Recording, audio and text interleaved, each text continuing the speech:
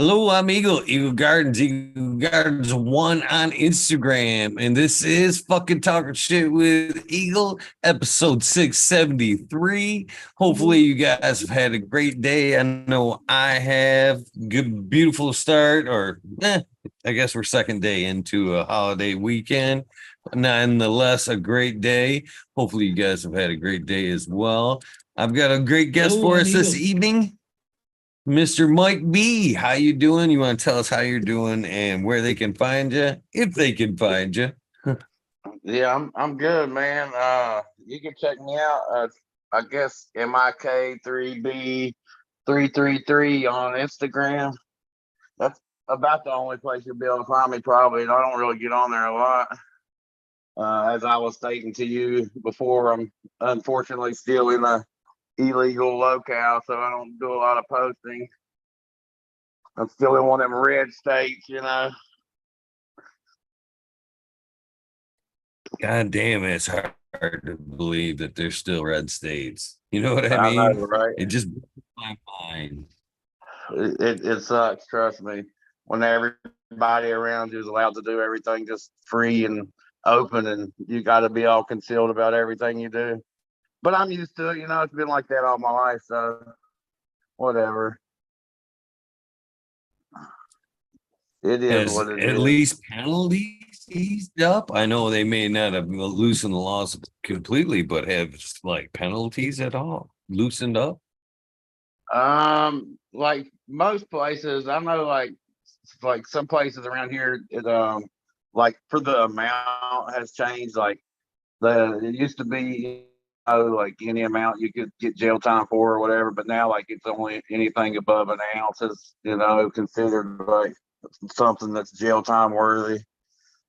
But it still sucks. Well, it should just all be legalized across the board, if you ask me. So it is what it is, though. Just you gotta. I can't do like you and drive down the road and smoke. Well, Unfortunately. I think in all fairness, I did a lot of that prior. Yeah. It's always it's always been a thing. I don't know. I'm stupid enough, still stupid, I guess, and that's a good way to put it. I'm just stupid enough to talk about it today, thinking that Yeah. it's quasi Yeah, when because I even in the legal won't. states, you're not really supposed to be driving and do it. I don't believe, are you? To consider No, you like under no, the not at influence. all.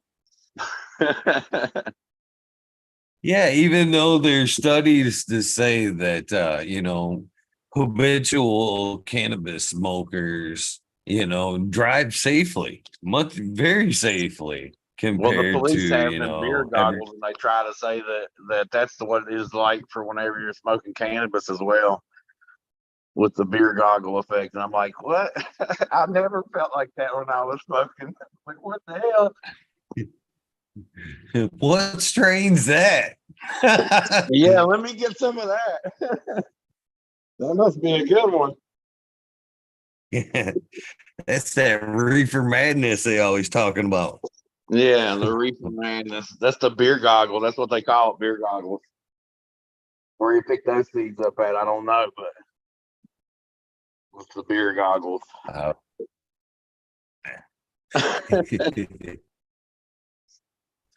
so I guess we should start this off right. Same old, same old.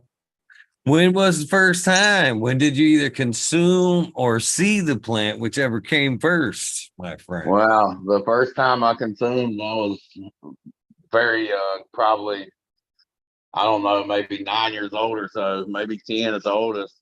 I had a cousin because I got two older brothers, and I had a cousin that used to come up. I lived back in the sticks of a dirt road, and my cousin came and stayed with us during the summer, and because he was my brother's age, and he actually started growing up in the woods by my house, and they was like drying it out in my parents' oven while my parents wasn't home, and like they would smoke with me, and I get them. I remember getting the munchies and stuff. I didn't even realize at the time what it was really.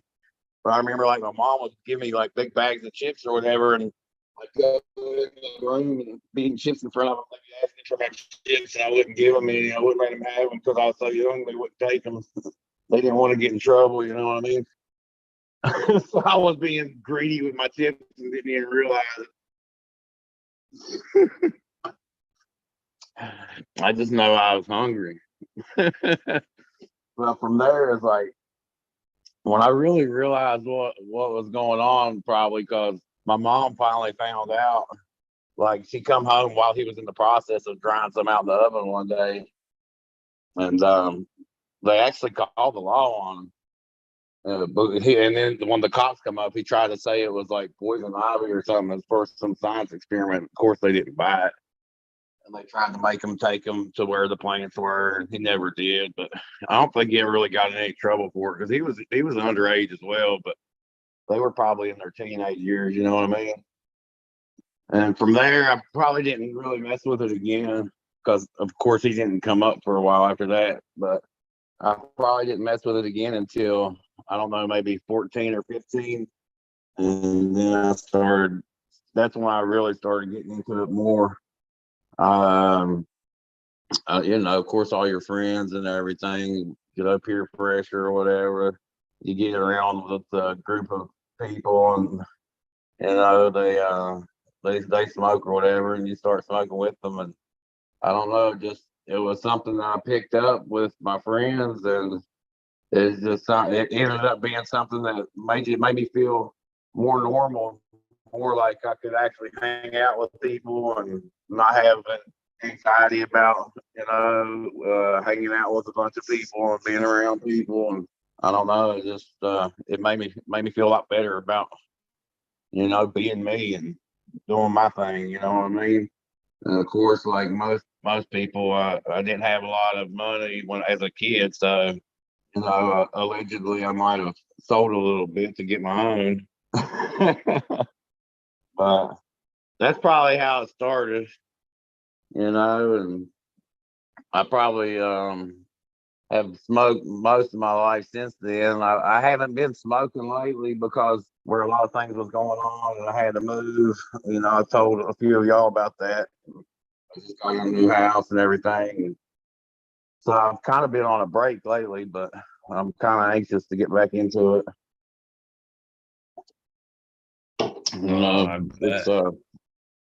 It's kind of weird not being able to do it. You know what I'm saying? For whenever you're kind of a lifetime smoker or whatever, and then you have to take breaks.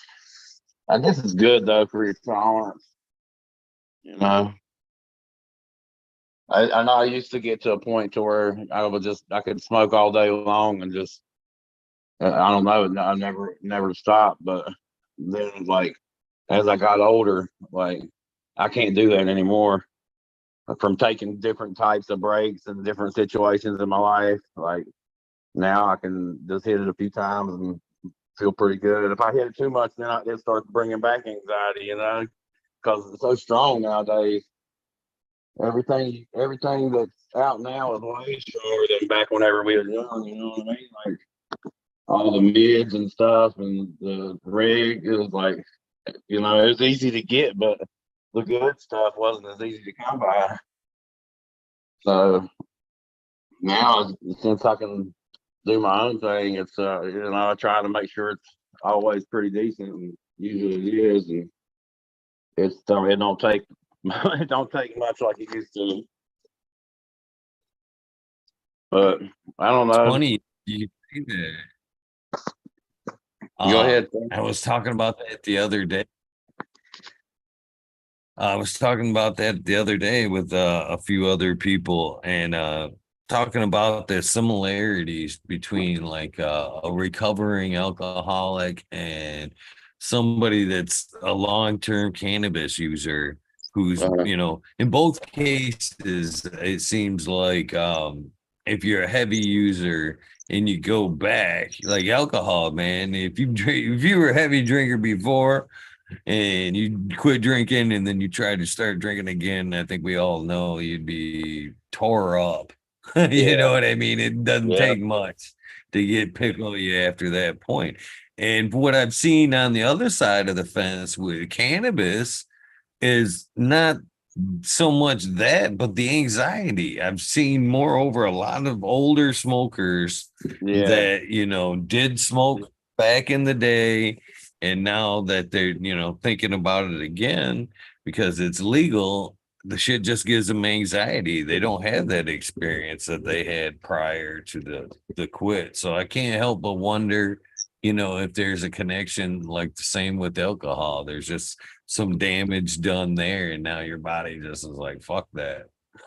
Yeah, I don't know if it's so much as damage or if it's where the cannabis is so much stronger now, or what exactly it is. But I think what I've been wanting to do is start getting more into like one to ones. Like instead of like having a real strong THC and low CBD, I want to kind of get to where they're more evened out, and hopefully that'll like keep the anxiety low. It won't make the anxiety as high, because from the way I understand it, the THC, the higher the THC and lower the CBD is, the more the anxiety, that I get from it. Whenever I smoke the higher THCs with lower CBDs, so I try to stay away from that. But I mean, I still do, but I just can't. I can't, consume as much of it. But, I'm getting ready to start trying to search for more stuff, like I say, like one to ones and stuff like that.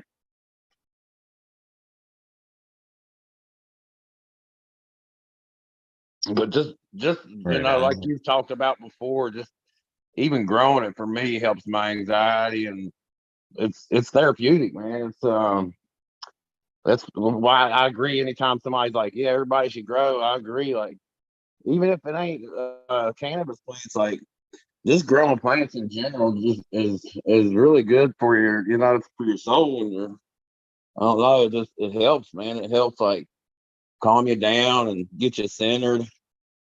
It's been something that I never really thought about it in that way until I started doing it, and I was like, man, this is just something that I don't know. I should have started doing a long time ago. A lot sooner. But I don't know. I'm glad I'm started now. Right on. So what was the turning point to make you start growing? I'm right there with you, man. I think a lot of people are too, that they learn the flip. You know what I mean? Get three Yeah, buddies in on that ounce and you score that free quarter. But yeah. so what made it go from trying to do that? Was it just, the trying to get it or availability? What made you, say, fuck this? I'm gonna go my own way with Well, cannabis. always like even whenever I first started as a kid, where I grew up, like I said, back in the woods and stuff, I'd always throw some seeds out and grow a few here and there, but it wasn't never nothing special. It was just whatever. I mean, it wasn't bad, but it wasn't like I actually took care of it because you never wanted to leave like a trail to it back in when it's in the woods. You know what I mean? So you don't go to it very often, and you just hope for the best. But like when I really actually started um thinking about growing like for a real thing, it hasn't been very long ago, actually, just maybe I don't know, 8 years ago or something. And I just I don't know, I wanted to be able to have the access to it. And where I'm I'm older and I got kids now, so like I didn't want to be out on the streets like spending money for one, and also like taking that risk of like having to mess with, you know, people selling out here where obviously it's a red state still.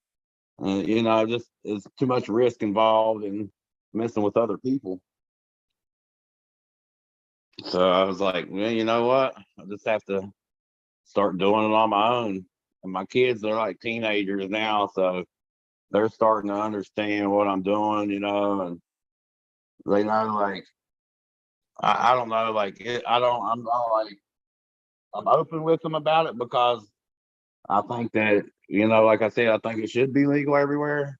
But at the same time, it concerns me because I don't want them to just be like oh yeah, I'm gonna start doing it because it's cool or something. You know what I mean? And just be like, start becoming a heavy user just for that fact. You know what I'm saying? I don't know. It's weird. It's hard. I know like lots of everybody that grows has kids. You know what I'm saying? So I'm sure they go through the same feelings that I do as far as dealing with your kids and growing. It's kind of weird. You know, they know not to mess with my stuff. So I have caught a few times where I thought what I you know my bag was a little light, but it's never been a big thing. But I'm sure they pinched it a few times.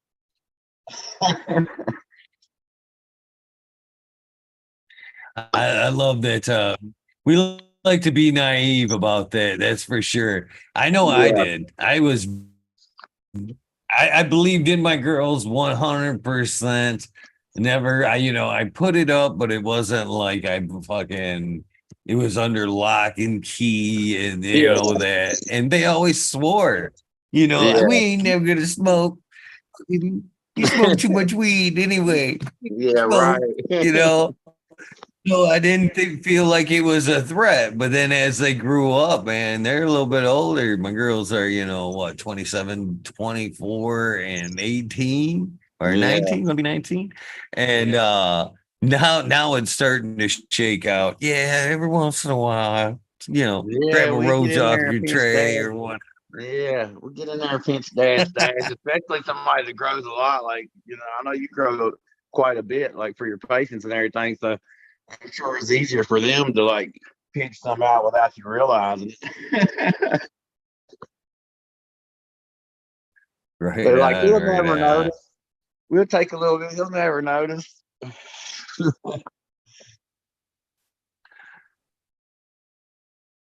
So with that being said, I mean, as they get older, how would you feel about their choice to sway towards cannabis? I know secretly myself as a father, I was thinking, if they unfortunately at that party and their backs against the wall and they, have to make a choice, I kind of hope they choose cannabis.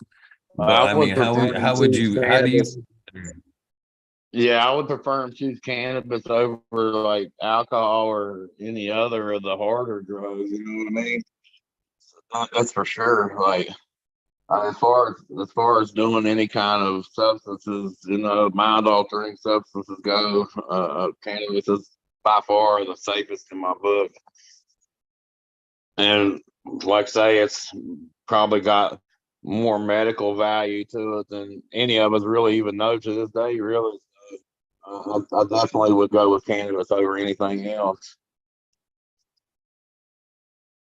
As far as my kids right? go, like I definitely would rather them use cannabis than anything else.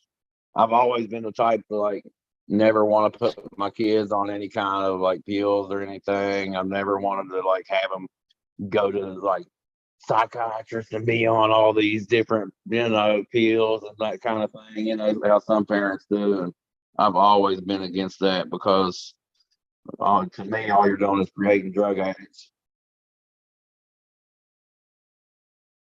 Yeah, and that's a very true statement, but these days the shit that they go through is way different than Oh yeah, the shit that we went through.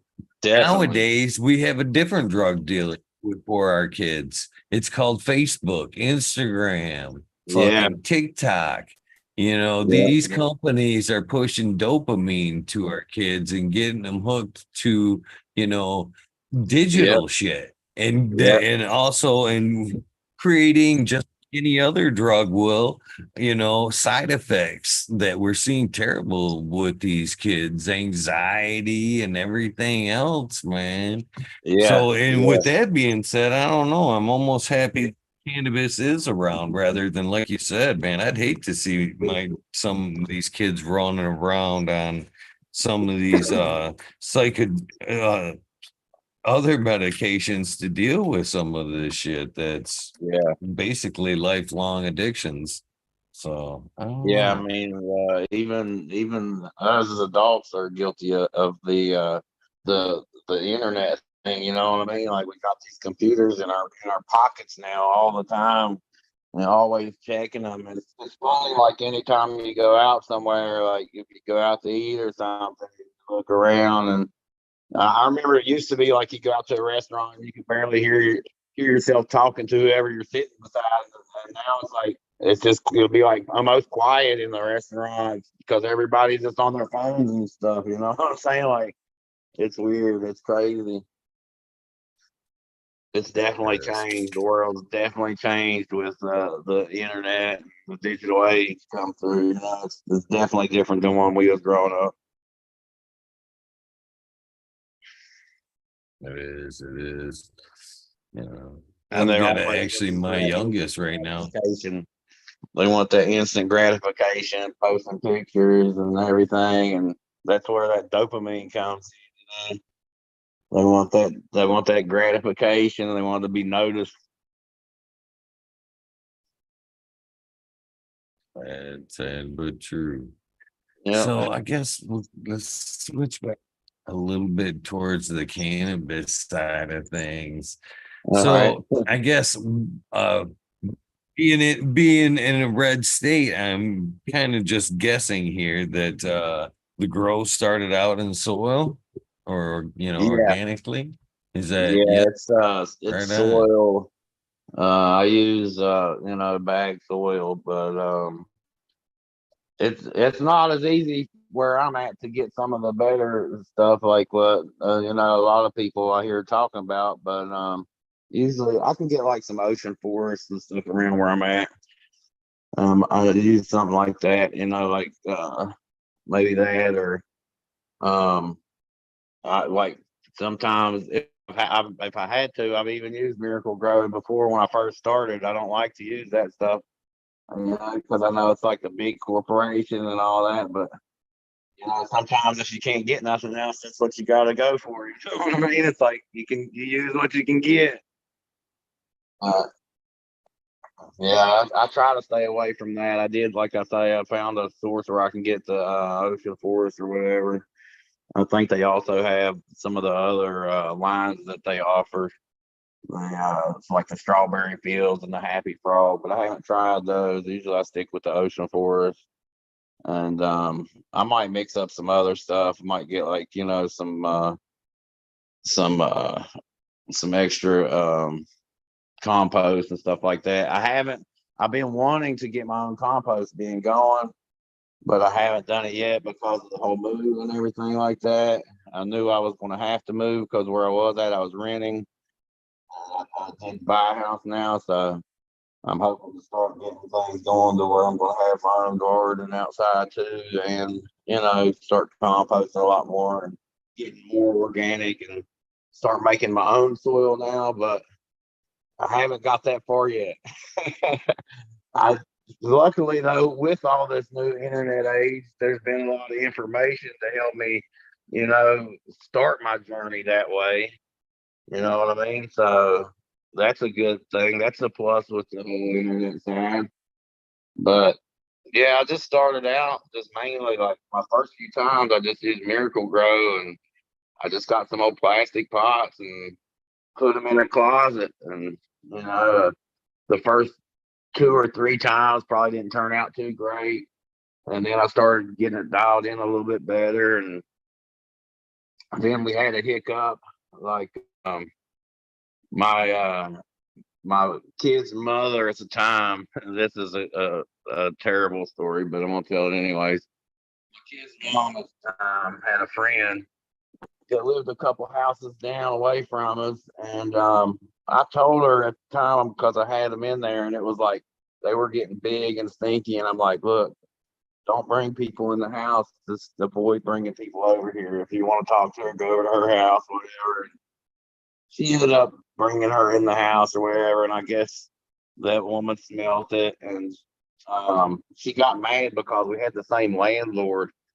And it's a crazy story because this lady, she wasn't paying her rent and all kinds of stuff. They was trying to get over on the landlord, and they were getting mad because the landlord was trying to evict them. So they told the landlord that they knew that we was growing in there, And then they sent the cops up there, and the cops come, raided us. My baby's mom ended up going to jail. I was at work at the time, luckily, or I would have been in jail too. She ended up taking the blame for all of it. But before they come in, like, because I was in the middle of like had taken everything down, and all I had was like everything processed up, and it was already like dried and everything by that time. And so she ended up flushing pretty much everything. They ended up finding a couple bags of leaves and the soil and the lights hanging and stuff like that. But they didn't get her with nothing big, but they still charged her with like manufacturing and stuff like that. And it was a big hassle, so that stopped us for a while. And we wasn't able to do anything for a couple years after that. And then we finally got in a position where I wanted to start doing it again, and I did a couple of harvests, and that's when I met you guys, and like the whole scene with Future Cannabis Project, and, Brandon Rust and everybody with all this information. Whenever I first started coming back doing it again, and I was like, man, this is cool shit. I was like, because I never could talk to anybody about it before and figure out all this information, just like everybody else has said, like learning how to do everything, especially trying to do it inside, like without being noticed real big. It's hard to do if you don't know anything about it. Anybody can plant plants outside and let the sun power them up and take off, but doing inside grow is a whole different thing. So with when I first started getting to know all you guys and everybody, like I say, is a lot of information coming at me, and it's helped me out. And I think I've got it dialed pretty good to where I can do pretty good things inside now. I don't know if I showed you pictures of the last time I got the harvest before ever I took stuff down. I could send you the pictures though. It's pretty nice. I did some it was GMO crossed with something else, and it was pretty nice. It was like 4 foot tall, just like just rockets, man. It was nothing but all the way up, just total rockets.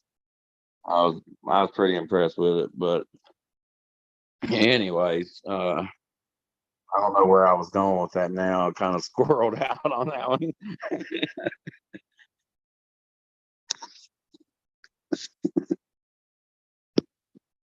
You there?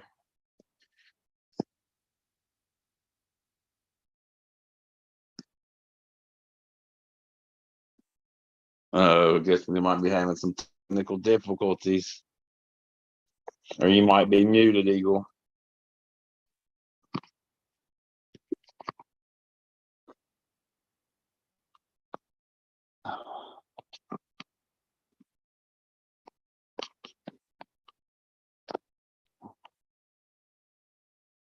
Let me go to the YouTube.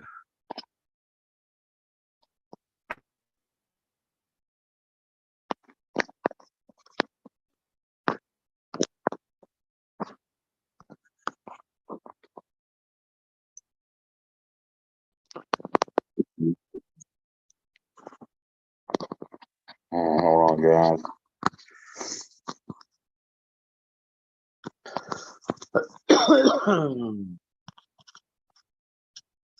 Well, I hope everybody's here is having a good night and all that kind of thing. And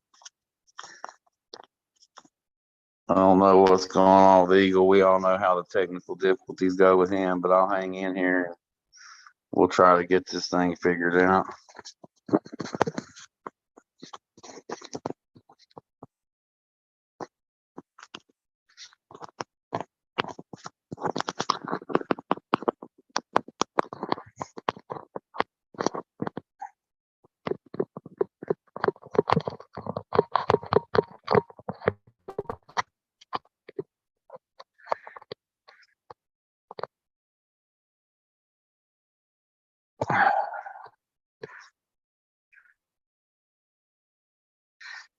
Hopefully everybody's having a good night.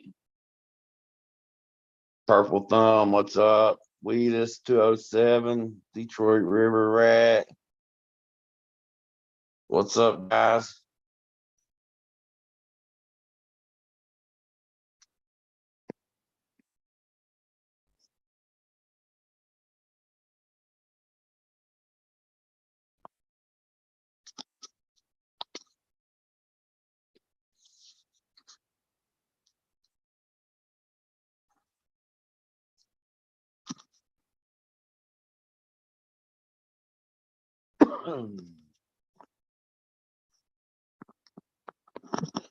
What's up with the eagle?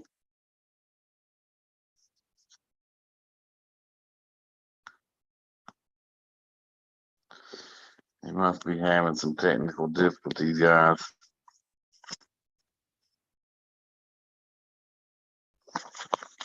But yeah, I guess I can tell y'all what I'm starting right now. What's up, Modern Genetics? Green Fingers. So I've got some great diamonds, some punchline, both from Ethos. I've got some Mr. Nasty. And I've got MG1's Primal Punch. And I think that's it. That's what I'm starting right now.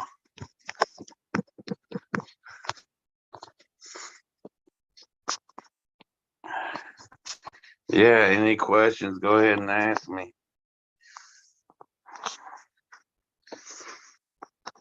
I'm down for some questions. Can you hear me, Mr. Mike? Yeah, I can Sorry hear you about that. now. You there? I don't know.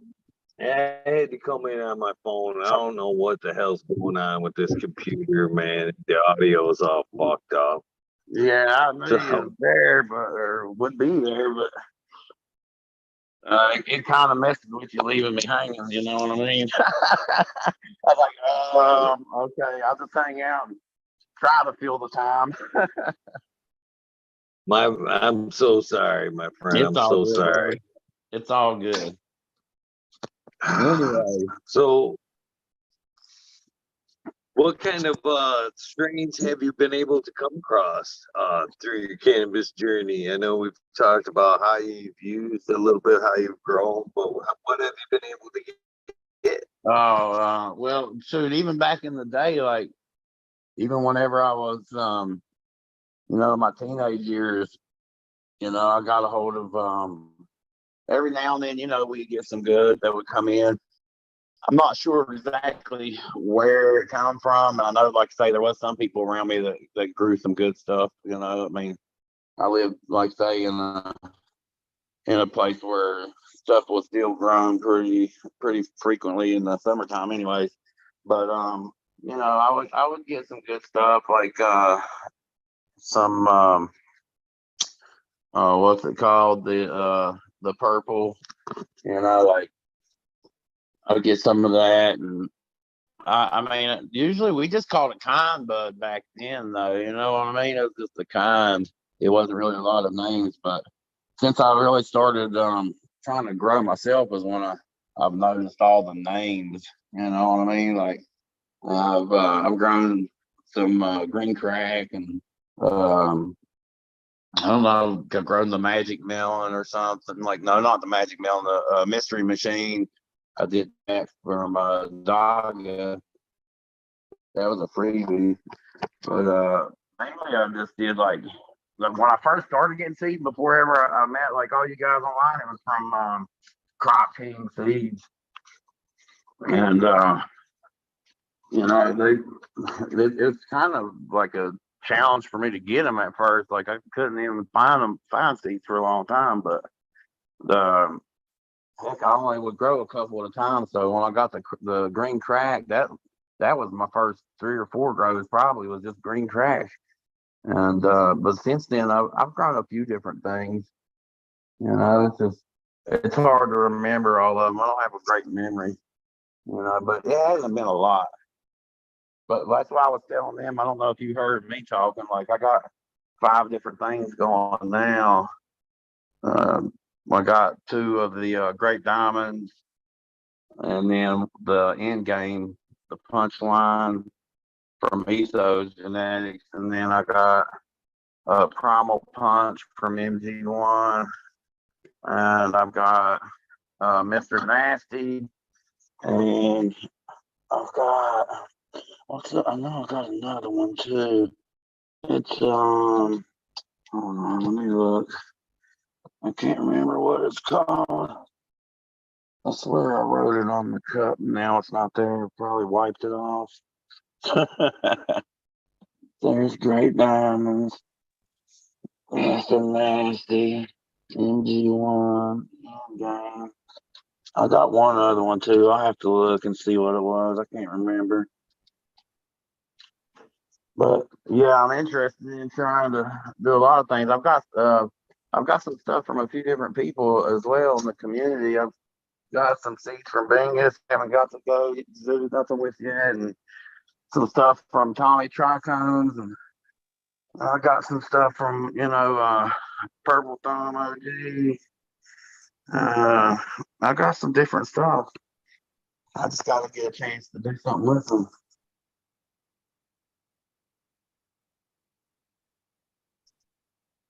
That's awesome.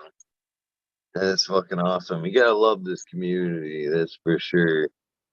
Oh yeah, definitely. Like it's definitely been a good community. Like even the guys from over there across the pond sent me some lights I want. And I was like, man, that's cool. It took a long time to get them, but they sent them.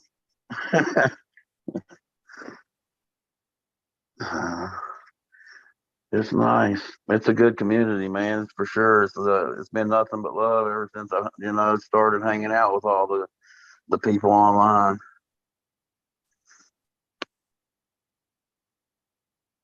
So I know you kind of alluded to it a little bit in the beginning there, but has the way you feel about cannabis changed throughout the years? Has it, Oh progressed yes. from, what you call recreational to more the medicinal Yeah, view of it? definitely. Definitely. It definitely has. Like, back in the day it was all just about having fun, really. I didn't even realize that I mean, I knew that it helped, as far as like when I hung out with my buddies, and it helped me be able to be more social with everybody and stuff. But like, I never really thought of it as a medicinal thing until until I started growing it, and then that's when when I first heard about Charlotte's Web, really, I thought I started thinking about it medicinally, but I didn't, I was like, man, that's crazy. That's one reason why I want to start growing it too. When I first started hearing about like Charlotte's Web, I was like, I need to just start growing my own and get back into it more. And I don't know.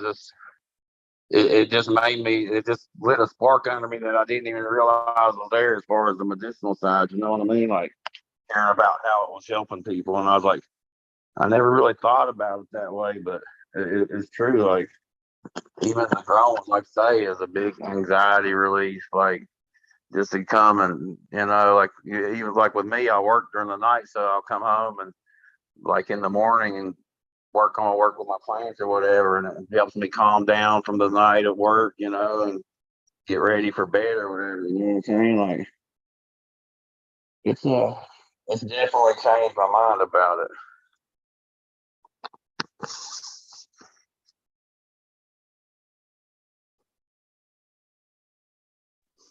Right Yeah. on. It is definitely a powerful experience. I think the growing aspect of it definitely drives it home for a lot of people. And that's the part that I'm afraid that we're going to lose. You know what I mean? We might win the Yeah. consumption battle, but I think we're going to end up, a lot of people will lose the more valuable side, the cultivation side of it. Yeah. Yeah, that worries me too, as far as like if the United States opens up totally, like is that when the big corporations are going to step in, and the federal government's going to start putting laws on it, kind of like tobacco or something, to where you have to have these certain licenses to grow, and it's got to be certain size facilities and everything. You know what I mean? Like everybody should have a chance to be able to home cultivate. I feel like it's just like any other herbal medicine that somebody could use. You know what I mean? Like why can't you use your own herbal medicine? Why is that a big thing? You know what I mean? Like I said before, I think it's a human rights issue as far as them just wanting to keep the money into the rich people's hands, into the people that already has money. Like even you see it with California, like you got to be rich to be able to start stuff in California. Yeah, they've got it opened up a lot, but like if you ain't got a lot of money, like you can't just go over there and start like a cultivation and start selling it. There's all kinds of different laws that you have to abide by to get it going. Lots of money you have to put into it.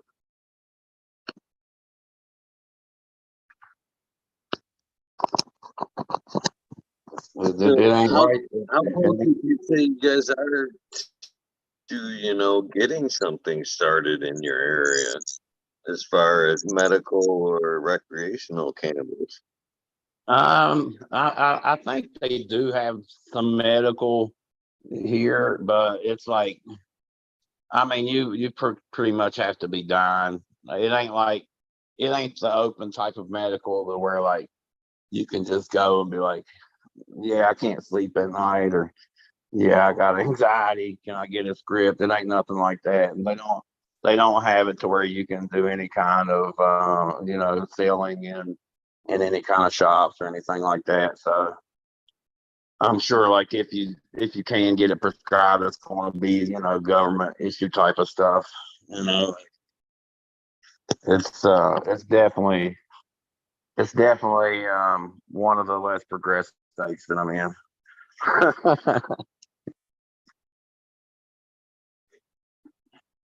Unfortunately. It's kind of ironic because it's usually a lot of those states where it's probably some of the best outside cultivation. Yeah, Some of the yeah, best cannabis could be grown there. yeah, that's for sure. I'm sure it could be. I'm like 100% positive that it could be a great state for outdoor cultivation. But that's just how they are. That's how it goes for now. I even wonder, like, if the feds do like open it up, if they still leave it up to states. Like, I'm not sure if like the states like the one I'm in will still allow it or not. They still might not allow it. If it's left up to the state, it's hard to tell If what. it goes federal, you mean that's what you mean? If it goes federal and it's left state Yeah, by state, you don't think you guys would still? yeah. I Wow. don't know if they would. I don't know if the state would. They might still not allow it in this state. See, It's just like any of the so other states, though, as far as like the ones that haven't legalized the THC part. They're still letting people do like the CBD. Like you can grow fields of the CBD, but it just can't be over that certain limit of THC. So, and that's what like the United States right now. I don't know how the CBD farmers can survive because it's just flooded with the CBD everywhere. Like I've heard of people, like trying to get rid of the pounds of CBD, like pounds for like $100. You know what I mean? It's just ridiculous.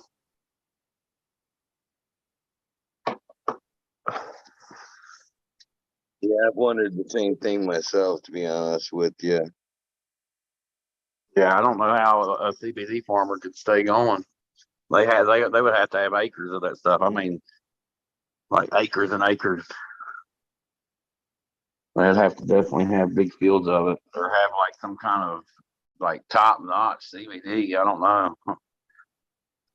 Maybe they make it into the pins or something like that. I don't know.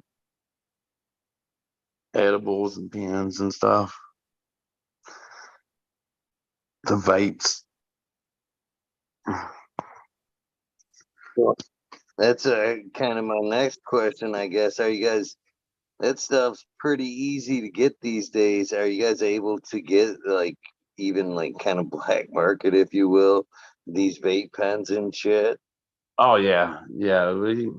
I've been able to get wax and pins and whatever. You can still get it. You know what I mean? Like that's just like before. Just like when I was a kid, I could still get bud pretty much any time of the year, even though we couldn't. Harvest season wasn't, but a certain time of the year where I was growing, but that don't mean I couldn't get bud from somewhere. It was coming from somewhere, you know what I mean? So it still comes from somewhere. It might not be from right here, but it definitely still comes around.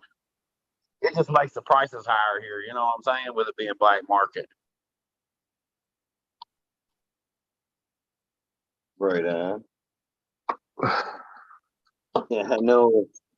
I know it's like as far as interstate cannabis goes, us being a recreational market here in Michigan, all you need is to be over the age of 21 and you can fucking purchase cannabis. So a lot of these events, we see a lot of influx from out of states, other states, and stocking up, if you will.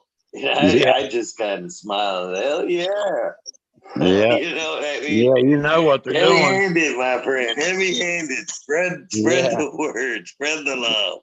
Yeah, you know exactly what they're doing. I'm happy to see that there's still some brave souls that are willing to pilgrimage. Make a pilgrimage to help others people that make pilgrimages. in some of these states. Definitely still the brave souls out there that make pilgrimages to other states to acquire the good stuff. It still happens. The thing with me, like, once you have kids, it changes. Like when I was younger, I wouldn't mind to do stuff like that. I would do whatever I had to do to make sure I was good. But once you have kids, it's and you have responsibilities. It's like, yeah, I can't take the risk. It's not just me that I'm risking the life of anymore. You know what I'm saying? Right. But it is what it is. Somebody will do it.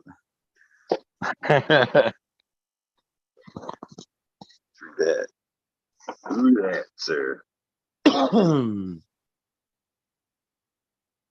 So if you had in a perfect world and you had your choice of consumption, which way do you think you'd lean? Do you think you would still hang with the flower, or would you head towards the extracts or edible market? No, I always be a flower person. I do like flower, and I've always liked hash. I'm kind of like you. I like that kind of hash that you mix with the flower. You know what I mean? The old school hash. Like pack you a bowl, put you a big knot of hash on top of it. I've always liked doing something like that. I'm not big on the vapes and the waxes and stuff because as I was saying before, where I've took all these breaks in life, and my tolerances went down. I can't handle that stuff too much. You know what I mean? Like I've tried it. I've tried to hit some wax and stuff, but man, that stuff just lays me out. I won't want to do nothing. I'll be couch locked all day long, with my heart pumping out of my chest.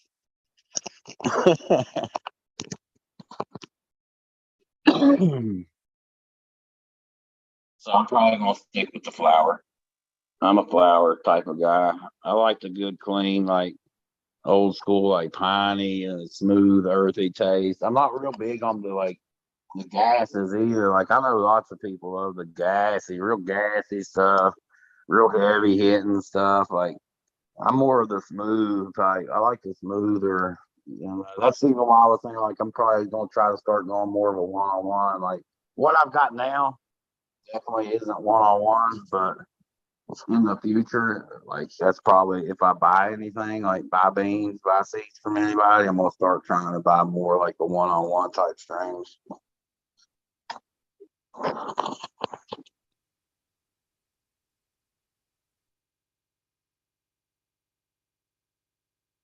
Right on, right on. And I've So always been the type what's your to, I've always liked to smoke out of glass, you know, and keep it clean. I always, you know, like I just like the taste of it. You know what I mean?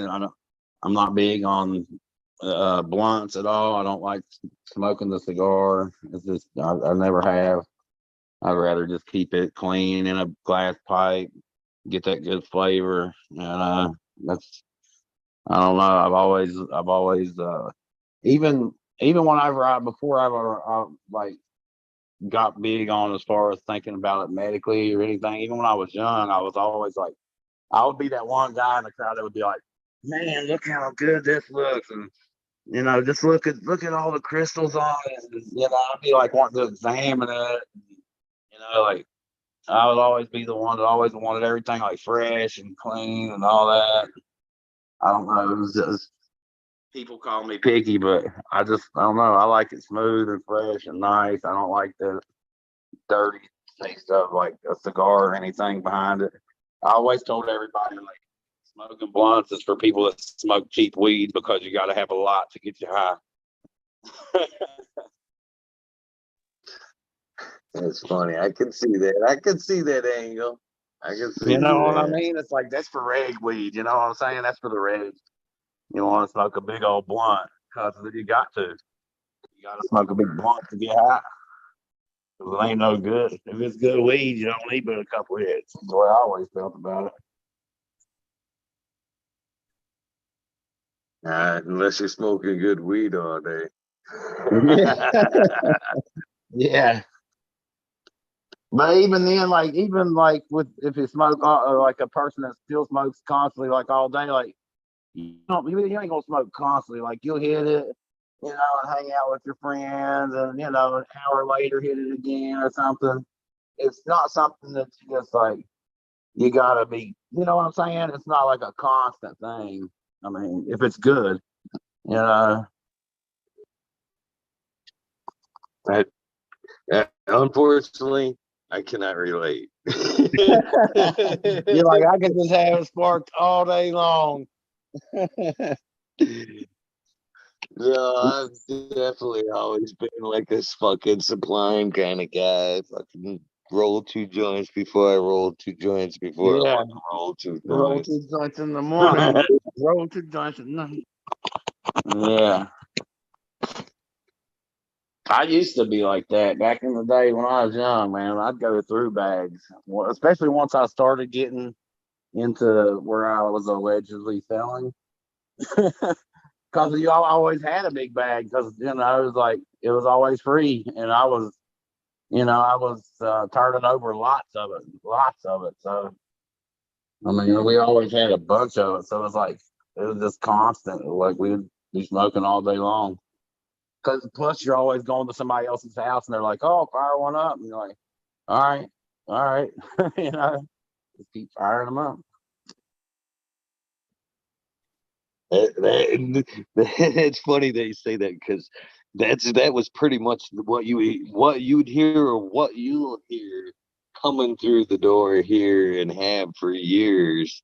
You know, Yeah, I've had friends back in the day before, you know, even medical, they'd be like, "Motherfucker, I just got in the door." yeah, fired up. Well, What here's you, the what you got chain, now? bro. Fired up.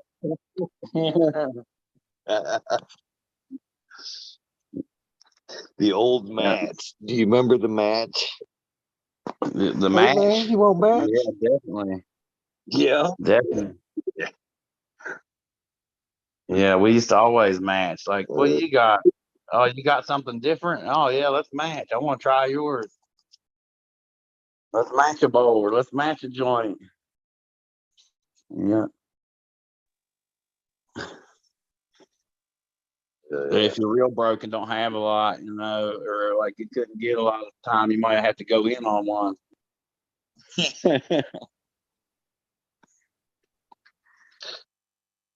So, what's been your most funnest cannabis experience? Last night, I was kind of sharing some of mine with one of the the stronger strains I've ever come across. You know, getting high in the van, you Oh know, wow. with a bunch Yeah. of friends. But some of your favorite times consuming.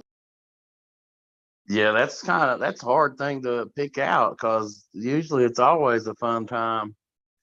You know, I've had definitely had some crazy experiences. Have you ever greened out? I've greened out before, like passed out from smoking too much.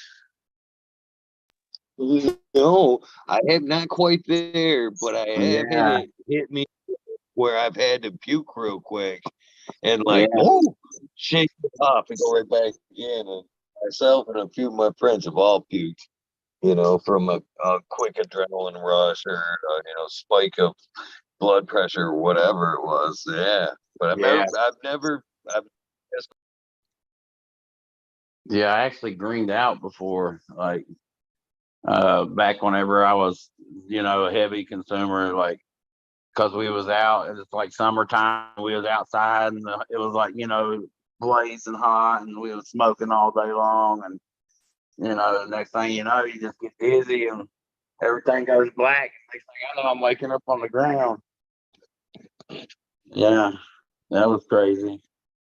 But usually, I don't know about the funnest. That's hard to pinpoint a funnest time. I usually always try to have fun. You know, if it ain't fun, then why you doing it? I could see that. I could see that.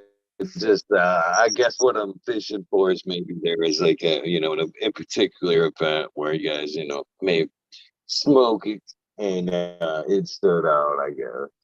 I mean, there's But yeah, you're right. several things during my life that stands out. Like I was telling you about when I first started, when I was real young, I didn't even realize it, and like I'd be going in my brother's room with bags of chips and not giving them any and stuff. And me and my brother laugh about that now.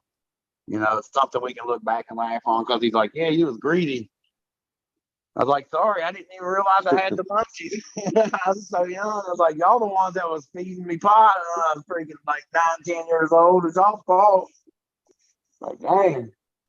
But stuff like that, and like whenever I'm sure you've probably done this too back in the day. Everybody to try to build their own bowls and stuff like that. Well, my buddy took one of those big candy canes like you'd put out in the yard or whatever, like at Christmas time. They're probably like 2 foot tall, and he made a bong out of it. We used to hit that. That was pretty fun, and just stuff like that sticks out in my mind. You know what I mean? Just fun times. Right. I remember whenever I first realized I could outsmoke both my older brothers. That was pretty cool to me. I picked on my older brothers finally for a chance. I was like, "Y'all are lightweights." They're passing it up, and I'm like, "What?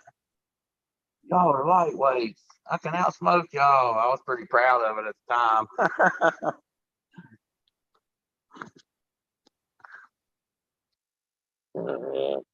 I've definitely made a few pipes in my time as well. Yeah, I think we Still all. do. I Usually, actually just refound go the ahead. metal pipe that we used to have in the early 90s, even before that, for some true stoners. The Yeah, one where you could like screw together for the little hash section in there, and you could yeah, make your own little, like, it would be yeah. a They had the vector set chamber. of pipe. Yeah, they had the chamber. You could even put a little piece of bud in there. Yeah. We'd do that. We'd put a little piece of bud in there and let it get real resin soaked up in there. And that'll be like once you run out of weed, or if it gets clogged up too bad, then you have to pull it out, uh, smoke it. Yeah, that'd be good. It was nasty as hell, but it'd be good.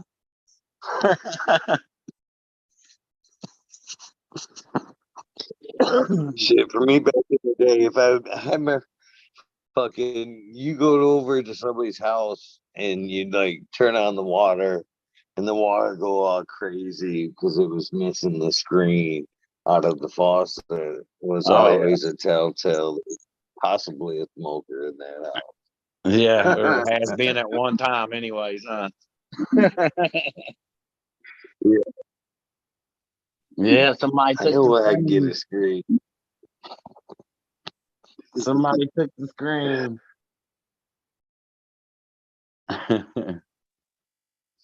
Funny.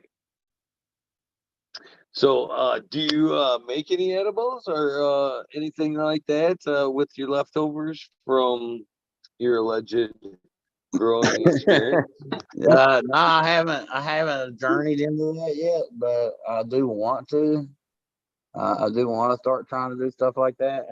And the one time that I did have some edibles, like I've tried them one time, and I'll tell you what, like it laid me out the whole day. It was a different kind of thing, that's for sure. But like it definitely is more of like pain relief and stuff. I think as far as like when you eat it, it definitely helped with the pain. But you know, because like I'll have back pain a lot. I've done had one back surgery. You know, that's another reason why you know I turned back to marijuana again is because like you know having back surgery and then they started wanting you know putting me on the opiates and stuff like that. Even before the surgery, the doctors wanting to give me opiates and man, I started getting addicted to the opiates and that was a hard thing to overcome. And if it wasn't for you know cannabis, it would have been even harder. You know what I mean? Like that was a rough journey. So that's something that I don't never want to go through again. So I'd rather just stick with the cannabis side of it because I never had any trouble as far as like if I didn't have cannabis, like going through withdrawals. But whenever they was giving me all them pills, man, like you run out of pills for a couple of days and you're sick. Nah, once that happened to me, I was like, I'm not doing this. I'm not going through this. You know what I mean? Like, it was hell.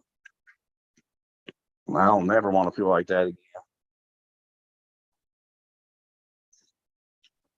Yeah, that's where a lot of people get caught up. They can't uh tell which is which. You know, the sickness and pains that are coming from the medications that they're coming off, or it's still Yeah, the sickness pains from the injuries or whatever that you know they got them there. So they yeah, keep going and sometimes even better than they were. I'm glad to see or glad to hear that you went the other way. yeah. It was a trust me, it was a long, tough road to do it. It took a lot of trying.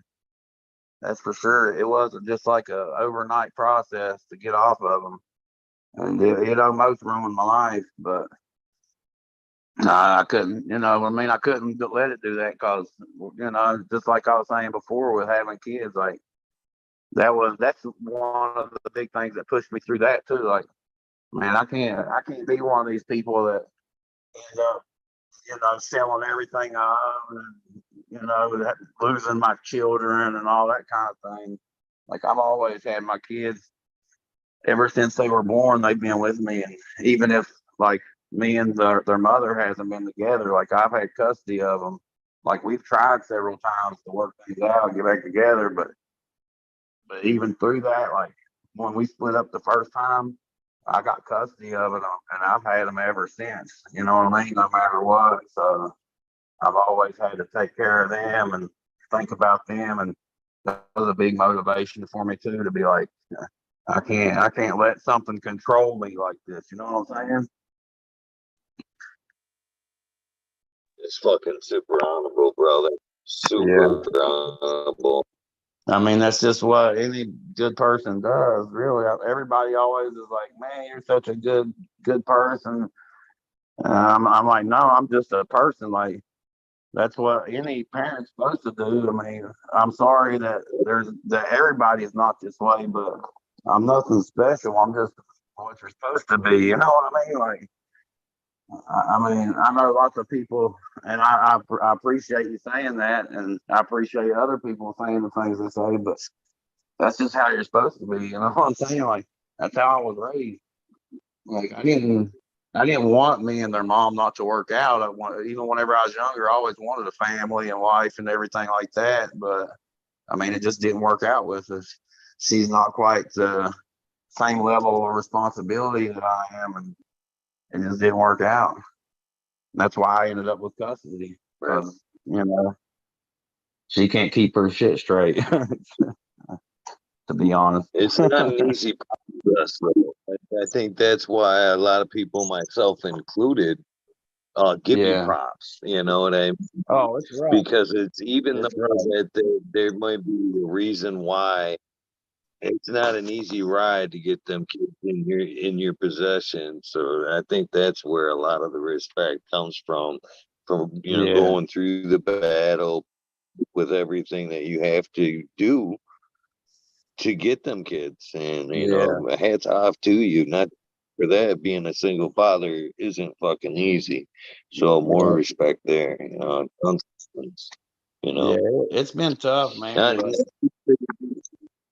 it's just one, like I say, it's one and of you the things we got to do it. sad reality. There's a fucking lot of fucking shitty parents out there that don't want the fucking responsibility.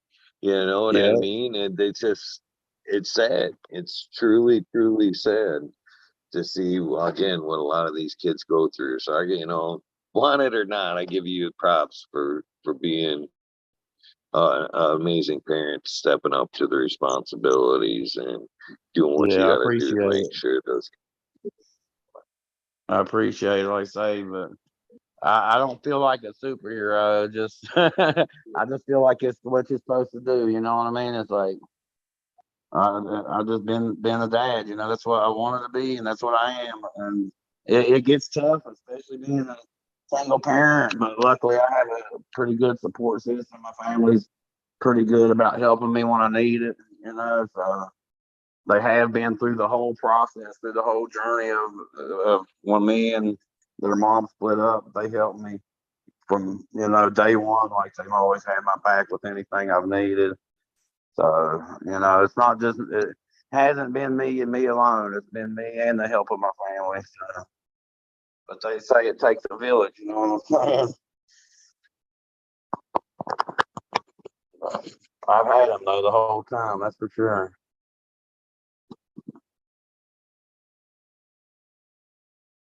It would have been kind of different if they had been girls. I mean, I still would have fought for them just the same, but I would have wanted their mother to be more of a part of things than what she is. But like, I don't know. With them being boys, it's just always been like, they need their dad for sure. I mean, every man needs to grow up with a good female role model too, I believe. But they just, I can't be that, but I can be the best I can be as a father. That's what I wanted to do. And that's what I try to do. That's what I strive to do.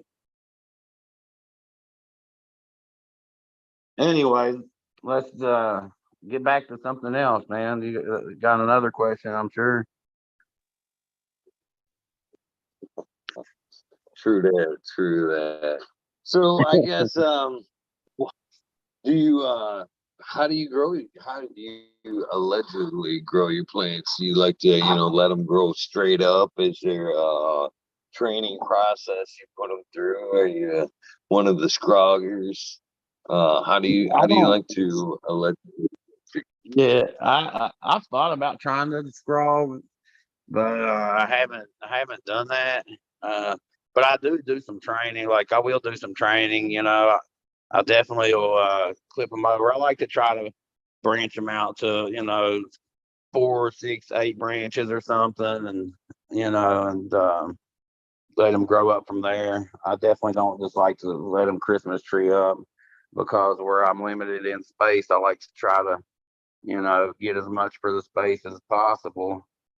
So I try to get, like I said, a few different branches out of each one of them, and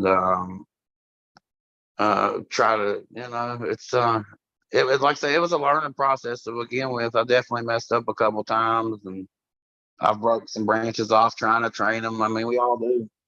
You know, it's just a thing that happens, but I'm getting better at it. You know, like I said, the last stuff that I grew was is I think it's GMO Punch is what it was called, and it ended up being like I think it was like 4 foot long, just like torpedoes, man. They're like 3 or 4 foot long, and it was just like the solid torpedoes all the way up. I was like, man, that's nice. It was nice. I was pretty happy with what I did. But at the same time, like right when I was doing that, I done that. That's when I done the mystery machine too, and like I stunted it right from the get go. From I think I overwatered it or something because I was just trying to keep them on the same watering schedule. And that GMO, like many people know, it's a real fast, and it grows really, it grows faster than that mystery machine for sure. And I think I overwatered and stunted the mystery machine from the get-go, and it wasn't nowhere near as big as the GMO. It ended up being like maybe 2 foot tall, and it didn't have nowhere near the same structure as what the other one did. But that's what I like to do is try to just make a few big torpedoes.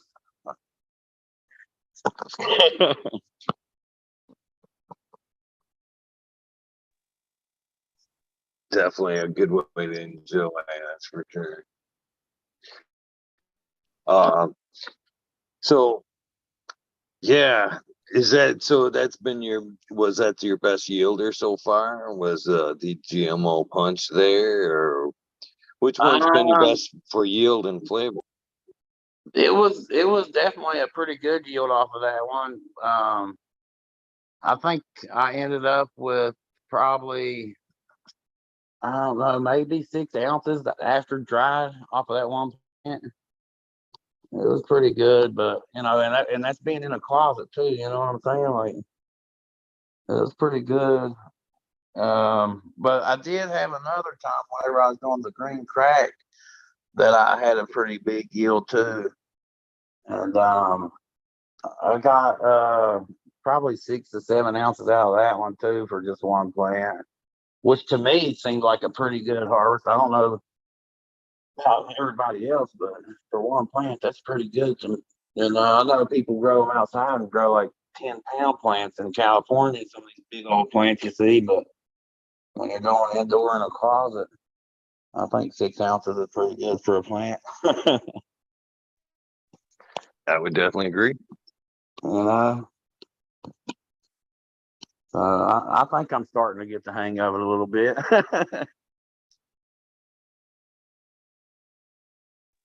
Yeah, it sounds like you're right on point so far. Good on you. Good on you. So, what kind of lighter do you have? What do you use? Oh, that's a funny story too. Like when I first started, I was just using like the what are they called? The twisty, like big, they're almost like you can get the regular light bulbs and they like kind of twist, but I was getting the bigger versions of them, the CLFs or whatever. You know what I'm talking about? I do. I can't Yeah, I remember the was name of them, using. but Yeah, they're like CLF or something.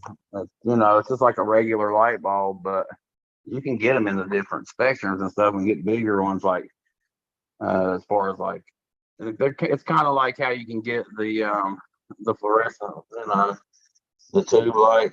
It's kind of like that.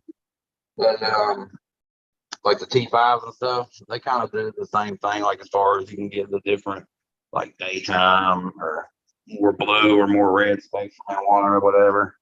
But I started out just using a bunch of those and like the hangers with the shields you can get just like at Walmart or anywhere. They got like the little metal like cone shield. And I was just putting them in those and like hanging them up in my closet. And I would get, 3 or 4 of them. And the first time I actually got a good harvest, I had a 2-bulb T8. It was not even a T5, it was a T8. And like 2 or 3 of those, CFL lights. And that's when I got a pretty good yield out of that green crack. It was actually pretty good. And that's the stuff that they ended up taking from us too. Whenever the cops raided us, they ended up taking that stuff. So, but now after that, I've got it's not a Mars Hydro, but it's another one of the cheaper brands of LEDs, and it was like the Blurple. I got one of those, and I never really did anything real great with it. Like it always seemed to burn my stuff, like it would burn it. I never could figure it out. I always thought it was the nutrients, and I would cut back, and like I never could get it right, so I quit using it, and I ended up getting a couple other little LEDs. Like, and now the one I got is I can't remember what it's called. It was pretty cheap though, but it's like it's got the Samsung diodes and stuff. I'm LED now. It's got like two fins that I can kind of put in different directions and stuff. You can kind of angle them. So I'm wanting to put my tent up in my basement. I've got a big basement now, and I want to put my 4x4. I haven't put my tent up yet. I just got what I got started. I got them started in my closet right now, and I just got like one of the little panel LEDs. I got it in there with it right now, but I'm wanting to put that other one up. I do got a T5 also, but I don't know if I want to put it up or put the LED up, or if there'll be room for both of them. Probably not, because that T5 I got like a 12 bulb or something, and the 10 I got's only a 4x4. So I'm sure it's going to take up a lot of room, but definitely going into the LEDs. I definitely like the LEDs. I like where they're at. I just don't like how expensive they are. Hopefully over the years they'll start coming down in price, and we can start seeing them. But I mean, which they have. You can get them for a lot less than you could before, and you control the spectrum a lot better now than you could before. And they're definitely coming a long way. They're still up there a little bit, though, to get the good ones. But I don't have any trouble with the one I got. Like I say, the last grow, the GMO punch, it was under that new light I got, and I did good with it. So I'll probably stick with it a couple more rounds until I have to get a new one or something, or until I get another tent. Because just like everybody else, I'm sure I'll try to expand eventually. Everybody's you're always like, oh, I got a little bit more room over here. I could probably throw another little tent up over here.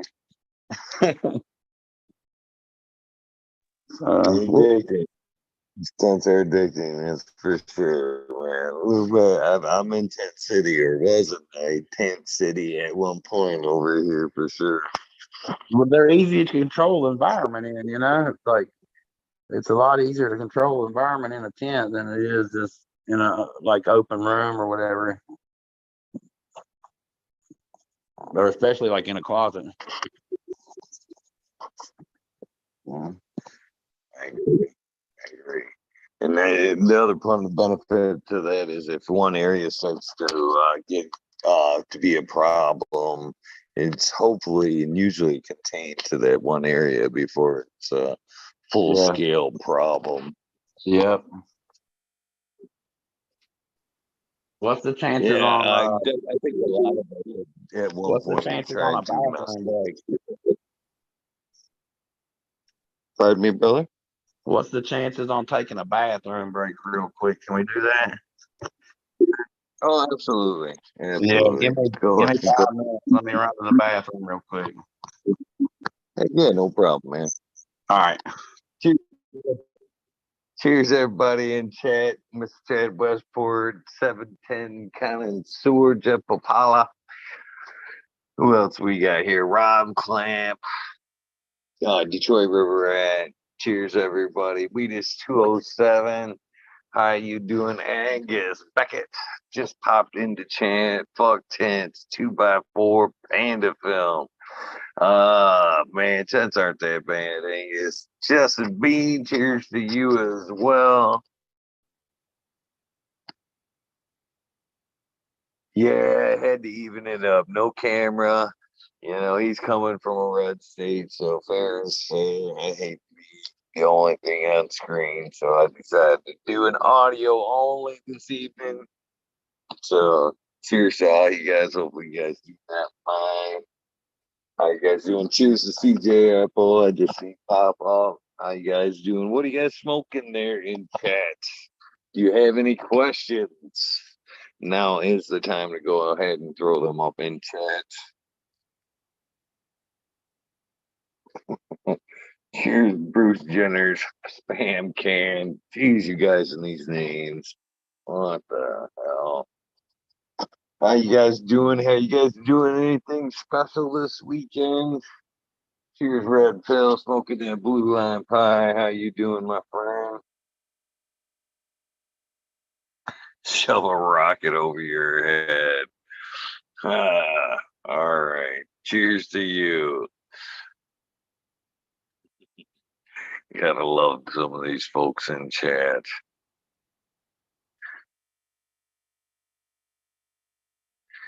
Cannon Man Dan, that's another one, another newer one. How you doing?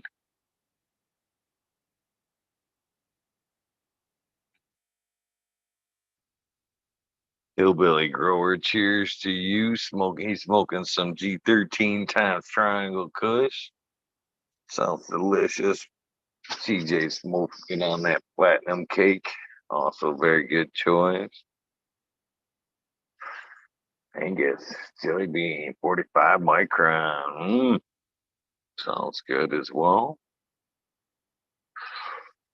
Been a pretty good day for me here in northern Michigan. I've had a nice little trip around the lake, watched a little bit of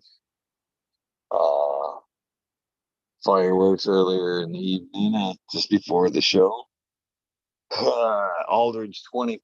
Cheers. Who's the fight guys in chat? Cheers, Miss Cass. Who are the fight guys in chat? What the fuck is going on? Throw me a link. Throw me a link to where I can watch the final bout. I want to watch Izzy kick some ass tonight.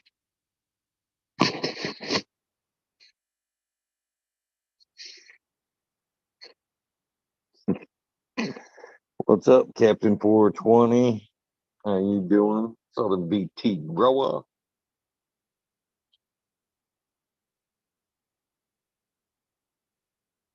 So big stuff. Nice. He seems to be a very smart dude.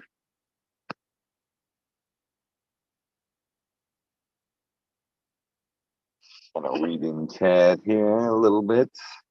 Hey Nova, what's up? I wish you could give me the link too. Oh man, I want to watch. I want to watch.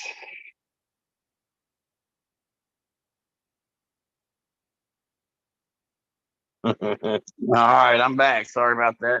I had to go get something to drink too. No worries, my friend. No worries. So I'm going to ask you the same thing I just asked Chad. What do you got going for this 4th of July holiday weekend? Any special fun plans this weekend? Well, unfortunately, I got sick beginning of last week and was sick pretty much all week, and now my kids are sick. I don't know if it's the COVID or what, but I mean, I didn't even go and get tested, to be honest with you. But we all come up with something, so I'm hoping they're at least better by the time 4th of July, and at least we can go see some fireworks or something. But I was wanting to try to take them to a theme park somewhere or something, and maybe try to get them on some roller coasters because they haven't never done that, and they're at the age now where they can enjoy it, So I'm wanting to try to do that. I don't want to say too much about like what theme park or anything because I don't want to give up my locale. But I was hoping to get something like that done. Maybe next week we can, because I did take vacation for 2 weeks. So that was a good thing that I got sick during my vacation, I guess, even though it sucks being sick during vacation. At least I didn't have to work sick. You know? Right now. Can you share what you do? That probably would give up. That probably would be a kind of a give up a locale too to what I do. Unfortunately. Right on. Right on. Fair enough. Fair enough. I'll put it this way: I'm in the auto industry.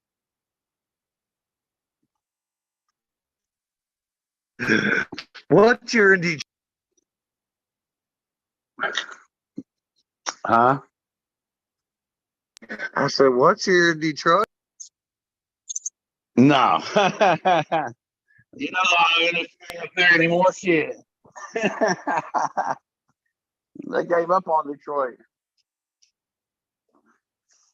That sucks for Detroit, but it's sad but true.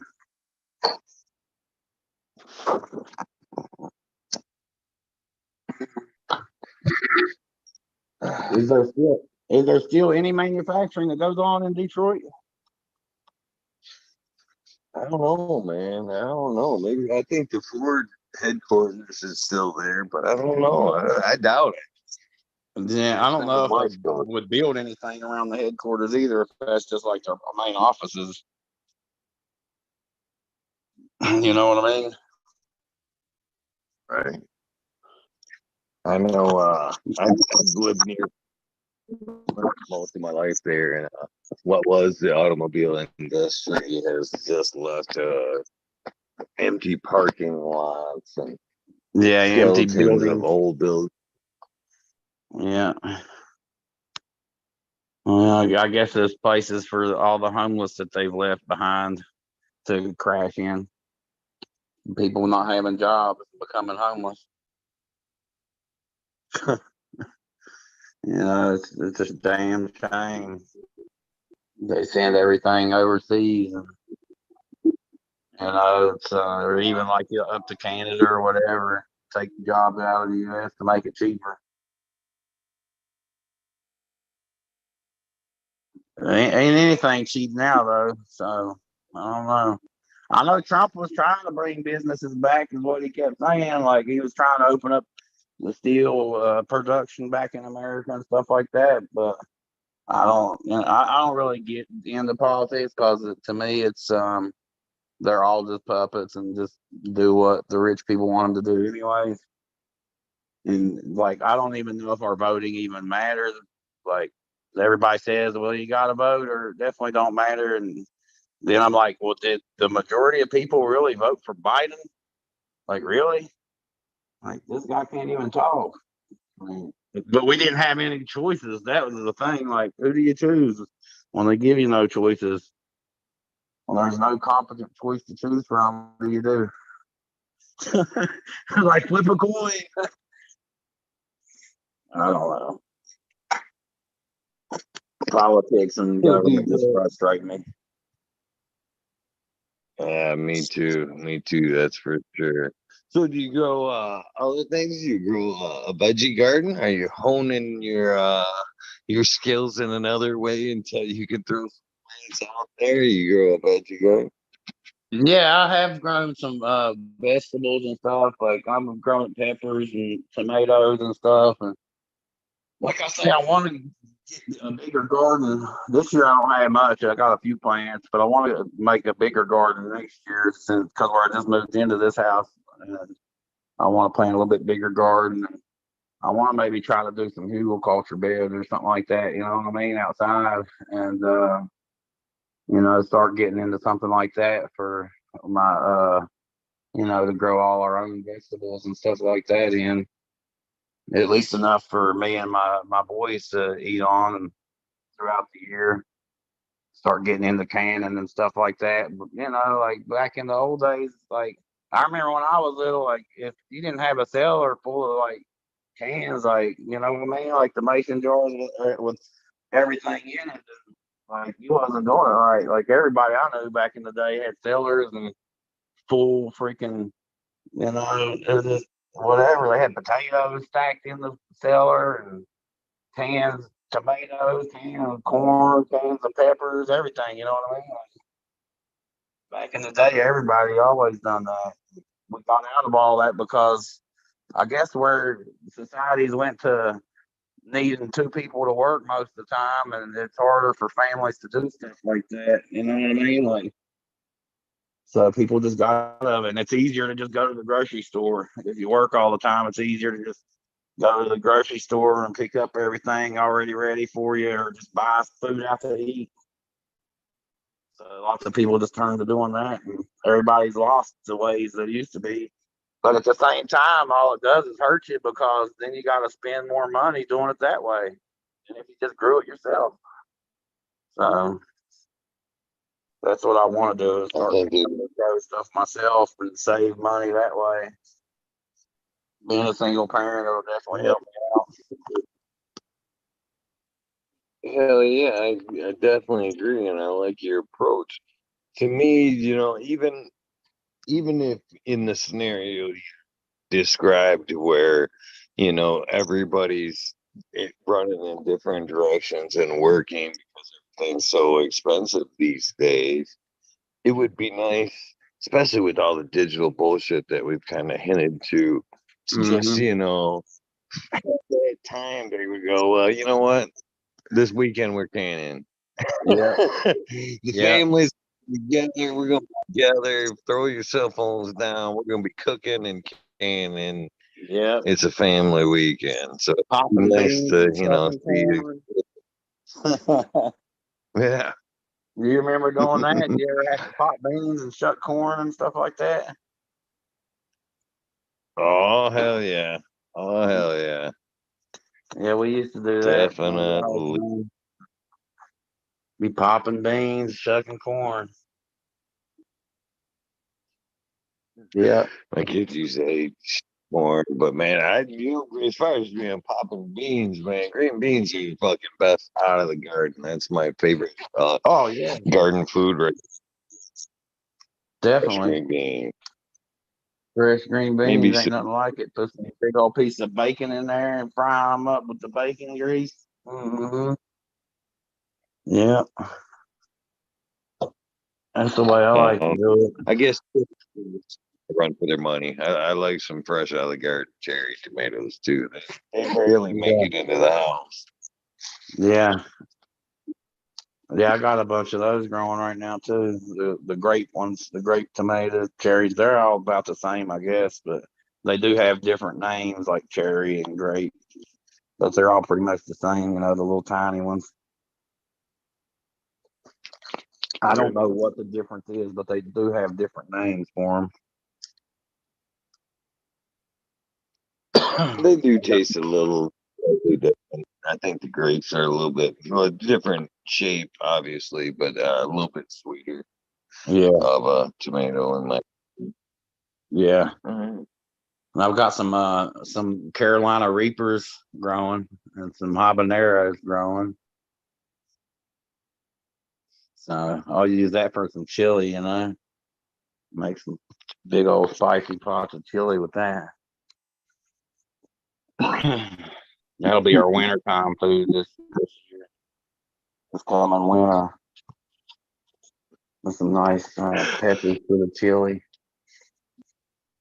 I thought about trying to take them grape tomatoes and make ketchup out of it because my kids eat a lot of ketchup, and I just noticed somebody doing that the other day, like making homemade ketchup, and that's what they used was like the little, I don't know if it was the grape or the cherry tomatoes, but they was using some of the little ones and making their own ketchup out of it. So I thought about trying to do it.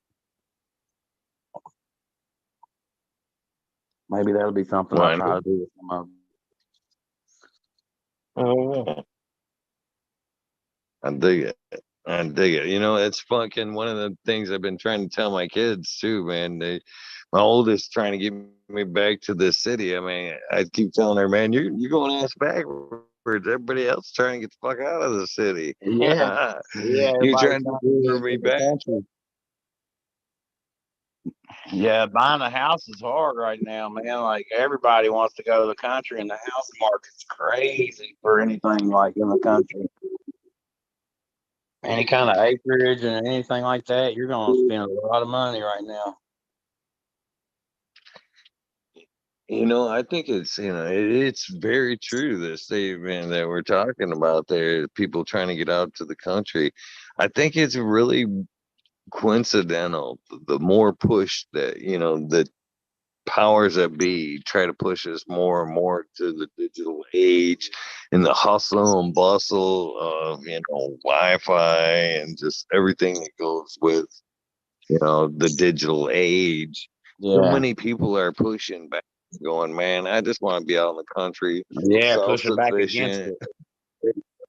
it. You know what I mean? Yeah, I think it's lots of us don't want this. You know what I mean? Like, I don't mind having the access to it, but like, I don't want it to rule my life. I want to be able to be back to back to the earth a little bit, and be able to go out and stick my feet in the dirt and get back to nature a little bit. You know what I'm saying? Like, if you don't spend no time outside, man, it's not good for you. You need that vitamin D, and you need to be able to have some of that outside time. And, it's hard to do in the city.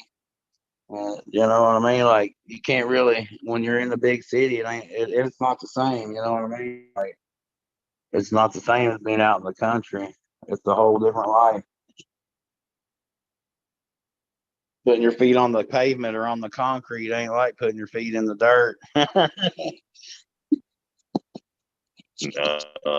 at all. Not at all. Yeah, Yeah. I had the luxury of growing up in the country, if you want to call it luxury. At the time, I thought it sucked. When I was a kid, I always was like, man, I would hate living out here. I wish we lived up in the city where all my friends are and all this stuff. And I used to would ride my bike for miles to go to my friend's house and up in the city and hang out in the city and stuff with my friends. And like, now that I'm older, I'm like, man, I had it made. I had it made back them days. Like, it seemed rough at the time because we definitely didn't grow up with a lot of money, but now I realize that money ain't what the true meaning of happiness is anymore.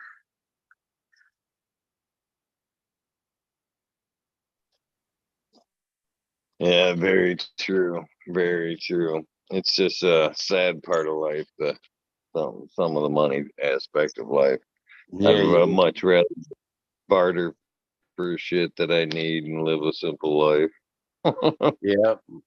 We'll do like what I'm talking about with a little garden. If everybody had like little gardens and could trade stuff off, if I'm growing tomatoes and peppers, and the guy over here is growing, corn and green beans, and you know what I mean. And the next guy over here is growing, broccoli and spinach or something. You know what I'm saying? Like, and everybody just trade with each other, and just that's how we did growing up too. Like, my parents, they always would do pigs every year, and then we had a neighbor that always raised cattle, and so like every year when we'd do the slaughter, and like they would always trade off. Like, we would give them a bunch of pork, and they'd give us a bunch of beef.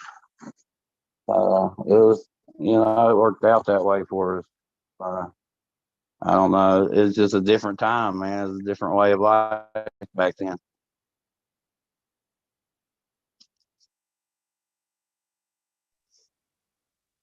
Made things simpler, that's for sure.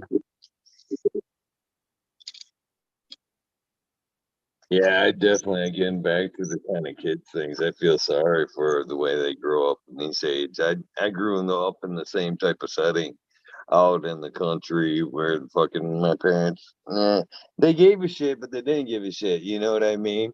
There was Yeah, times where a lot less, or as long as you were home by dinner or by the time it got dark, you were good. You yeah, weren't hurt. You know what I mean? You're good. yeah,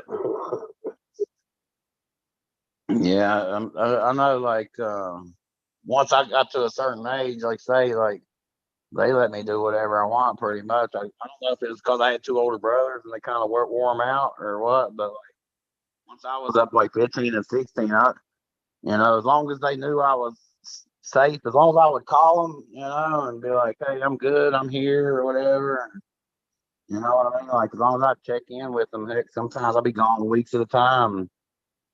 It's all good. But if they knew that I was supposed to be coming home, then yeah, I better be home around dinner time, especially when I was younger than that. Like, you better be home at dinner time. When it gets dark. Oh, even at that, I didn't want to be out too much after dark because I lived up a dirt road and it was scary as hell walking up that dirt road when you were a kid. You know what I'm saying? Like, yeah, no. Oh, Well, I'm trying to get home before dark. I definitely know what you're saying.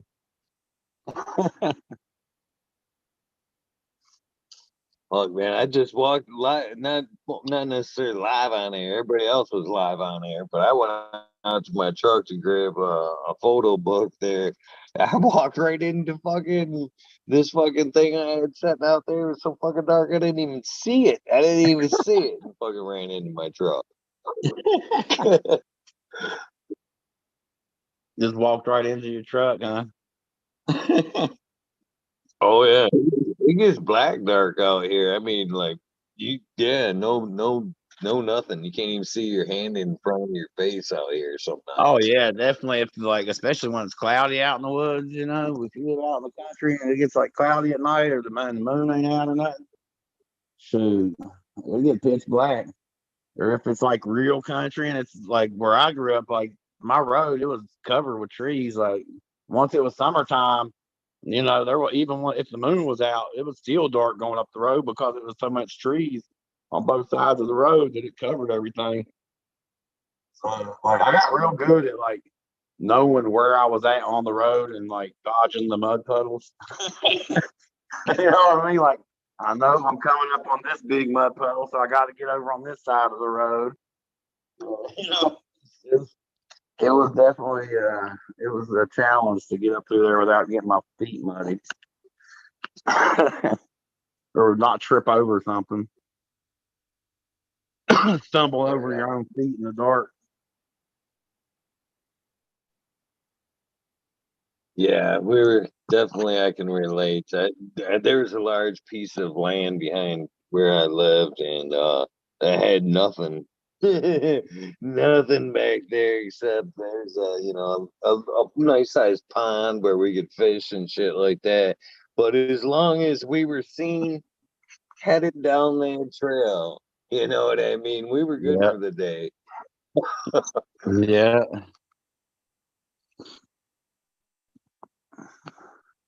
Yeah, you can't do that with the kids these days, man. I don't know if it's the internet scare, but man, it's just can't let them go like this these days. Oh no. Too much bull.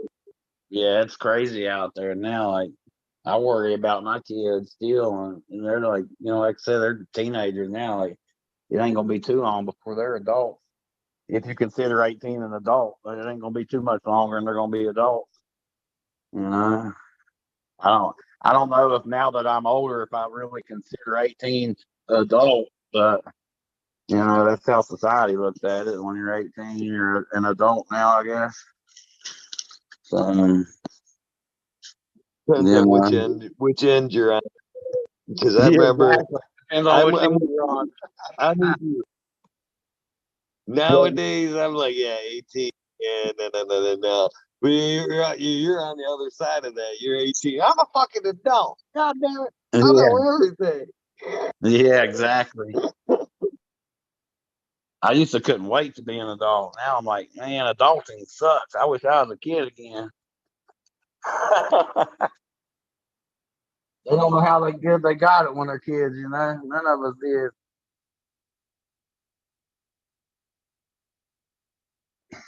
I like to think I'm still a big kid at heart with responsibilities. Yeah, a big kid with a bunch of responsibilities, huh?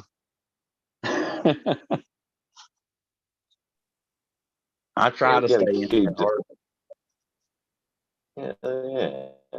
It's what keeps us young. Right.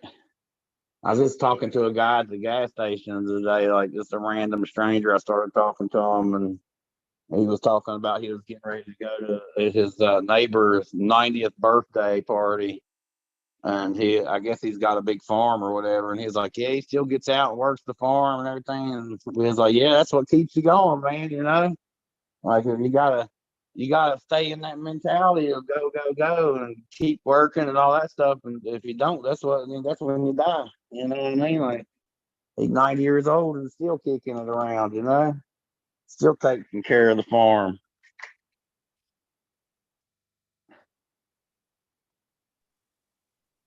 That's what Yeah, I'm gonna and try to that is do.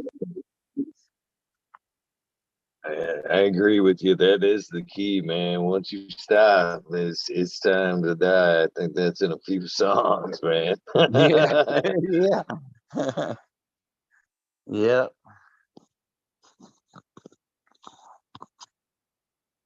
yeah. You got to keep So moving. when you're 90, that's one thing I was listening to the Cottonmouth Kings earlier today. They're talking about I'm gonna smoke weed till the day I die. You find me up in the old folks' home still smoking on a pipe. If you make it to that 90, you still gonna be smoking that weed. Yeah, yeah. I don't know if he'd be smoking as heavy as he was up until that point, but you know what I mean. I don't know if he'll be a heavy user at 90. Eagle. We'll see. I guess that I'll be proud if I can still smoke a bowl at 90. If I'm still smoking a bowl once a day, I'll still call myself a stoner. Right. Well, you'll always be a stoner no matter what. Once a stoner, you're always a stoner, really. Once a weed nerd, you're always a weed nerd, really. I think, like, no matter what, even like with my situation where I take breaks and stuff, like where I ain't got none right now, I'm not using right now.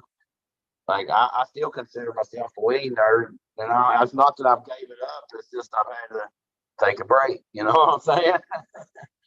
Just on a break. I'll be back. It'll definitely be back. It'll definitely be a part of my life again. It'll always be a part of my life, I think. Maybe when you get You older, know, that's more when you start needing the edibles. You know what I'm saying? When you start appreciating the edibles more. But like I was saying earlier about, I felt more pain relief whenever I tried the edible. So maybe when you get older, it won't be so much of smoking as it will be an edible type of thing. and, it's kind of weird. It's been almost like when you buy a car, didn't you notice that in particular car all around town when you hadn't seen it prior?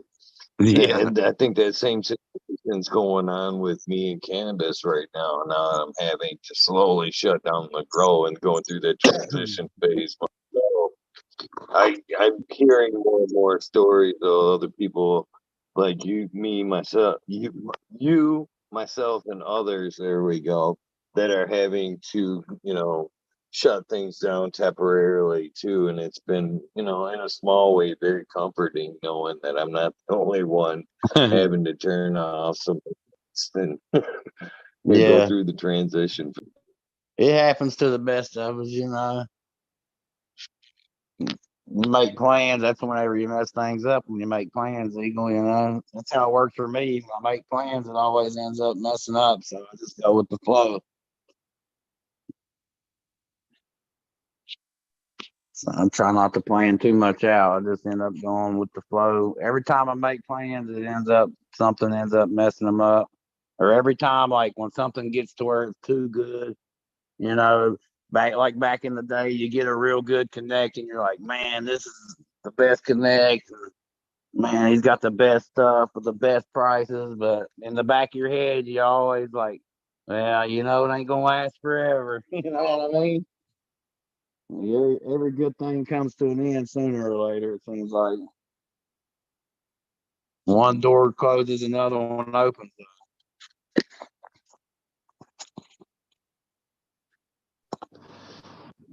Lately, I must admit, man, as them doors are closing, the ones that are opening have been bigger, nicer rooms. I hear that. Yeah. I'm very happy about the doors that are opening up for me lately. 100%. Yeah. So see, it might be a good thing what's happening. You know what I'm saying? At first, everybody I think hates changes, and you're always reluctant to change, and you always think, man, everything's getting screwed up because it's got to change. But then, like, if you really get back and once things start to pan out and iron themselves out, then you're like, you know what? This change ended up being a good thing. You know what I mean? It ended up being I'm better than I was before. So hopefully Always, hopefully things will work out for you, and that's how it'll work for you. Hopefully everything will pan out, and you'll be able to be even better than it was before. oh, I'm sure. I'm sure. You know, I listen to a lot of motivational shit for multi reasons. I just like the fires. Sometimes that stuff, that, you know, motivational stuff and philosophy, you know, some Yeah, Alan Watts, some of it is better than coffee at sometimes. You know yeah, what I like a mean? fire under your butt. Uh, yeah. So like one of the best stories I like is Rock story when he talks about, you know, going up into Canada to be to play football, and he gets hurt and he's getting sent home with the $8 in his pocket, and he says Yep, sometimes, you know, the dreams you had and the failures that, you know, that don't happen sometimes are the best things that ever happen in yep, your life, yep. because That door closed on they him, and then open up. look at the door that opened for him, though. You know what I mean? He's one of the most Yeah. famous people in the world now. Everybody knows The Rock around the Mhm. globe. So, Yeah. you It's know, a you good never know what feeling that too. door is going to contain behind it. I don't know like how much of I believe in like God and stuff like that, but you know, I like to think of myself as a spiritual type person. I'm not like a church type person. I'm not big on the Bible or anything like that, but I do believe in like karma and you know, like making your own luck and stuff like that. Like, you know, you hang out with the wrong crowd, you end up being in the wrong situation type of thing. You know what I mean? Like you kind of you got a little bit of control over your destiny, but if you stay on a good path, like no matter what happens, it's always going to end up, you know, becoming a good thing. That's how I like to look at things. You know, I try to keep a positive outlook on everything.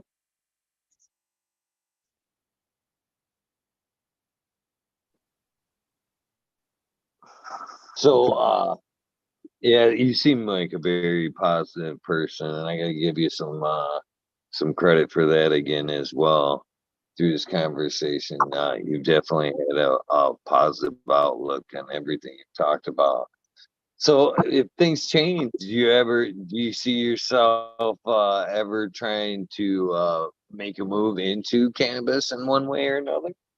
Dude, you know, whenever I first started thinking, you know, like knowing that I was going to have to move, I was really considering like moving to Michigan or somewhere legal and starting to try to get into the cannabis industry, like maybe, you know, start trying to get in somewhere just as a helper or start, you know what I mean? Like try to get in with somebody else's business just to learn, you know, more of a, you know, a big scale type of operation, you know, and it didn't end up panning out because you kind of get stuck in some situations like where I'm a single dad and I got a pretty decent job and make pretty good money. So it's hard to leave that money that I know is there for an uncertainty, you know what I'm saying? So that's why I've stayed in this state, even though it's still a red state. Um, I would love to be more involved in like the industry, and then if things opened up, to where it was legal here and I could get, some kind of job in the industry, that would be pretty cool. I would definitely like to do that.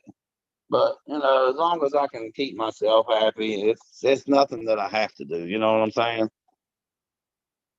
long as I can keep myself well, and the people around me that I do help some people around me whenever I'm doing it. Some of my family members. As long as we can keep things down for us, you know what I mean? I'll be good with that. It don't have to happen, but it's something I'm pretty sure everybody that starts growing has thought about it. You know what I'm saying? Like, man, it'd be cool to work in, a big grow, have a big, be a head grower or something like that. But it's also, it's a lot of responsibility. And if you're playing with somebody else's money, then you better know what you're doing. And I'm not, I don't know if I have the confidence in myself to want to take on that much responsibility under somebody else's money. You know what I'm saying? Like, if something messes up and fails in my garden, then it is what it is. But if I was under somebody else's money in a big garden, I mess something up, then I not only would I probably lose my job, but I would just feel terrible about it. So I don't know. Who knows what the future holds? Like you said, like I was saying, like we just talking about, one door closes, another one opens. You never know what the future holds.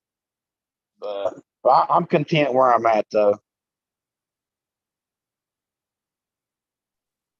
I just wish I didn't have to that. on my shoulder doing it.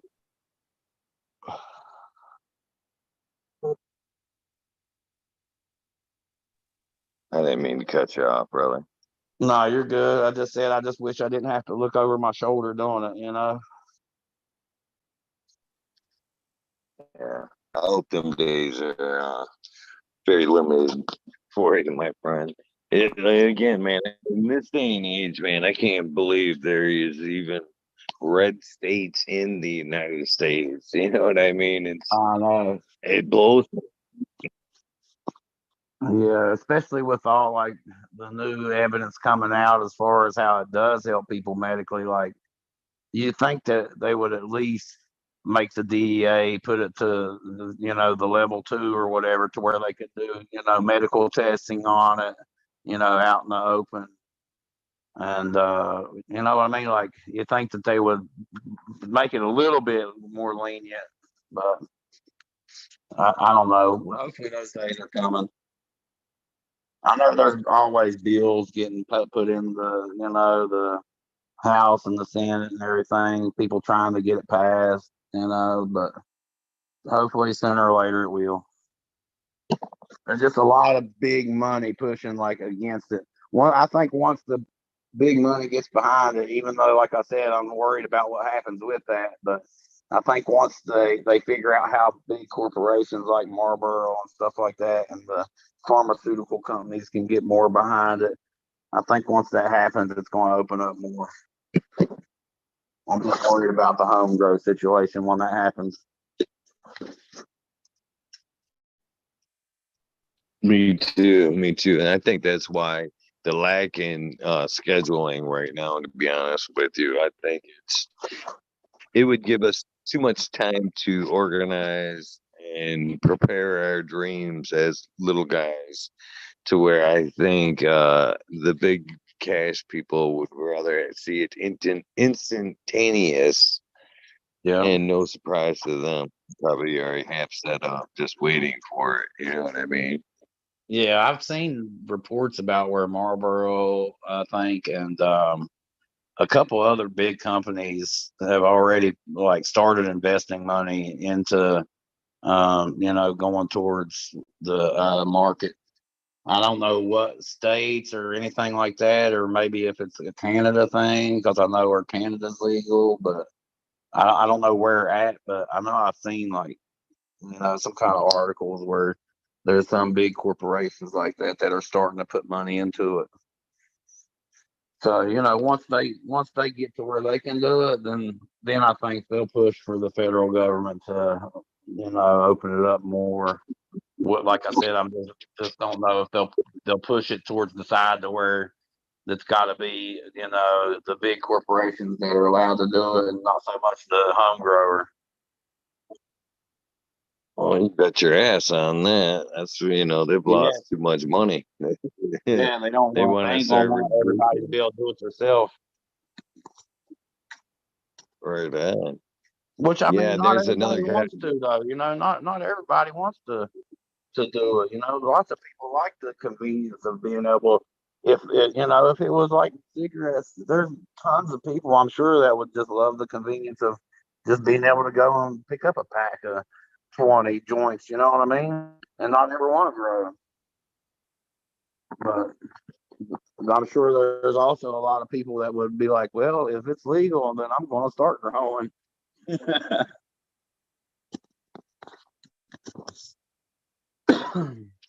Yeah, yeah, it's yeah.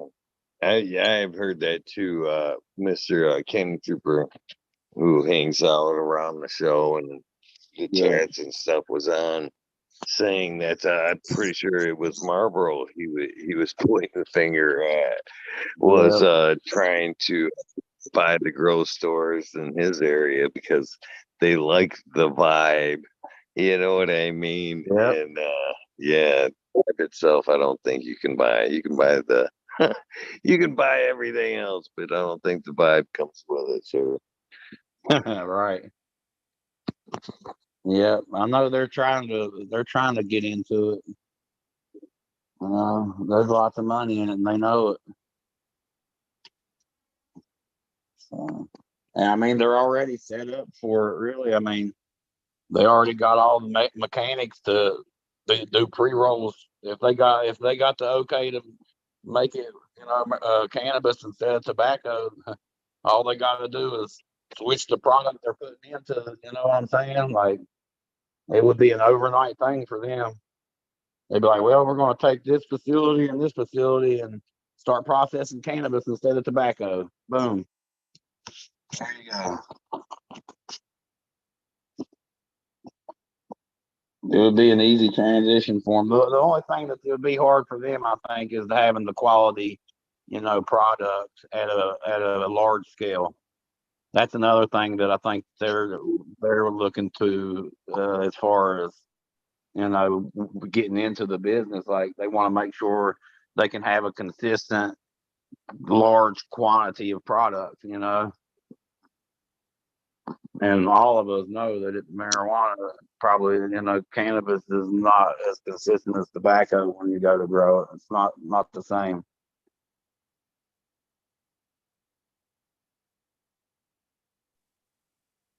At least in my experience, like every time I've grown, it's always something different. It can be kind of the same, but as far as like training your plants and stuff like that, like it's always a little something different about every one of them, even if it's the same strain. Like something's going to be a little different about every plant. It seems like.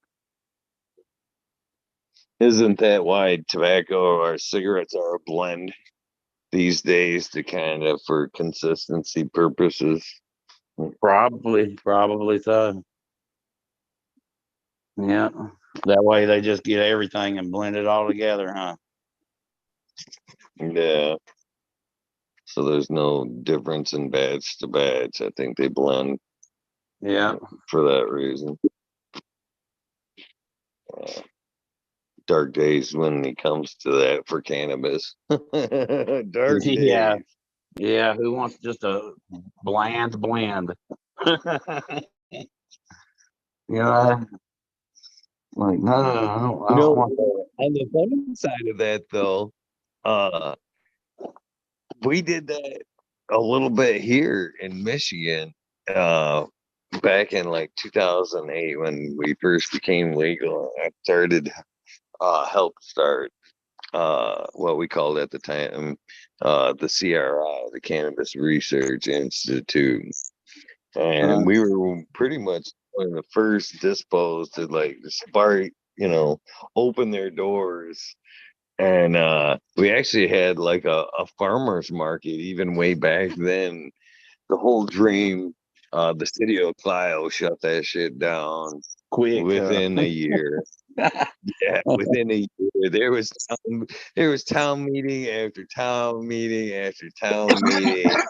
At one point, the local officers would sit in the parking lot across the street to intimidate, both customers and growers coming in to table their goods. They knew what was going on in there, but there was plenty of days.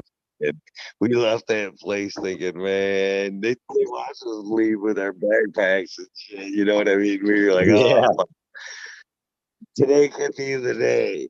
Yeah, it's But, today the day they're gonna follow me out and pull me over. Right on.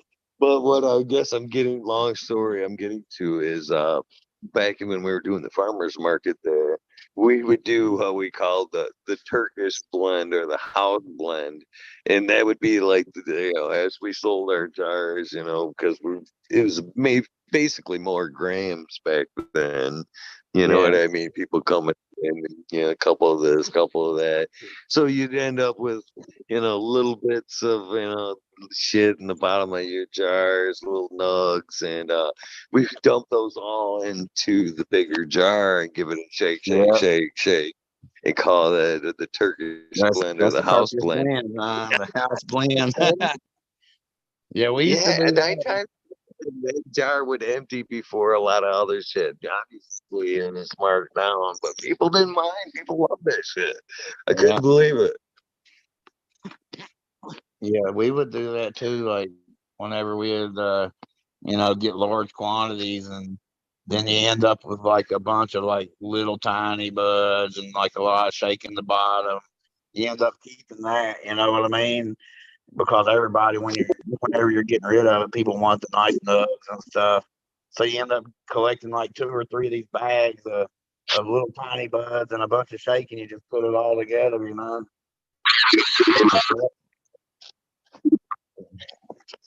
Like that's just a blend of 4 or 5 different kinds, 4 or 5 different kinds I've had.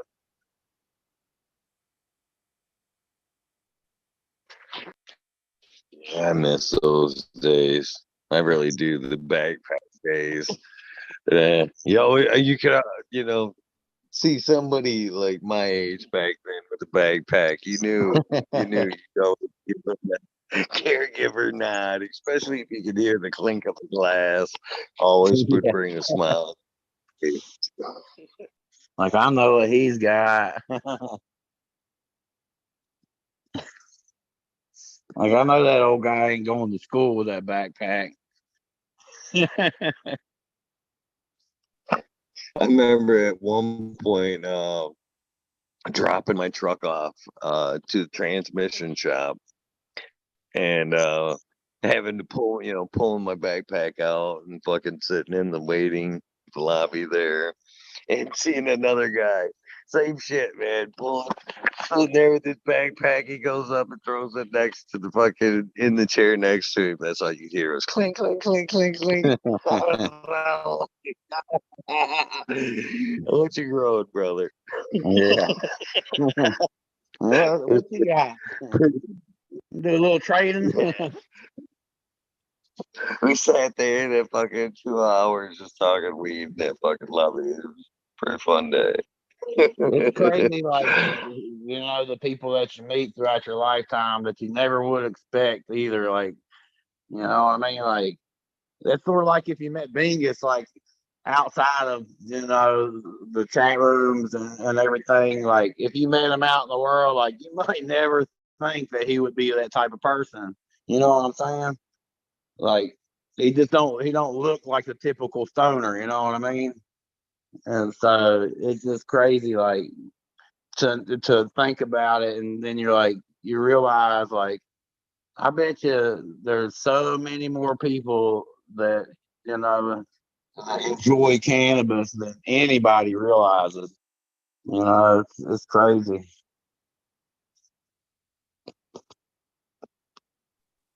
That's the best part of the dispos anymore. Not that you'll see me in there, but I do love to see the diversity Yeah. of people these days. Yeah, see, in every kind of person, you know what I mean? Young, old, short, tall, this color, that color, whatever, everybody. It's something that brings every race, every, age, it brings everybody together. You know what I mean? It's cool. That's one of the things I've always, even like I was saying, like with the beginning of my journey into cannabis, like it was something that it made me comfortable being around all these other people, and it brings you together. Let's get in a circle and smoke one. You know what I mean? Like it helps you to meet new people in life and make those connections. It always did. It was always one of those things that when you get in that crowd. You know what I mean? Like it's just a look. It always was like a look. You give, like you were saying, you give the nod or whatever. Like, what's up? Like, I know you're a smoker. You know what I mean? Like, I don't know. It's a family. It's the weed nerd world. I definitely, I definitely agree. I used to work for a cat that wouldn't hire anybody that didn't smoke weed for safety purposes. For safety. Yeah, Just I have a asked safety him why. meeting. Well, yeah, we always had our safety meetings. So I there. know you've had some safety meetings in construction. I know y'all had some safety meetings. He would swear up and down because at that point, he was talking about most of his business was roofing. He was doing a lot of roofing, and he said, "Man, 9 times out of 10, the first guy to fucking walk off a roof or hurt himself is the dude not smoking. He's a not smoker." He said, "I Yeah. don't hire them motherfuckers. You gotta get high to get high." Gotta get high to get high, huh? Yeah, it kind of makes sense. I mean, I can see the rationality in it. Calms your Yeah, nerves, it was get up there on that roof and you're all nervous. you said it. You know what I mean? So that, yeah. You got to get your nerves calmed down a little bit before you go up there, have your safety meeting, and then you can get up there and do your job. You don't think about it. You don't think about the falling off when you're high. You just think about that. Let me get my work done.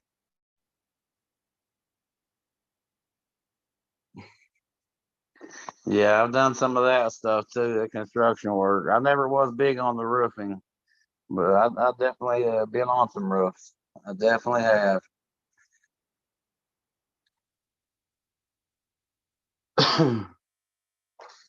I got out of that and started getting into auto mechanics and stuff. Keep my feet on the ground. I didn't have to get up in those roofs and stuff like that. Yeah. One of my favorite quotes from that cat, man. He actually passed me a joint while we were sitting on a super high roof when he said that shit. He got, yeah. Yeah. Stuck with me for. Yep. That's a good one. He's a good dude. I learned a shit ton from the trades from that gentleman, and he was an awesome teacher. Good dude. So I don't think people realize much shit that gets done with safety meetings, through the day. Yeah. Yeah, most people that I've met that are laborers like that are good people, It's when you get up to the people that's got a lot of money that you start finding the assholes and stuff, you know what I'm saying? Like most regular people that have regular, working jobs, the working man, the blue collar man, most all people like that, are all pretty down to earth, it seems like to me. You don't really start seeing assholes until you start, getting around the rich people. And I mean, even some of those are cool. I'm not gonna say all rich people are assholes, but you see more assholes when you're dealing with rich people than you do when you're dealing with laborers, general type of public.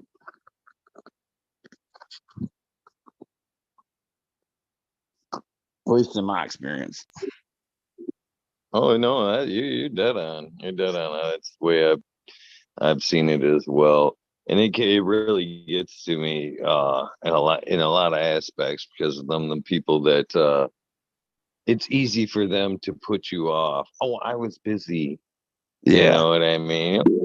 Yeah. Don't worry about me, Chief. I wasn't busy working 2 jobs, taking care of family, running a show. Yeah. You know, Oh, I meant to your get your check out to you, but I was busy. Like, oh, I just did this job for you. I need paid. Yeah, I've had that. I think, we're all just time's the most valuable thing we have. And, to say that your time's more valuable than my time is definitely a sore spot with me. It is the most valuable thing that we do have. And it's just some of us choose to waste it and some of us view it for the most valuable thing that we have. Yeah. And try to get the most out of it. And it's very undervalued by the wealthy people. They don't realize. I mean, I'm sure that they enjoy their time, but they don't realize how much is using up all our time. The working class. They don't know how much it gets under our skin. You know what I'm saying? Like, man, y'all better start paying me the right wages for what I'm doing for y'all. I don't know. Like you said, it's kind of a sore spot.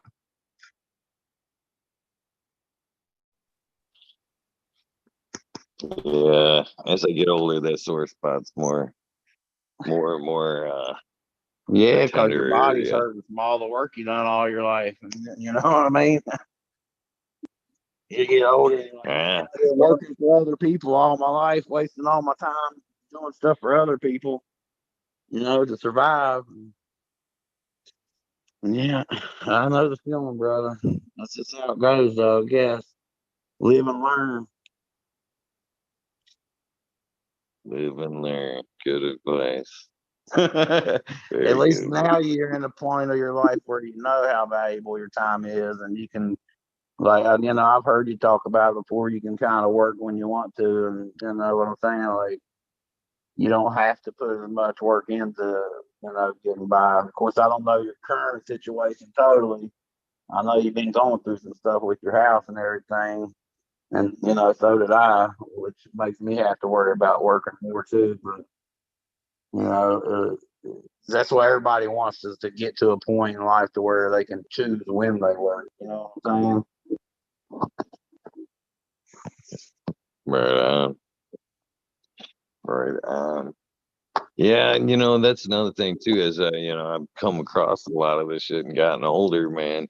I used to like not want to say no, but these days, man, I say no more than I ever have in my life because I just don't want to waste time on bullshit that Yeah.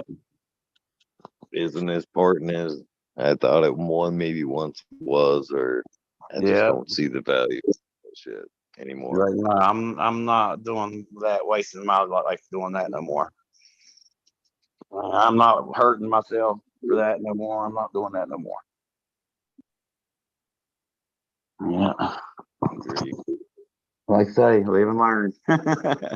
Too bad we didn't learn earlier in life, huh? Yeah, I ponder that shit too.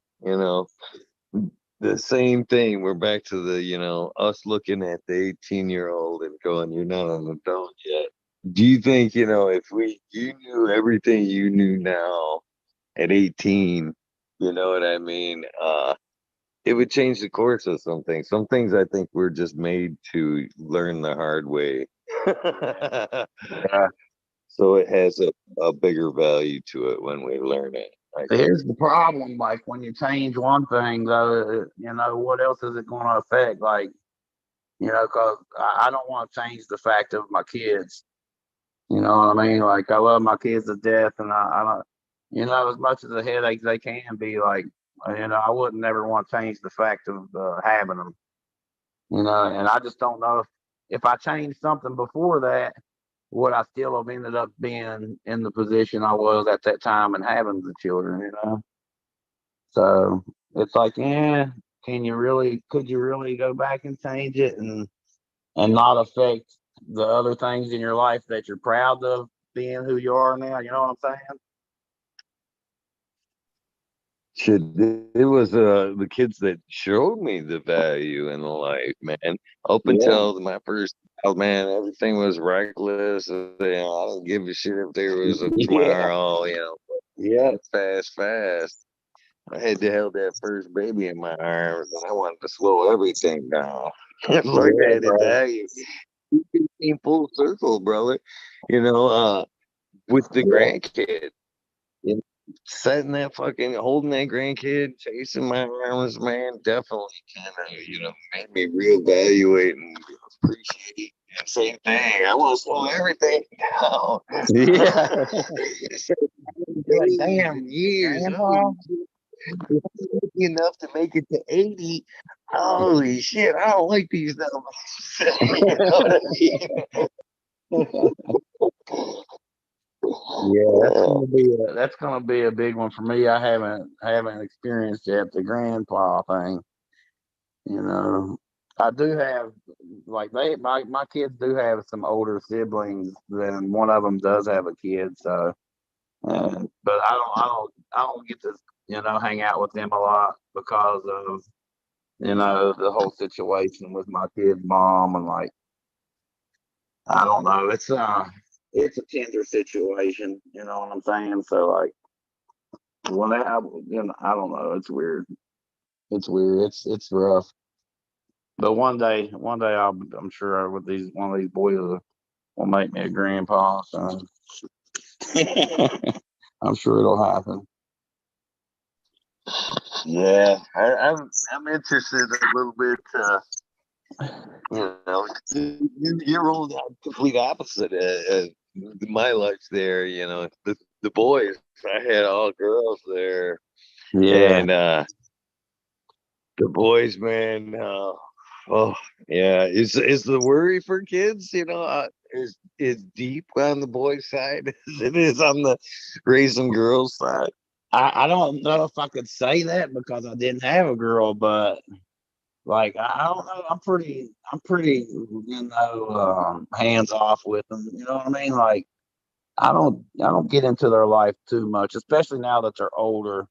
Like I'll let them go pretty far out. You know what I mean? I let the leash up a lot, which I think that if they were girls, I would probably have a lot tighter leash on them. You know what I'm saying? Like I think it's different. I definitely think it would be different.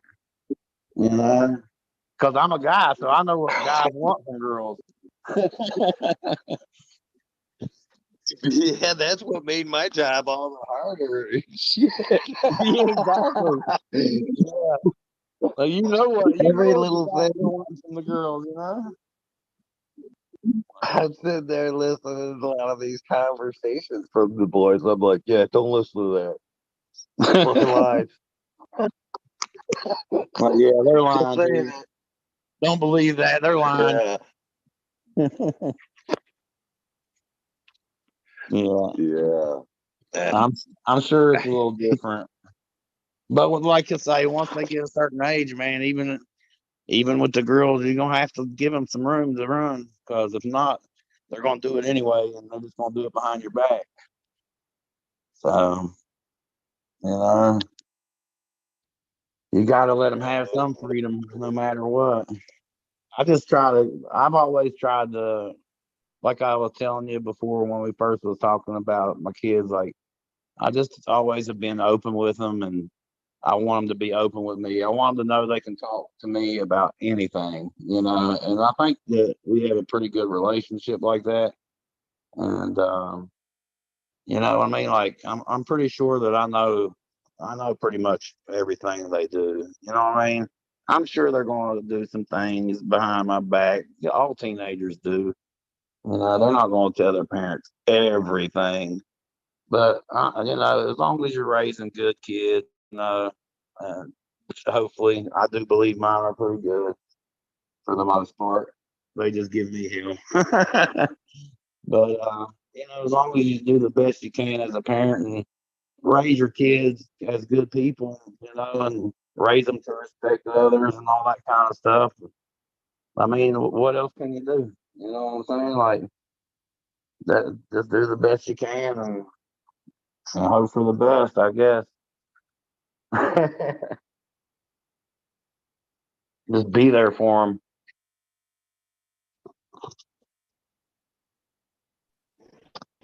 Very good advice, man. More and more, it sounds like I gave you some credit earlier on, but getting to know you a little further, and man, it does sound like you deserved all the respect that we were trying to throw your way But I earlier appreciate on, it. my friend. Yeah, I appreciate it. I do appreciate it. I just, I don't like to try to feel big headed about it or anything because that's a parent's job, you know. I feel sorry for, like you said, I feel sorry for the kids out there that don't have a parent like me in their life. There's lots of kids out here that don't even have one parent that cares for them like I care for my kids, or like most people that care for their kids. You know what I'm saying? Like there's some really, just downright shameful people in this world that just let their kids just ruin their lives, and it's sad to see, but it happens.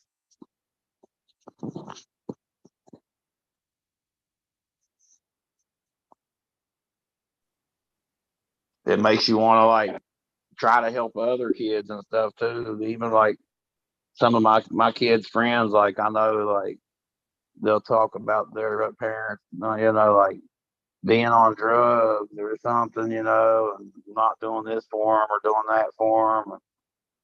Like I've fed many of kids that ain't mine in my day. Put it that way. You know what I'm saying?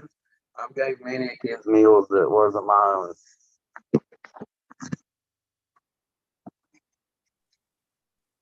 So yeah, there's definitely, sometimes kids definitely parents need a little extra help here there to there. I definitely can relate to the stories, man. Felt sorry for a few kids that, parents were arguing, broken homes, whatever, Can they come stay here for a day or so? Yeah, of Yeah, course. You know what I mean? yeah, Well, that shit. yep. I've always been that kind of person, though. Like if I got it, the people around me got it. You know what I'm saying? Like if I got it to give, I'll give it. Even if I know it's gonna put me in a spot later on, we'll worry about that later on. You know, if I have to, like I said, I'll go to my family to get some more help for me later, just to help other people in the present. You know what I'm saying? Like I've helped a lot of people. Not that I'm a saint, bro. Trust me. And I've needed help. Well, we all need help every now and then. Everybody needs a little help every now and then. It's just one of those things that also I'm happy about the community for that too, as far as the cannabis community, because like most anybody I know, that if you reach out and tell somebody you need help, they'll do what they can for you. Just like like with Nick Risden, like in his story. I mean, I know I've bought beans and stuff to go to help him and with his hospital bills, and I know lots of other people have contributed to help him in his journey, because I know he's had a rough time. And it's the cannabis community that helps people like that. You know what I'm saying? Like, what other communities does that? You know what I'm saying? Like, it's a great community and a great bunch of people that'll back you whenever you need it. I'm not the one that likes to ask for help. I always try to make it on my own, but I feel like if I needed some help from somebody, that's probably the first community I would ask.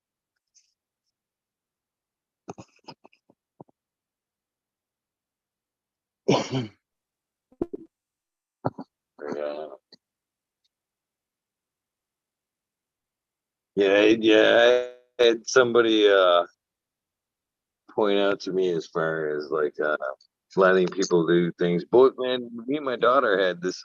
It seems to be me and my daughter's both flaws we both love to help people, but it's so hard for us to reach out when we need it. You know what I'm saying? I And have that same issue, brother. It's like your pride gets in your way, it does, and it was a weird reflection this weekend because I had to face that about myself at one point, and then I turned around and had a conversation with my daughter about the very same thing, and I'm kind of glad that I had my revelations before speaking with her because it did help Yeah. with my advice to her about letting other people and I'll tell you, I'll be forthright. I believe he's in chat right now. His martial artist. His words basically. He's like, man, you got to get over this shit. I mean, I was talking. It was when I went into Pine Knob there, they wouldn't fucking take my cash for the water. I was so fucking parched. Wanted a water, and Marshall was like, let me buy you water. I'm like, let me pay you for it. And he's like, no. And I think this is a teaching experience for you. You know what I mean? At certain points, you need to let fucking people help you. You know what I mean? He said, listen, this is a lesson. He's like, this moment, this time is a lesson for you. You at some points, you need to let somebody help you. And it was a powerful moment, powerful lesson. You know what I mean? I was like, fuck, you're right. I've got to let my ego aside right now. Yeah. You know what I mean? All over that bottle of water, huh? Yeah. But he was what he was saying, it's, and as you pointed out earlier, every once in a while, we all need a helping hand, and we have to get over ourselves and just ask. There's no harm, no shame in asking for help every so often. Yeah. I mean, there's people that take advantage of it. That's the ones that you got to watch out for. The people that just take advantage of it. But for the most part, if you know that somebody just is really needing a helping hand, and it's not somebody that's always is like, yo, man, I'm down on my luck, I need some help, and never tries to get back on their feet, then yeah, I mean, it makes it a little harder to help. But somebody that don't ever ask, if you know what I mean, like sometimes you just got to get over yourself and ask people for help. They'll help you out.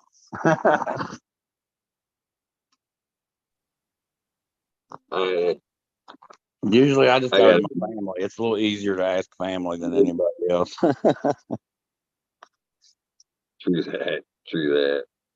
I gotta give Marshall some credit though, man. That meant a lot to me for that cat to come hang out that day, man. I thought that was pretty awesome. That's the second time that dude's drove many miles to hang out. And this instance, it wasn't even like a cannabis event. It was just to fucking hang out, which I thought was super cool. Oh yeah, it's awesome. Ain't he like real far away too from you? Yeah, he came from Vermont to hang out at one like a 7-hour drive or something for him. I believe it's I think all in all, it's a 13-hour drive. I think he stopped in Ohio, like visit some family, make it worth his time, a little bit more worth his time. But yeah, it was no jaunt. It was no, like right around. That's a haul. Yeah, he's an amazing person. In my book. Yeah, he's definitely a good dude. Like I say, most all the people I've talked to are real good people. Some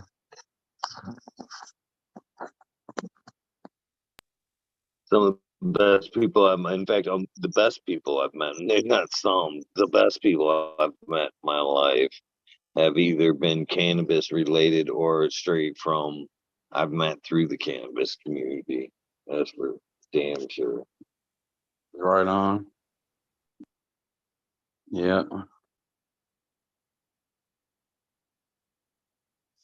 Yeah, it's crazy because you think that it would be the people that have more that would give more, but it's usually always the people that don't really have it themselves that end up giving it anyway.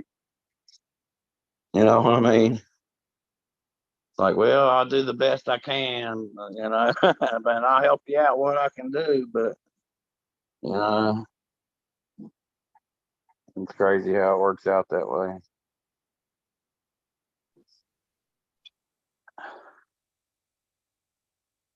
So how we doing that time, my friend? I mean, I'm good. You know, I'm like say I don't know what really to talk about. We seem to it always we seem to keep having something to talk about, but and any questions like maybe if you run out of questions, if somebody else has any questions, you know, whatever. But I'm good. Right on. Right on. I like that answer. Well, for me on my end, I always find it hard for the people that red states, to not try to, poke and prod at a sore subject. Yeah, we yeah, can say allegedly and uncle all we want, but you know what I mean. It just makes the conversation a little harder, I guess. yeah, But having a good time so far myself. I definitely enjoy the conversation that we're having. yeah. I just like to be a It's been little a good one. Hopefully, everybody in the audience is enjoying it. Hopefully, everybody's had a good night. Hopefully, everybody's feeling good. Got them something good to smoke on.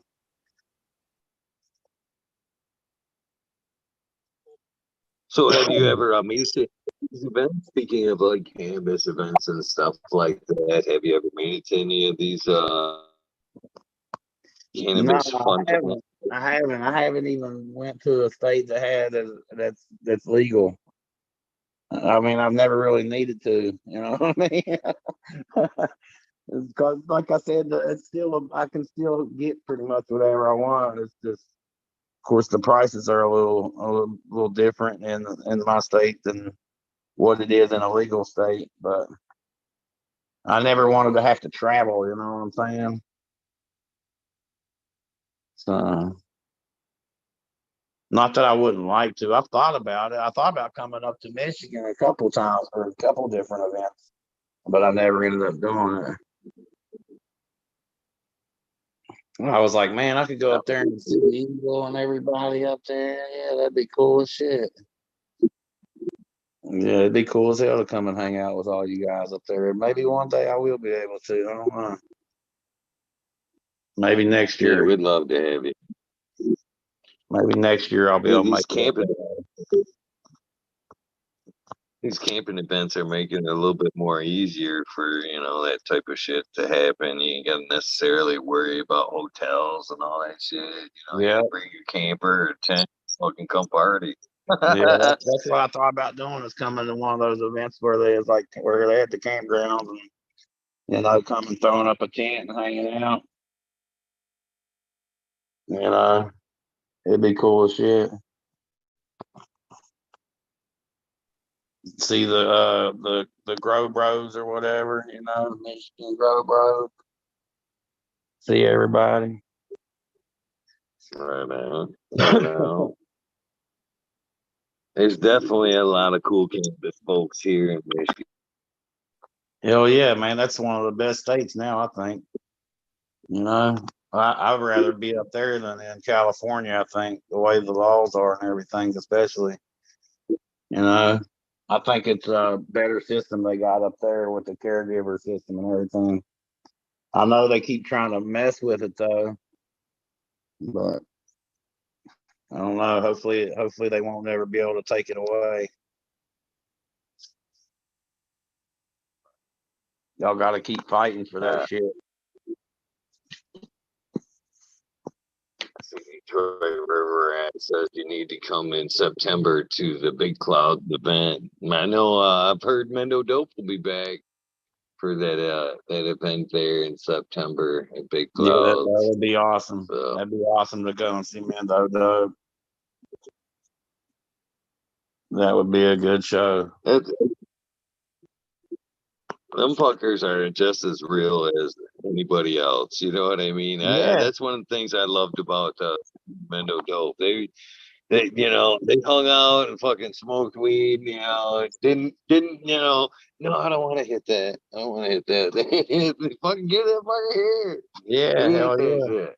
Yeah, they were Yeah, true that's weed one of the nerds. things I was saying earlier, about like just as real people, the people that you meet, and then like, just pass around a circle, everybody in a circle, like that it brings everybody together. You know what I'm saying? No matter where you're at in life.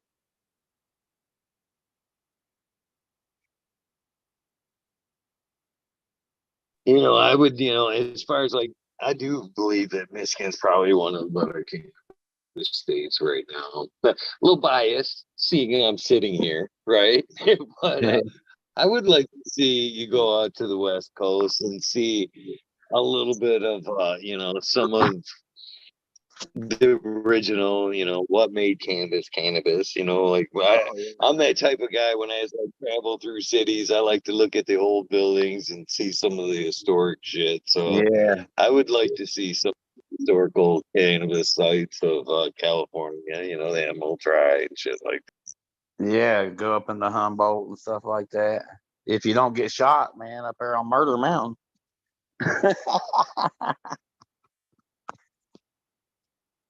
And them guys up there don't play, do Yeah.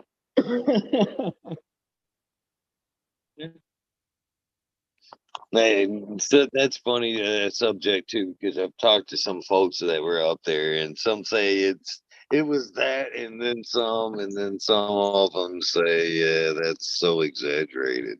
Oh, You know what I mean? Yeah, I'm sure it's a little exaggerated. Like, as long as you're, just like I was saying about reading people, and we was talking about, what's giving people the nod. Like, yeah, I know they're a stoner. Like, I'm sure that as long as you go up there with the good vibe and good energy and stuff, I doubt they're just gonna, like do the crazy stuff. That's just like you said, it's all part of that reefer madness thing.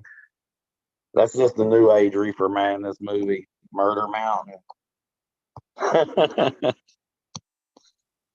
I hope Like, yeah, look at that's all not these the new. all these hippies are murdering people over their marijuana plants. Like, really? Like, I'm sure there's been some people that's come to probably been some people killed up there over plants and stuff, but it wasn't just because, what I'm saying? Like, yeah, it's everywhere. It ain't just there. It was probably over something big, you know what I'm saying? It's crazy. And you got to think about how their culture up there has been with all the raids and stuff that went on up there throughout the time where the cops was raiding everybody up there. And then you got all the Mexicans that try to come in, and the cartel people and try to grow stuff. And I'm sure they're dangerous, but I don't know. I've always been the type of person that can get along with pretty much anybody. So people will be like, "Oh, you don't want to go to that neighborhood," and I'll be like, "Wow, I've been in that neighborhood. I know a couple people in that neighborhood." You know what I mean? I don't know. I've always gotten along with everybody, really, or try to, anyways. No harm in that. It makes an easier road traveled. That's for sure. Yeah. But as far as like the reefer madness thing, I hope that ain't the next reefer madness. Because I've always watched that video, knowing how untrue that shit is. But look at it going, I want something. I want some of that shit. Yeah. 'Cause, the one thing we've learned about cannabis is, the effects are permanent. Nobody's ever fucking smoked a joint. Yeah, Jimmy ain't been right ever since. You know what I mean? Yeah. Yeah, Right. reefer madness. I'm like, I'd hit that joint a couple times. I want to see what that reverb package is about. Yeah.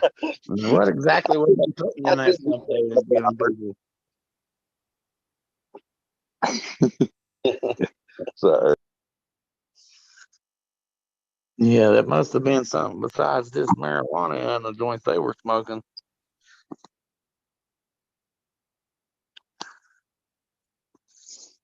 So, what is it, 220? We made it a long time, haven't we?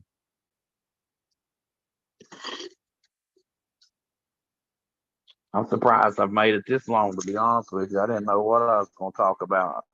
I've been kind of worried about it ever since I snuck in on the freaking Wheatner World that night whenever you was like, oh, you going to do your show? Like, I guess so. I don't know what I'll talk about, but we'll do it.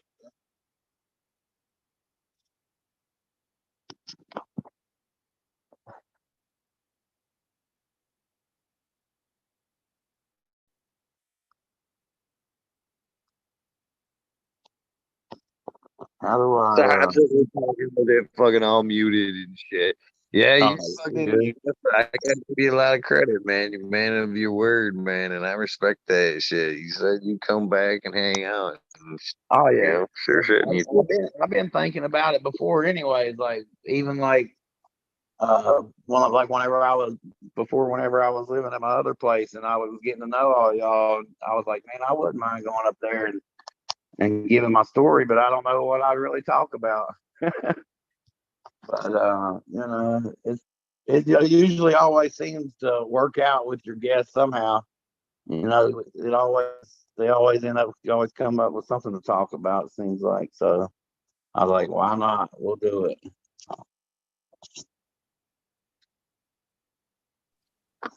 Yeah, I don't know how it works, but man, it works. It does. I've tried. It seems to come together. I tried to do it like fucking on a serious note in the beginning, and this is no word of a lie, man. There was a few guests, I would, try to like check out the Instagram, and if they had a fucking YouTube, I'd watch that shit and fucking try to come up with, a list of questions and all the fucking bullshit. If they've had some books and I had the time, just listen to the book, or whatever. And every time I put together like a list of questions and try to do a little background, they never fucking showed up. They never They waste your showed time on up. all this freaking research on these people. Fucking 10 times fucking 10 times before Posting all I week was like, long. fuck this question, right? Setting questions. We're shooting straight from the hip. And it's fucking, it's worked out ever since. So, Yeah. I ain't never sitting down with that fucking list of questions again. Never. Well, then, like, how long will the list last? You know what I'm saying? Like, what if somebody's got real brief answers and yet you get through all your questions real quick and then it's just over, So it's like, really, what's the use in it? Like, I mean, you pretty much got the show down anyways to how it works. Start with the beginning, how you get, how you got involved, how you first came to be involved with cannabis and stuff, and go with the life story from there. Kind of, it works out. It gets where you get to know the people. I like the way the show is. I've always like watching it and getting to know the guests as they was on. And I think it's a good show. I like that. I like the way it flows. You get more of the real person that way, I guess. I feel the very same way, man. Now, I feel like, as an interviewer, that if I were to sit down and put together some list, it's more like an interrogation. And as Yeah. I kind of, I'd rather let it flow naturally, without you wondering what the fuck I'm going to ask you next. You Yeah. know what I mean? Yeah. So, So what are you smoking on tonight? I am smoking on a little bit of Colombium. Yeah, it's Colombium all the way around. Colombium times Colombium. It's just 4, 6, and 5. Yeah. That's got that piney stuff to it, don't it? I wish. I thought the It's Colombian was the one that you was saying had some pine notes to it. Oh, it does. Yeah. That's part of the DOA stuff, the Colombian, right? Or is that wrong? You're muted. But bitch, I'm just muted. Thank you again. That is most definitely the pine's supposed to come from the Colombium. That's 100% what it says on the back. I can notice very slight hints of it, but it's 100% this environment that just won't let it express, man. I've tried to run multiple pine cultivars here, and none of them express that pine. All of them. I wonder what it is that won't let it express the pine. All, and then again, the thing, it's got to be the same thing, and because all of them, like I said, all of them that should be pine, all of them had that what I call dragon fruit flavor to it. It tastes like a lot like the red dragon that I remember way back in the day. But so it's got to be whatever it is that suppresses that terp is across the board. You know what I mean? It wasn't just the Colombium that didn't express. It was the Xmas. There was the J1, a few other the Tiger King was supposed to pine. In fact, Tiger King was the closest thing I got to pine, but that was like in the phase of opening up the drain there. So it's some kind of gas that was coming out of this drain. It was being either a sewer gas or maybe uh, whatever, you know what I mean? But it's some type of gas that's coming from the ground and from this drain. What a particular gas it is, I don't know, but it affected every pine cultivar that came through here. Man, that sucks. Because I know you're a fan of the pine too, just like me. Like that's one of them things that I look back on, like growing up, like one of my favorites. Like always, whenever it'd be like harvest season where I grew up, like there's one guy in particular that always would have the pine. Like I don't know what it was or whatever. Like I said, most of the time we always just call it a kind bud, but he always had this real smooth but piney, and it was just that, like it would be a real smooth to the hit, but then that stuff would expand in your lungs and make you choke and cough. But it had that real piney flavor, real good. I just loved it. I just remember that from back in the day. And like it's hard to find now because everybody wants that gas. Give me the gas. I'm looking for gas. You know what I mean? And everybody's bred more towards like the gases and stuff like that. So it's hard to find stuff like that.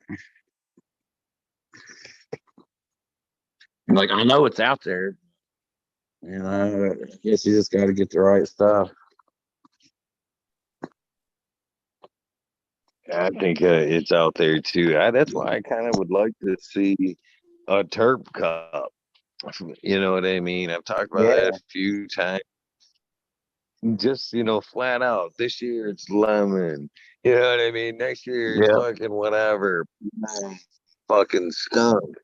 But you bring all your entries. We're looking for skunk. You throw out a cup, a skunk cup, and let every across the country that thinks he's got that skunk bring their shit, and you guys narrow it down, and now you got the skunk. You know what I mean? Let's start working with this bitch. You Yeah. know, the Yeah, cut 'cause from here on out. they got it. Is what we call. Where is it at? Oh, oh yeah. People will I say, think yeah. that would be. People will say, We'd yeah. be I got covering it. more. No, I'm sorry. Go ahead. I'm sorry. I'm just saying we'd be covering more ground in our hunts like that. You know what I Yeah. mean? Narrow it down. Next year, boys, we're looking for this. You know what I mean? Here's a cut of the pie. Yeah. Yeah, it makes sense. I think Kevin Dodry really got that skunk thing going back again with people, with him wanting to hunt for the skunk. You know, everybody started wanting to say, "Oh yeah, I got skunk." I don't know. I haven't myself seen any good or had any good real skunky stuff for a long time.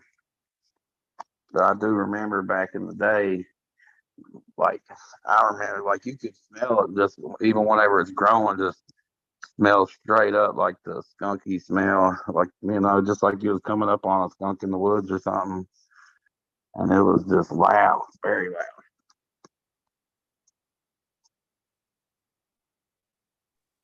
Yeah, that is always good stuff right there. That's always another good laughy weed right there.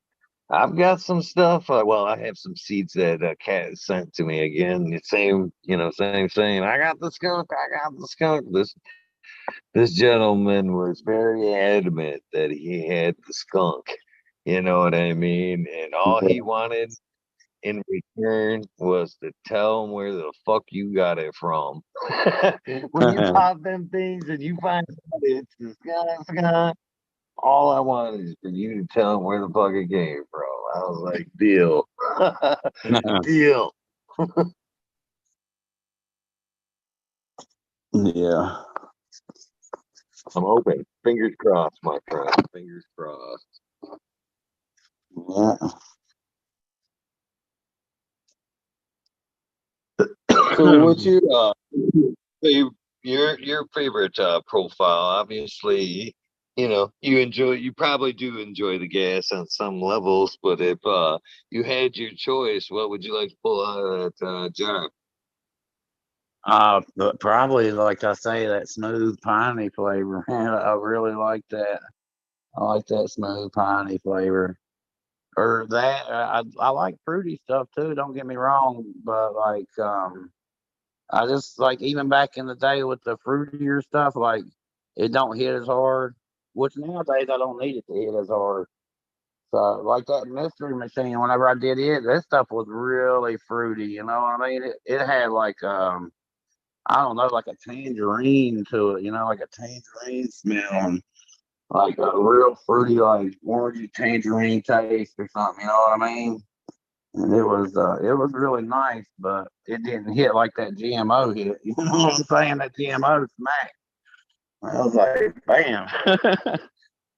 but, but sometimes, like I said, when you're a lighter smoker, it's nicer to have some stuff with that flavor to it. But you know, because if you're looking, if when I'm looking to get real tore up, yeah, gas, that real funky stuff. It's going to slap real hard. You know what I mean? But when it comes to just a smooth daytime thing, the pine or some fruit, I can get down with that.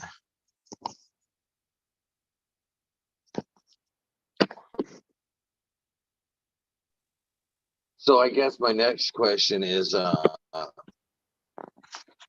you give me some examples of um, how you've seen cannabis affect some of the people around you as far as new people trying cannabis? Have you seen some people that it's genuinely help? You can actually say, yeah, it's this cannabis 100 helped this person. Yeah, my mom actually, like, she was just talking about it today, as a matter of fact, like, because she's getting older and, she's not as stable as she used to be. So she actually had a fall the other day and, like, blacked her eye. She fell on hit the ground, blacked her eye and stuff. And, so she is like, she had some CBD stuff that she had got from my niece and nephew. I don't know how much THC it had in it, but like she said that actually helped her get some sleep. And so I mean, that's just a recent person that I've known. You know what I'm saying? Like that never, like, back in the day, I would never. My mom was never the type of person that I would ever guess to try something like that. You know what I'm saying? Like I was telling you, she called the cops on my cousin, what I mean, for drying out weed in the oven.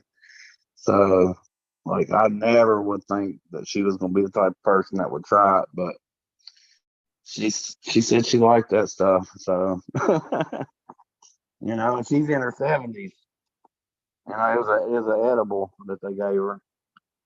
And, yeah, she seemed to enjoy it. She said it helped her sleep. And I was like, yeah, well, you should get you some more of them. She's like, I think I will. So I don't know. Maybe my mom will become a pothead in her 70s. Fucking awesome. Them are the stories I love to hear, to be honest with you. Yeah. Yeah. Because they do, that's where it's, in my opinion, that's where a lot of the biggest impact is, made. A lot of these elderly folks, are into spending whatever they have left or were lucky enough to put away just to live. You know what I Yep. mean? Their medicines, costing them an arm and a leg. And if they can alleviate some of that and give them a little bit better, quality life with cannabis, man, that's pretty fucking amazing in my book. So I loved hearing the people that are a little bit older that are, still open to giving cannabis a shot. Yeah, definitely. Yeah, I'd like to hear those stories too. That's like I was talking about when I first heard about Charlotte's Web and helping kids, with seizures and stuff like that. That was a big impact on me to, want to get back into, the cannabis thing. And I was, because at the time I wasn't smoking because of my job. That was another time I was taking a break, and I was like, man, that's one of the things that made me want to, like, try to maybe, like you asked me about being in a bigger type of scenario, like that's one of the things that made me want to think about being in a bigger cultivation, a bigger grow, and like helping people, is because I'm the type of person that always likes to help people. And man, I would love to be in that type of situation to where I could, benefit somebody, especially if it was children, like having the epileptic children having seizures or something, man. If I could contribute to something like that, like it just, I don't know. It's something that make you feel good, give you a purpose. You know what I'm saying? Instead of just like this mediocre working the 9 to 5, just to make it, have a job that give you purpose.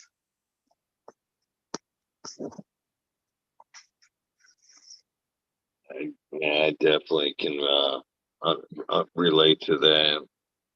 And that's, that's what I have actually found in cannabis is a lot of that purpose. Yeah. Yeah. Yeah, especially with you being a caregiver, I can imagine, like how you can see that helping people, So I'm sure you get to see it firsthand, helping a lot more people than what I do firsthand. But and being in a legal state also, I'm sure that you get to see it more firsthand. But I do know some people that it's helped.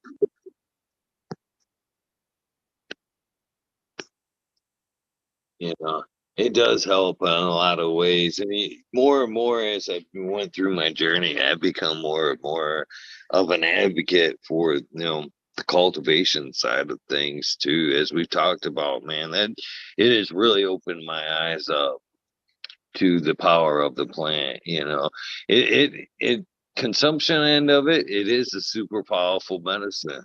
Lotions, tinctures, all that shit. But there's just something super powerful about the cultivation side of it. As you learn to do, grow the plant, you grow yourself. The plant is known for being a bioremediator, pulling the bad shit out of the soil. But I've noticed as I've cultivated, it's a bioremediator of the soul as well. It tends to fucking, make you more spiritual. I've found a lot of spirituality, as crazy as that may sound, in cultivation of cannabis. The deeper and deeper I've looked into the soil, the spirituality side have 100% grown. As I've understand what's going on in the soil. I've said this a lot of times, man. Once I kind of understood what was going on in the soil and the microbes and everything else, man, it kind of made me feel small and out of control. And then out of that, I felt a little bit of comfort, knowing that, there wasn't so much, I wasn't in control of nearly as much what I thought I was. And it was like, Yeah. you know what I mean? Yeah. It was nice. It makes you think, like, do I really need to be stressing over all these little things in life? And it definitely helps as far as just like I said, like you were saying too, the growing aspect as far as getting in touch with yourself and the spirituality aspect too. I agree 100%. I do think that there's a medical benefit, to growing, as far as, mentally. But, it's definitely a journey that I'm glad I started down, and I definitely don't ever intend on stopping. Like, even if I like stop smoking or stop consuming cannabis totally one day, like, I still like to grow plants. You know what I'm saying? It's because it's just a wonderful plant, and I don't know. It's crazy. It really, I don't know. It really brings you down to earth.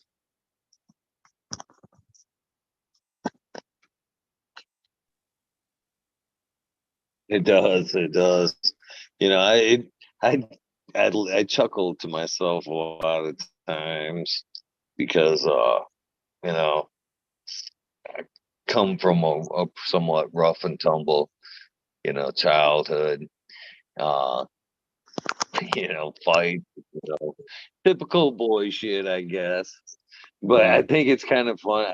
I find it ironic that, coming from that background where you had to, you know, keep your tough side up, I guess, right?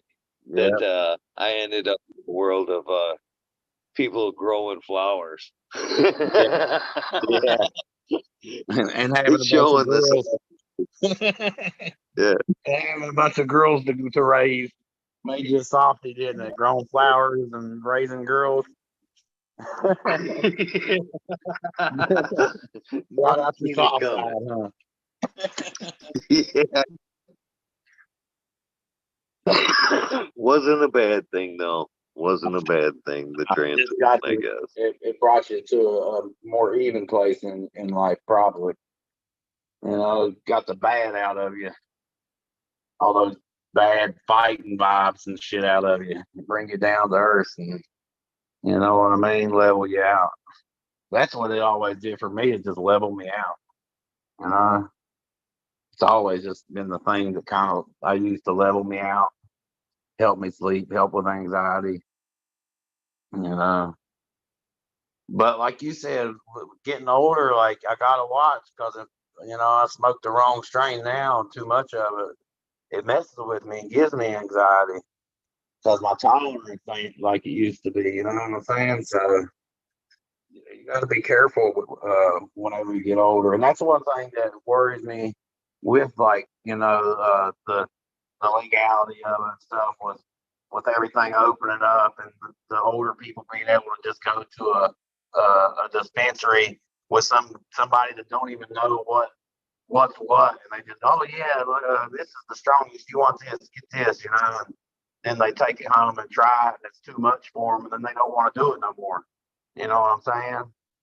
Like you don't want people to shy away from it on a bad experience, you know, because they might just need something, with a heavier CBD than THC or something like that. Just like I was saying with my mom, like what they gave her was a heavier CBD, and she loved it. You know what I'm saying? So it might just be something that with legality they need to focus on is more training with the dispensaries as far as the bud tenders and stuff like that goes. And maybe that's a good reason for it to be more of a homegrown thing and more of a like the way it is up in Michigan with caregivers, because then you can somebody that actually has knowledge that's growing it for the patients and knows what it'll do, knows if it's a strong strain that'll cause anxiety or if it's a more mellow strain that'll help alleviate people's anxiety. You know what I'm saying? Like maybe that's more of a reason to push for stuff like that, So I don't know. We'll see as time goes on, but that's something that definitely new people have to be worried about, like especially new older people.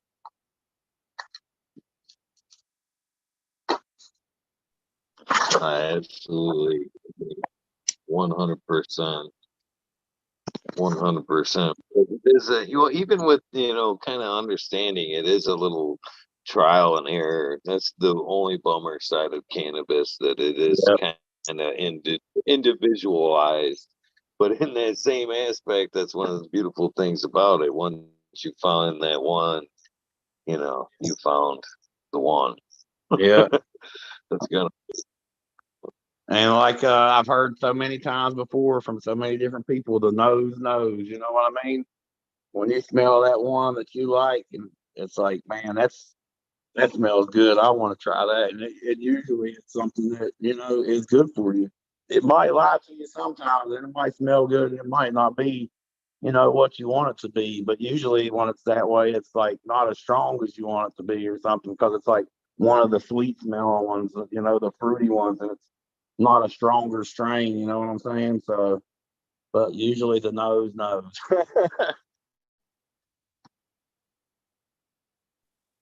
Yeah, I agree with that 100%. And that was one of the things I hated that they took away here in Michigan. When it started becoming more serious, man, the jars on the table disappeared. And now you're stuck with that, fucking sticker, you know what I mean? Yeah. The stats, you know what I mean? The THC, the You're not terpene allowed to amount. open the That's where jars and get you a big whiff education of needs to it. come. Yeah. I'm right there with you, man. I'd like to see a lot of these people have to sit through. If they wander into like a new dispo or whatever, I think they should have to either sit through like a 10-minute video where they have to learn about, what the fuck the terpenes are, the percentages means, or they have to just, I don't give a fuck. And if I get the anxiety, well, it's my fault. Yeah. But they tried. Yeah, I think it's definitely something people should research before they just go into. And if they've never experienced cannabis ever, then they definitely should research it before they just go to a dispo and buy the strongest strain on the shelf.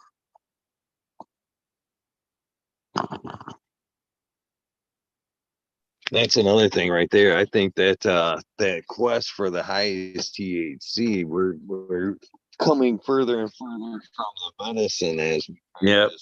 push the THC number up. Yep. I agree. Yeah. That's another reason I'll talk about searching, on for 101 or one-on-ones, like I want to get more back towards the medicinal side of it for myself, something that makes me feel good and takes pain away at the same time. You know, I'm not just searching for the highest THC anymore. Now, when I was young, yeah, I definitely wanted the highest THC, the best I could get, but now I just want that one that makes me feel good.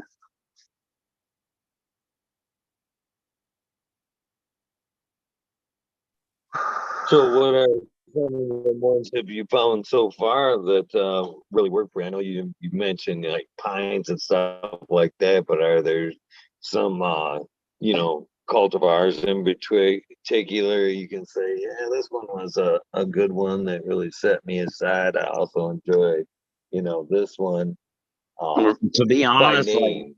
yeah, to be honest, most of the stuff that I've tried has been pretty strong for me now, like, because where I don't smoke a lot, so it's most of it's too high on the THC side, but which I just regulate it by not smoking as much. You know what I'm saying?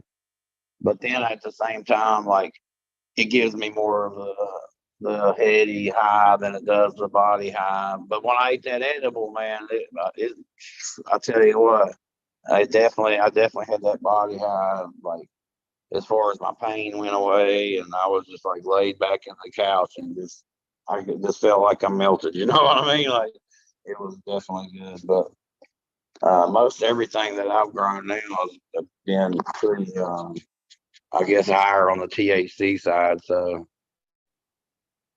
like I say, I guess in the future, I'm going to start having to look more for the one-to-ones and stuff.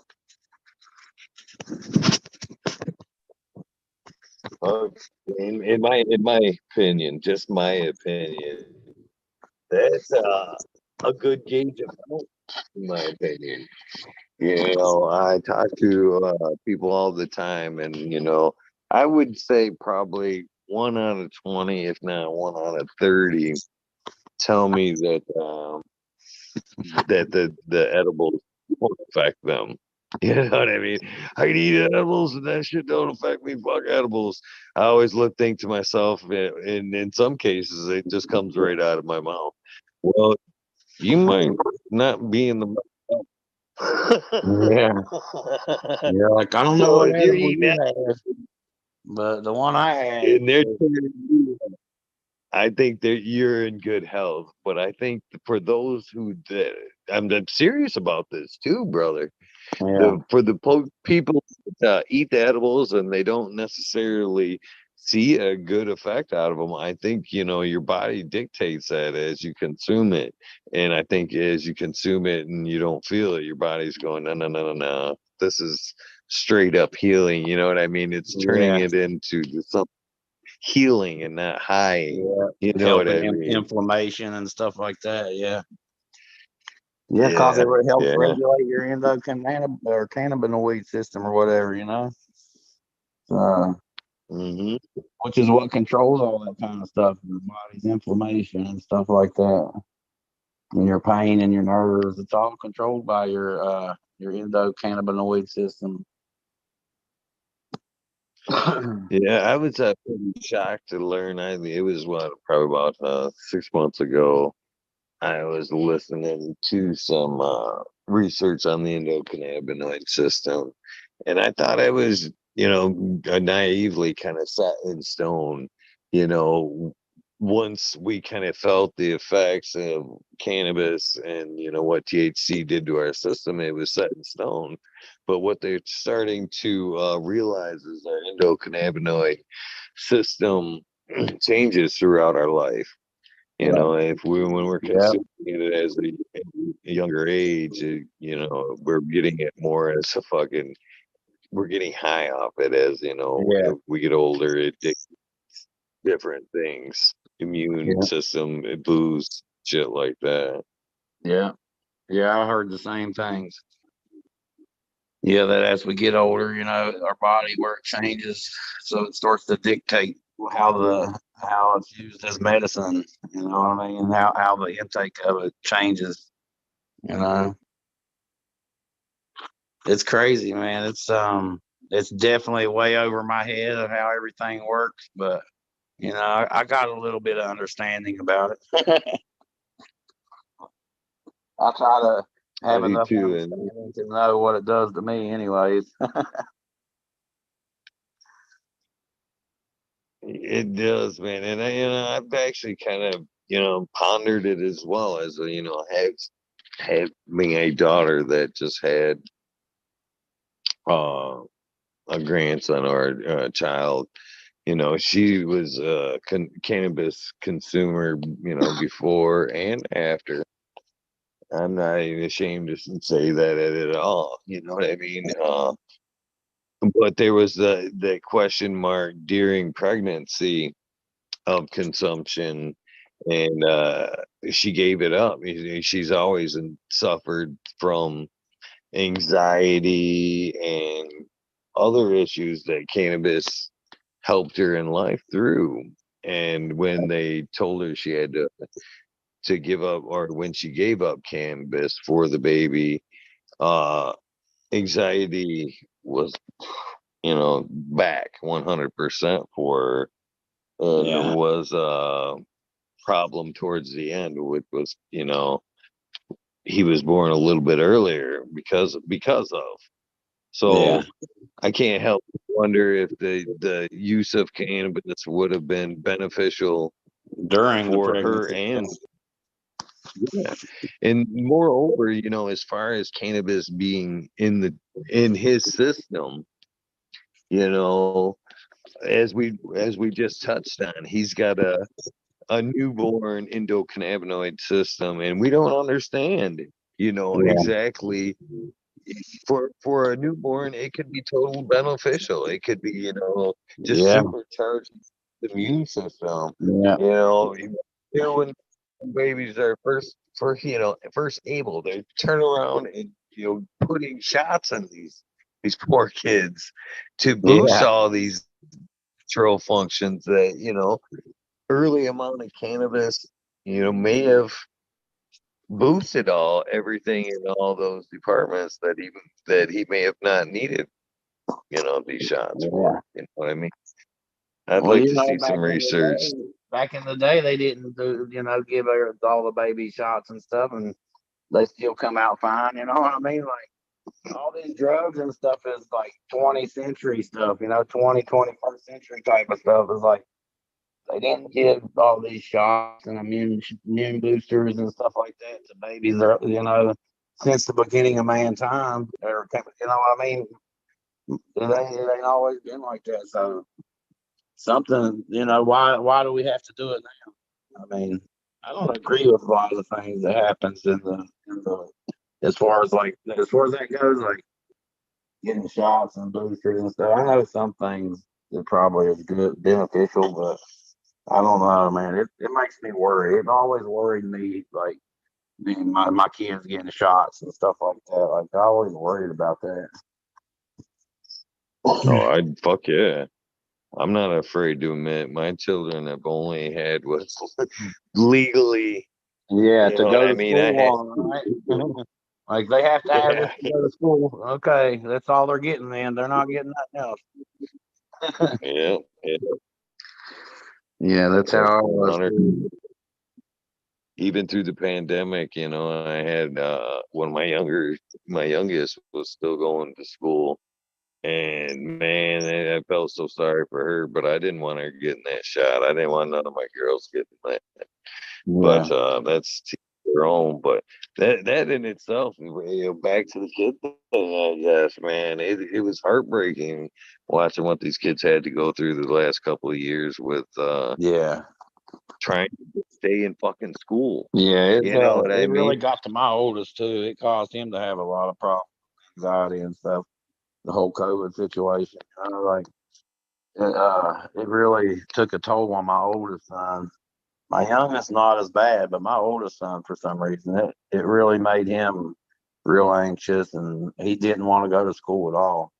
Like it messed with him. Yeah, really bad. Oh, fuck, you going that age, you know, social interactives, awkward as it is, much less thinking you're gonna fucking catch something from them. Yeah, You know what I right. mean? Yeah, And then at least at my daughter's school, yeah, I fucking it really pissed me off that it was guilty by association almost. You know what I mean? If you happen to yeah, be in the room with another student that got sick, well, now you have to take 10 days off of your education too. You know what I yeah. mean? It was, oh, yeah, it was really disheartening, that whole, what they had to go through, you know. Oh yeah, Shout it out. messed the school. It messed the whole learning thing up for kids that whole year. I think at least that whole year. Oh, yeah. I was grateful, very, very, very, very, very grateful that my daughter was able to graduate with somewhat of a normal commencement ceremony, because if it would have happened 2 years earlier, it was this super fucking weird like her school had like this, you know, circular drop off where a lot of schools have that, you know, circle area where you can pull up, drop your kids off. Yep. It was that what You just they had to stay had. in your car and drive around and grab your diploma. Yeah, that was it. They had, you know, Yeah. basically like yard signs of all the graduating students and their achievements, and then you just drove around and, you know, looked at them all and got the diploma at the end. I thought, how shitty is that? Yeah. You know, that's Yeah, yeah. that would have been terrible for the graduating class. I'm glad my kids didn't graduate during that too. Especially if it's one of the kids that really was looking forward to the whole graduating ceremony and all that. Like I didn't really care about it when I was a kid. Like I think when they did the graduation ceremony, I was in Myrtle Beach at the time. I was like, I done left and went to the beach. I didn't even walk and get my diploma. I was like, y'all can mail it to me. I got plans. You Uh, Yeah, I don't know. There was some good things that came out with all though. I mean, just a few, you know, like cannabis in general kind of got a little vindication. There we go. yeah, yeah, Out of it all. yeah. It's a necessity. That's cool. Yeah. Yeah, that was pretty cool hearing that the states that are legal that they let them keep the cannabis stuff going as a necessity or whatever they called it. Yeah, Yeah. that was cool. Like, damn, too bad it ain't legal everywhere though. I don't know, maybe one day. Slowly. You know, it does that. You know, that shit really blows my mind that, you know, here in the same country that you can literally sometimes minutes, in some cases hours, just get in your car and just be like, Oh okay, yeah, cool, literally, cool, I could. cool. Yeah, I could And five literally go minutes drive too a far. couple hours and be in a state where I could do whatever I want. Literally. Yeah. It's just crazy. Like I could drive a couple hours up the road and nobody there has a care in the world about it. But then I come back down here and it's like, oh, better watch your back. Literally, if I were there, I think I would be on the Capitol going, what do we need? Yeah, are we waiting on a telegram? You need me to go get you guys some books? Yeah, You want to right. see some video? Oh, what's the lack in education here? Yeah. It's doing good things. We need to get on the bus. Yeah, you would think that all the states would be trying to get on board because all the money that's in it. You know what I mean? Like, it's crazy. Like, all these states that are legal are making so much money off of it. It ain't funny. I don't know. It's weird. It's definitely weird that some states don't want to do it yet. I just wish that the medical aspect would get the respect that it deserves before the recreational blows through. I think a lot of effort on the medical side will be lost if recreational cannabis, beats it to the punch. Yeah. Yeah, I don't That's know when I how. think that I kind of Marlboro worry and about it too, because like if they just open up rec all the way around everywhere, and then like, oh yeah, look at all these bad things that are happening because we opened up rec. You know, they'll try to make it seem bad or something. I don't know. I worry about that too. I don't know. We'll see. Whatever happens, like, I mean, if you're true, you know, you're true to it. If it's something in your life that you're going to do anyways, then no matter what, it don't matter. You're going to do what you got to do to get by. You know, legal, not legal, whatever. Sometimes you just gotta bite the bullet and do what's best for you, whether the government agrees with it or not.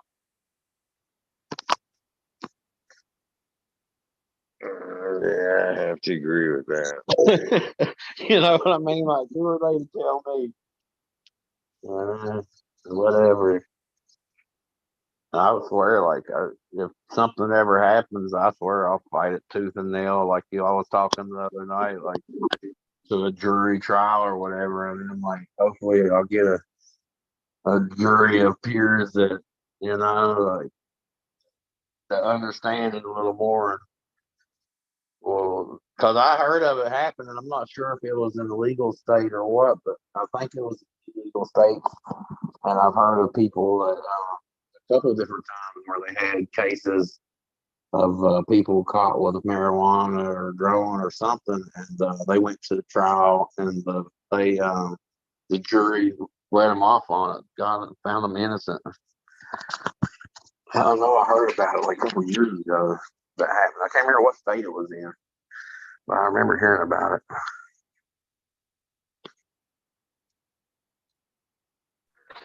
it. Yeah, it'd be especially in some of these medical states, it would hard to be. I feel pretty good now amongst my peers as far as cannabis goes. Uh, uh, I mean, there's a lot of people. if it's just you using it for yourself, like for a reason that's a medical purpose, like how can they really tell you that you can't do it? That's what gets me, like I was saying, that's a human rights violation. It's like you're going to tell me that I got to suffer because you don't want people to do this. Like, it's an herb. It comes from the herb. Like, this is what makes me better. This is what I need. So just let me be. They need to stay out of people's business when it comes to stuff like that. If you want to be on pills, you want to go that route, do the pharmaceuticals, yeah, fine. You go do you, but not everybody wants to be hooked on pharmaceuticals all their life. Some people would rather be, more to doing herbs and being holistic and natural with their healing their bodies. Why can't they just let people do that? That's what gets me. Well, the sad part about that is because of legality, that's what they've been programmed to believe. You know what I mean? That there's no power in herbs or cannabis or whatever. You know, it's illegal here, buddy. Go to your Yeah, doctor and take your pills. You yeah, know, that's the way to get better. yeah. Meanwhile, it's like, yeah, take this pill, but then if you have these side effects, we'll give you this pill for the side effects. You know, like, oh, and then you've got side effects from that. We'll give you another pill. Like my sister-in-law, like she's always had problems. She's bipolar and she suffered from like depression and stuff like that. Man, I'm telling you, she takes like 16 different prescriptions every day. 16 different prescriptions. And I was like, you need to just, start smoking some weed. And I bet you could get rid of 90% of the prescriptions. And she's like, yeah, I probably would. But, she won't do it because it's illegal. Uh, That was the realization for me as far as cannabis cultivation and us. As I kind of hinted to a little bit earlier, as I dove deeper into the soil, I realized that a lot of the microbes and the shit that were making shit happen in the soil, and intelligently, I want to might add to that, are happening in your gut. The same yeah, microbes are in the soil, or the microbes in the soil are in your yeah, gut. So there was a lot. That was kind of a powerful moment in itself. And then as you dive deeper into, like, say, the nutrients that the plants uptake and all that good stuff, nutrients, minerals, you go, wow, yeah. wow, those It's are the all the same same stuff. nutrients. It's all the same stuff that we need. You know what I mean? Exactly, exactly. Now, Yeah. then the revelation for me was, why doesn't my doctor look at me like the way I look at my plant? You know what I mean? Wow, that Yeah. thing's deficient fucking nitrogen and needs this and that. Right. When they I'm do not blood trying to tests, and stuff, that's what they should be looking for, like your nutrient deficiencies and stuff. Yeah. be the first visit. That should be the Right. first visit. Yep.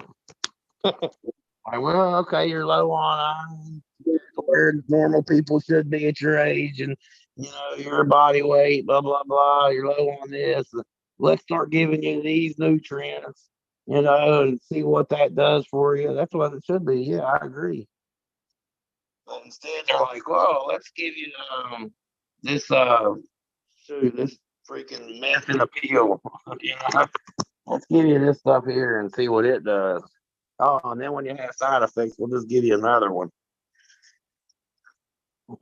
It's crazy. Yeah, it's super sad. That's the way it should be right there. Yeah. But instead, they want us chasing their tails and making more money off us, or for these prescriptions. You know Well, what I mean? That's they want us to be unhealthy is the thing because they don't want us to take, they don't want us to live real long because then they got to give us that social security and stuff. When we retire, they want the working force to just work and die. That's what they want. You know what I'm saying? Like work until you can't work and then die, and we just bring in the new recruits, the younger people. You know what I'm saying? Like that's what they want. That's why it's more poor people that take all these prescriptions than it is the wealthier people. If you notice, like the wealthier people are the ones that eat better. They are replacing these nutrients in their bodies. You know what I'm saying? Like the more wealth that you have as far as money, the easier it is for you to live a healthier life. You know what I'm saying? Like when you're poor, I can afford to get McDonald's. You know what I mean? Like they want you to be unhealthy. That's exactly what they want. They don't want us to work until we're 100, and then they have to give us Social Security for 40 years. You know what I'm saying? Even though that ain't nothing, the little $1,200 a month or whatever that they give you, it ain't even enough to live on. So yeah, I don't know. That's how I see it. I don't know. We get into a whole rant on that. spend your whole money working for the wealth, and then you spend the second half of your money giving or your life giving your wealth for health. Yeah. Yeah, I mean, it seems like we should be chasing health, not wealth from the get. Yeah. That's true. You should be chasing the health from the get go. Yeah, Unfortunately, they make it expensive to live in this world. yeah, it is definitely. Yeah, it was. It makes me question everything. It does, that aspect of it all. It's that couldn't have been part of the grand scheme of things. You know what I mean? Right? It's, I mean, we got way off path. Yeah. As a human race, yeah, we're way off path, I believe. Yeah. Yeah, we've let greed and power become what controls us.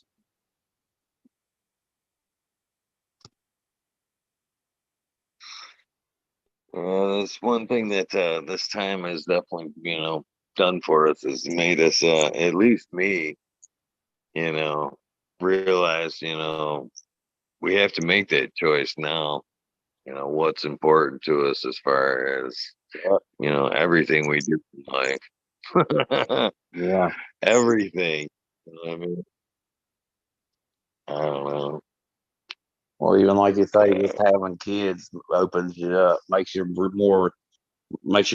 more, the value behind what you're doing with your life.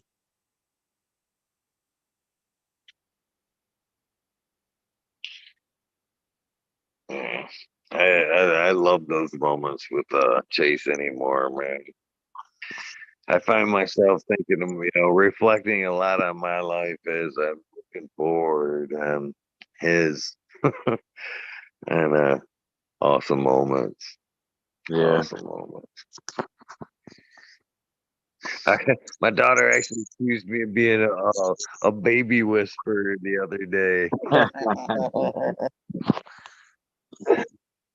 Well, see, that's Loved what it. grandparents are for, is spoiling the kids and then giving them back, right? She You got says, "Good make with the you." kids happy and then So, give them back to the parents.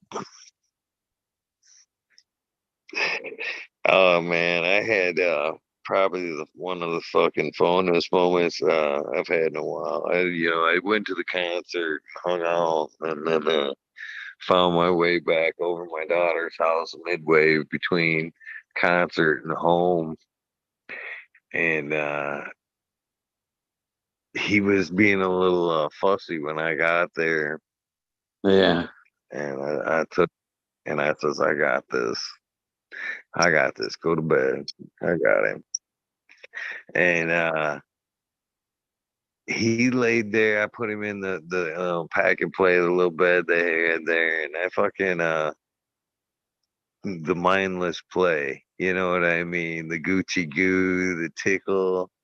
You know what I mean? For Yeah. about fucking 2 hours. It's probably some of the most fun I've had. And you're like, damn it, I can't believe I spent this long doing this with this baby and I had fun doing it. Yeah, I think I had more fun than he did. Yeah. Yeah. The joys of life. What's funny is too about what I just said about that is it was twofold because I had my youngest with me there too. I took her down so she could give her just a little helping hand because she'd been a little burning the candle at both ends like most new mothers do, Yeah. and sleep and stuff. Yeah. And so Koo was there with me and trying to get some sleep as I'm sitting there playing with Chase. I could hear her under her breath going, "Well, he just shut the fuck up." You know? And I told her, you know, I used to love these moments with you. So Right. you said what you want, but I did the same thing with you. So I enjoyed these moments with you, and I could see a little bit of that angst, wear off her face. But yeah, about an hour into it, I could definitely see her go, "Will you shut the fuck up?" It's like, all right, enough is enough. Yeah, how many squirrel kisses can that little guy have and shit? Because I was playing with this like little stuffed squirrel, and he got another kiss. Yeah, she was. Yeah, That's how you wear them good out, though, and time. get them to go to sleep good. Play with them. Uh, yeah, definitely gives me a lot of fucking feeds my soul every time I think about more time playing with him as he gets older. Yeah. Oh, there's still plenty to come, too. Getting to watch them grow up, Oh hang out with yeah, you. you would see. It's a little it's the opposite a little bit too, because I had the three girls and now I've got the grandson. Yeah. You know what I mean? Yeah. Now you get to enjoy So, the boy stuff. yeah, And it's yeah. even better because once you get them riled up, you can send them back home. You know what I mean? They'll be going back home and talking about, yeah, Yeah. Grandpa gave me cake and candy and all this stuff, and all this sugary stuff. So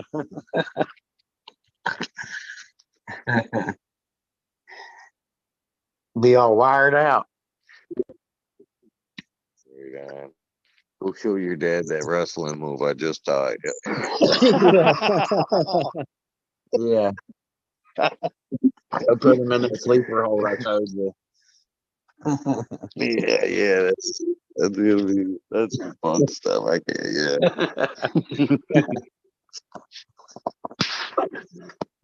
Squeeze them real tight and don't let go when you do it.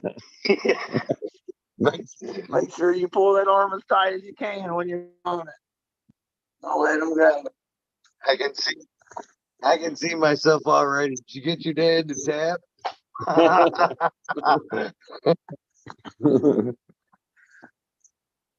Oh, no. They're going to ban them from you. They're going to be like, you can't be around them as much as you want to be because you're teaching them bad things, Grandpa. Like, hell no. He's going to be your little buddy. I'm sure he will. That's how my youngest was with my dad, man. He is like always with my dad all the time. Anytime my dad done anything, like he would be with my dad 24/7. Like my dad would go out to cut firewood or something. He'd be out there trying to pick up an axe. You know what I mean? Like, no, no, no, no, no. Like, he'd be trying to do whatever he could. He'd be out there wanting to help my dad do everything. It was crazy. That was his little buddy for sure. Yeah.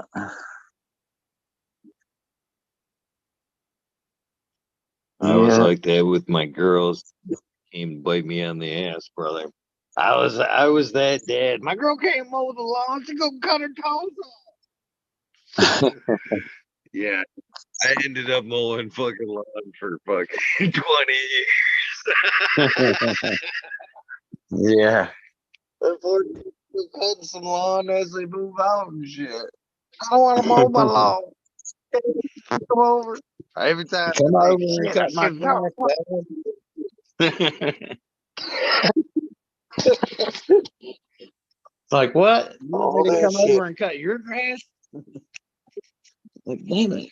I should have let you start mowing grass when you was a teenager. Yeah, That's it's definitely still something been. I'm gonna put in mind. Like my youngest is the outside and my oldest is the inside guy. He's my youngest goes out and cuts the grass and stuff, and my oldest he stays in and does like the dishes and cleaning around the house. So I make him work. My oldest, he always was like, he would always mess up with the mowing, I think on purpose, and be all like, mess up the lines and have it all crooked and stuff. And I think he always done it on purpose. So I like started making him do dishes and stuff inside. Like, all right, you don't want to do that right, then you can come inside here and do this. Yeah, I always make them work for stuff though, because they always want something. And, when you're a kid, especially when you're a teenager, you always need money for something. So I'm gonna get them to work for it.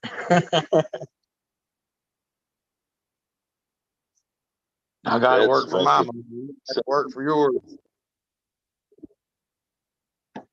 best advice you can give a fucking new parent right there.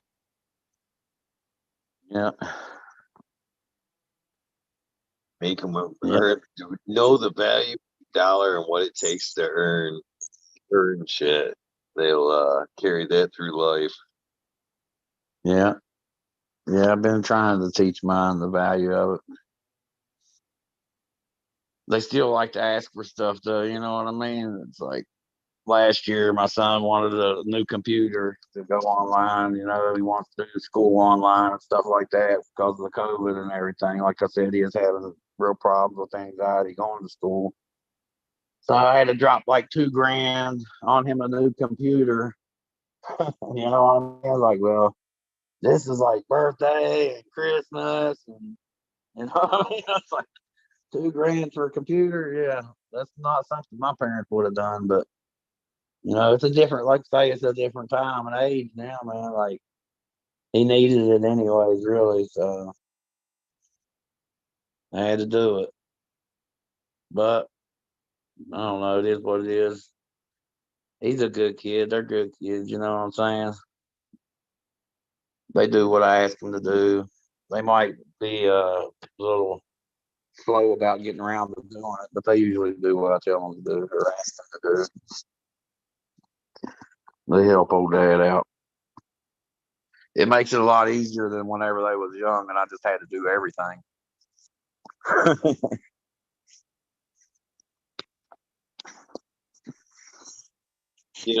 I think as I'm sitting here listening to your story, I think I understand why I'm so appreciative of what everything you're telling me is because I actually came from same situation. My dad raised me and my brother from a very early on age by Yeah, himself, so I guess I can understand and respect what it takes to be a single father. yeah, As it's hard. I became, I look back and I had more respect for him as I came a father, and Yeah, wonder and awe how the fuck he did it. You know what I mean? yeah. Uh, I think all of us gain a little more respect for our parents once we have kids. It's like, dang, like I realize what they were going through now. Like you said, with me being a single parent, I mean, yeah, it makes it harder, but I don't look at it that way. I mean, it does make it harder being a single parent, I guess, but I just look at it as, like I said earlier, this is what I got to do. That's what I signed up for. uh, just do what I'm sounds supposed like to you got do. some good kids that are helping you out as well. Do they play any sports? I mean, do Yeah, they both play you get that football. to watch them play sports and stuff? Yeah, they both played football before COVID and everything. But once the COVID happened, neither of them have done anything. But my youngest, he's wanting to go back into football again this coming year, I think. I actually need to find out when they're going, because I'm sure they're probably going to start soon. I'm sure they start in the summertime, start doing the tryouts and workouts and stuff like that for the school team or whatever. But yeah, they did get into some football for a while. Watched them in the youth league football and stuff like that. My youngest, his youth team, they actually won the championship in 1 year. It was a big old deal. Everybody was all proud and stuff. It was cool. They got some big old trophies and stuff. It was pretty cool. Oh yeah, that's What really about cool. like with the girls? Like, what did they do any kind of sports or anything like that? Mm, I wish, brother. At one point, my youngest was excited about wrestling. She was gonna wrestle, Oh yeah, and yeah. And so we were running every day, and I forget where she turned out, but she never went through with the wrestling. But I had high hopes. My right. oldest daughter, uh, she was interested in the boxing for a little while, and spent a lot of time working with her as far as teaching her how to throw punches and all that good shit. And she'd spend a lot of time in the home gym, but Yeah, never hitting the really. bag and stuff. Yeah, yeah, I've never took it more seriously than that. But That again, would have I'm been grateful cool, for. though, huh? Yeah, she knows how to hold her own. At least I can say that. She Right. doesn't necessarily have to take a beating to to Yeah, learn those lessons. that's cool. Yeah. Uh, my youngest, as far as like extracurricular activities, has been my gem in that department. Very musically talented. She can sing. Likes to the theater. I'm trying to Yeah, get her Lexi. to, you know, That's your youngest, do right? Lexi. yeah, no, Courtney, Courtney. who Oh, I okay. call her. I don't know her. I know Lexi because she's been on Yeah, the show and stuff. yeah. The other one is Brittany. You see her. She occasionally. I think she watches more than participates, but occasionally you can see her flow through and glue there. Uh, she say hello, but yeah, Courtney's still on that age where she she's actually knows quite a bit about the show because her and Lexi share a room, and when this thing first took off, Lexi would be in the opposite end of the house on her laptop Yeah. watching every episode, and Courtney be trying to sleep for school when listening to yeah. So she knows a lot of us, but you guys just don't know her, I guess. Yeah. That's funny. That's cool though. Yeah, I Yeah, I always. talk about that a lot. Cannabis actually bridged that gap between me and Lex. You know, it definitely made us closer in a lot of ways. Yeah. Uh, there was a little bit of distance between me and her. She was kind of like mom, I guess, due to it leans towards my personality. And so there's always been a little bit of distance. And then she had some troubles, car accident and whatnot. And cannabis actually came into her life through that, to where she was dealing with some PTSD through Yeah. the accident, anxiety, and then we had to get her off the fucking pharmaceuticals, man. They were Exactly. terrible, Yeah. terrible. So we ended up uh, trying her on CBD. She was 18 at the time, and we felt, it was good. And thank goodness, it definitely got her off of those fucking shit that they were forcing on her. The bitch about that was, teenager nonetheless, but she has a problem taking pills. So every medication she gets is in liquid form. So they were Oh, like Prozac, Biome, and with doses of 5 mils. You've measured out in nutrients, I'm sure, at some points. 5 mils is like a splash and a cap.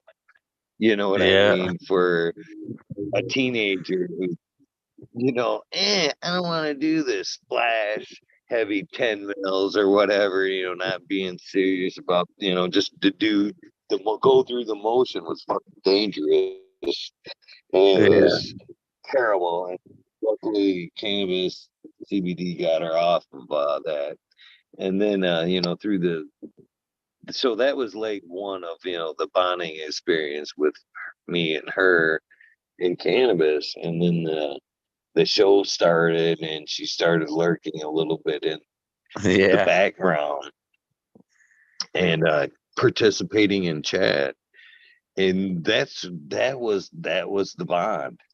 Yeah. It was That's the cool days shit that, though. prior, we would get up and like pass each other in the morning, whatever, not say much. But after the show started, uh, she was hitting me up in the morning and like updating me of chat. You know what I mean? Did you see what Yeah. that said? Oh, you know what I mean? So she couldn't wait to, approach me in the morning and, talk about what had Discuss happened what over was the going night. on. Yeah. That's cool shit. Yeah. So it brought us together, and I have cannabis to thank for that shit. You know what I mean? Yeah. Uh, I'll, I'll take them blessings wherever they come. You know No what I doubt. mean? Any bonding moment we can make with our children like that, No doubt. they're worth. Yeah, I totally agree. Yeah. Yeah, anything that can bring your relationship closer with your kids is always a good thing.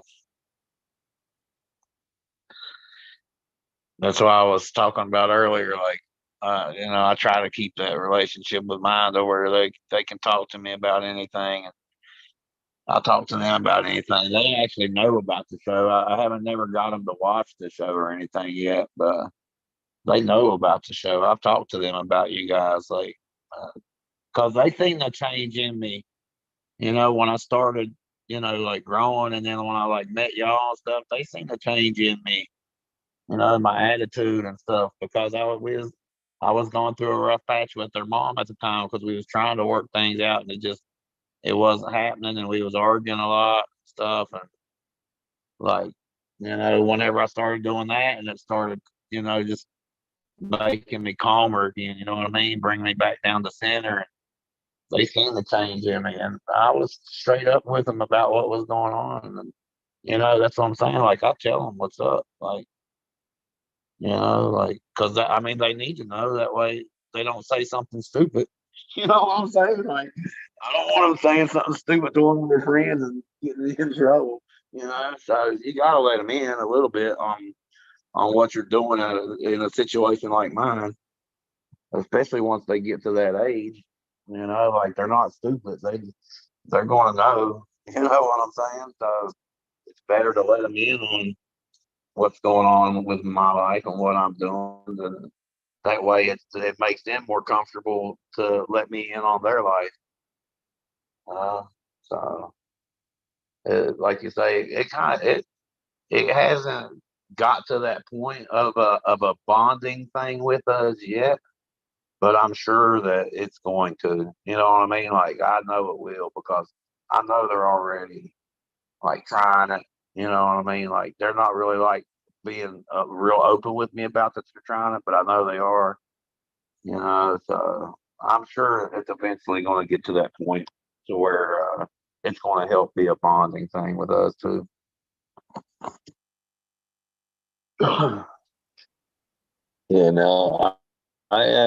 hope, in a way, in a weird way, that it does kind of work out that way, just because of what I'm about to say from my own experience, because I've already, let on, and same, I never really hit it from my kids later in life.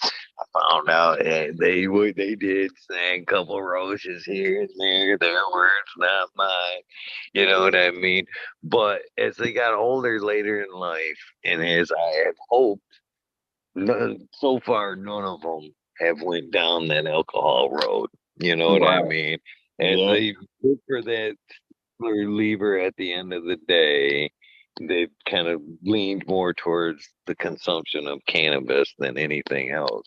Yeah. So they are with my youngest. My youngest, I can honestly say, does not consume cannabis. I mean, she is actually kind of as just turned 18 uh late last year, is thinking about trying CBD for anxiety.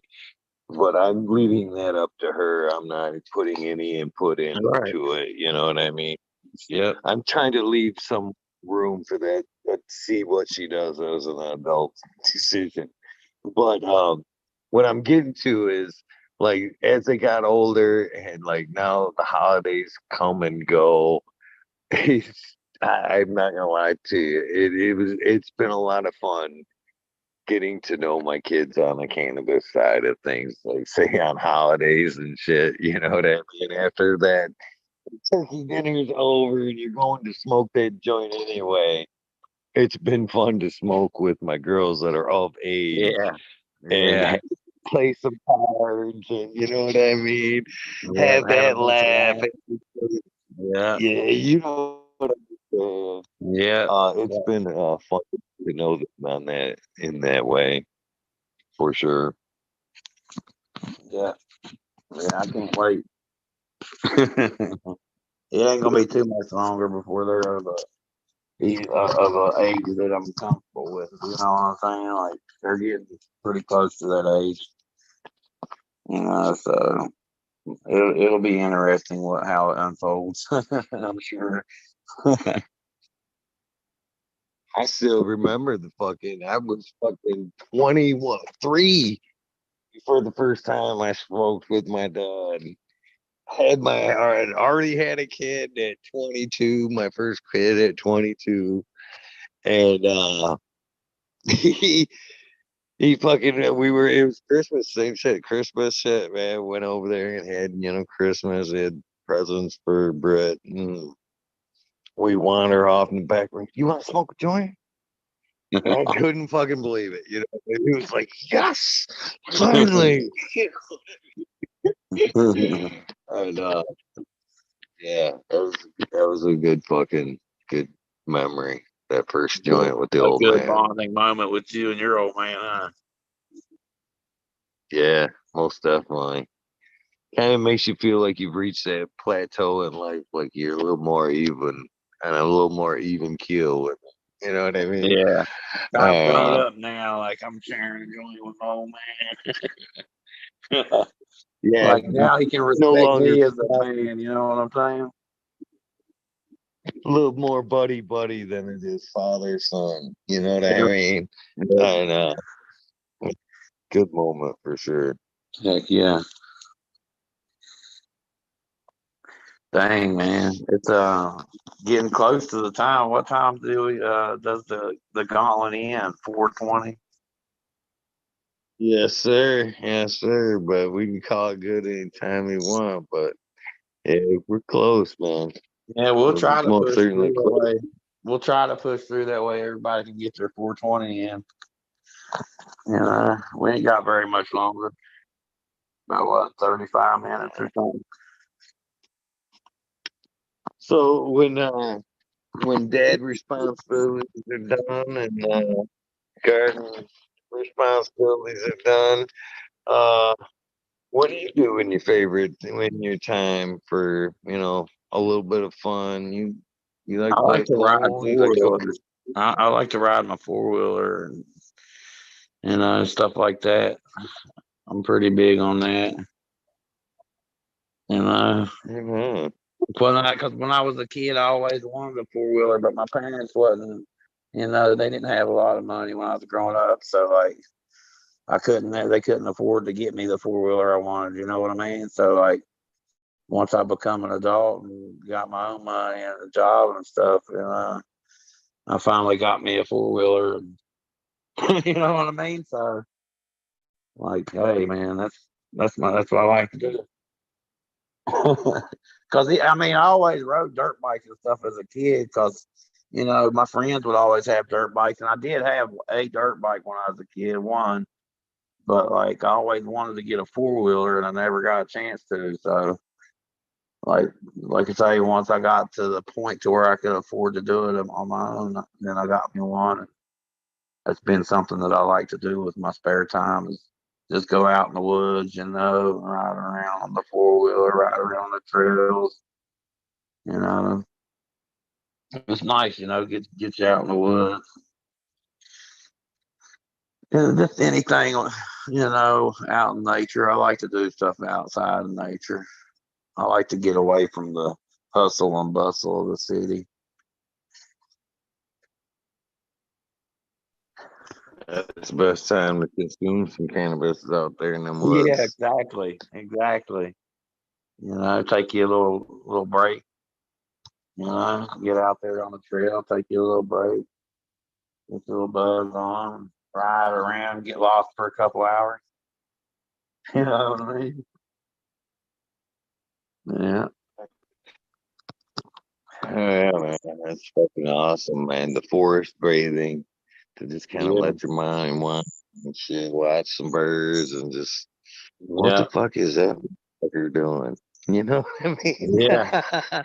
We used to do that too. Like, eat some mushrooms or drop some paper or something. You know what I mean? Like when we go out in the woods, just chill, man. Like me and my friends. That's one of the big things we like to do is if we was going to, do something like that, and something a little heavier, that's what we'd do. We'd go out in the woods somewhere and just go get lost driving around on dirt roads or riding on motorbikes or 4-wheelers or whatever. I don't know. It's just been a big part of my life is being out in the woods. Some people don't never experience that. Some people grow up in the city and like never get a chance to experience stuff like that. And it's a shame because it really brings you down, to nature, brings you down to yourself. It makes you, when you look over a mountaintop and can see for miles, and it makes you just feel like a little ant on this planet. And you're like, you know what I mean? Kind of like you were saying earlier about, how it puts things in perspective for you, how you just, everything's not as big of a deal as what you think it is. You know what I'm saying? Like, just brings you back down to earth for a little bit. That's a nice feeling too. That realization, I can't emphasize that enough. That is such an awesome feeling when you just fucking Yeah. my problems aren't as bad. Yeah. Same Yeah. shit. Things ain't as bad as what they seem. As much as I've been stressing, everybody needs that getaway every now and then. You start stressing out in life. You get that getaway. You go back in the woods or something and just get you a buzz and relax and listen to nature and listen, like you said, listen to the birds chirping and stuff and just relax, man. It's relaxing. It's calming. That's like camping out and listening to the crickets and stuff, sing you to sleep. You know what I mean? It's cool. Good, man. I was joking about that the other night. I mean, I was and I wasn't, man. As I was pretty deep in it the concert the other night. Yeah. I seriously just needed, and it helped so much, man. We sat on the backside of the hill, man. I fucking kicked off my sheet, my flip flops, and fucking just sank my feet, as deep into this fucking dirt as I could get them into the grass. And Yeah. it was fucking it was Just like a relief, relaxing. man. I could feel my Yeah. heart rate kind of go down. It match the rhythm, natural rhythm of shit. Yeah. It's Just a relax. thing.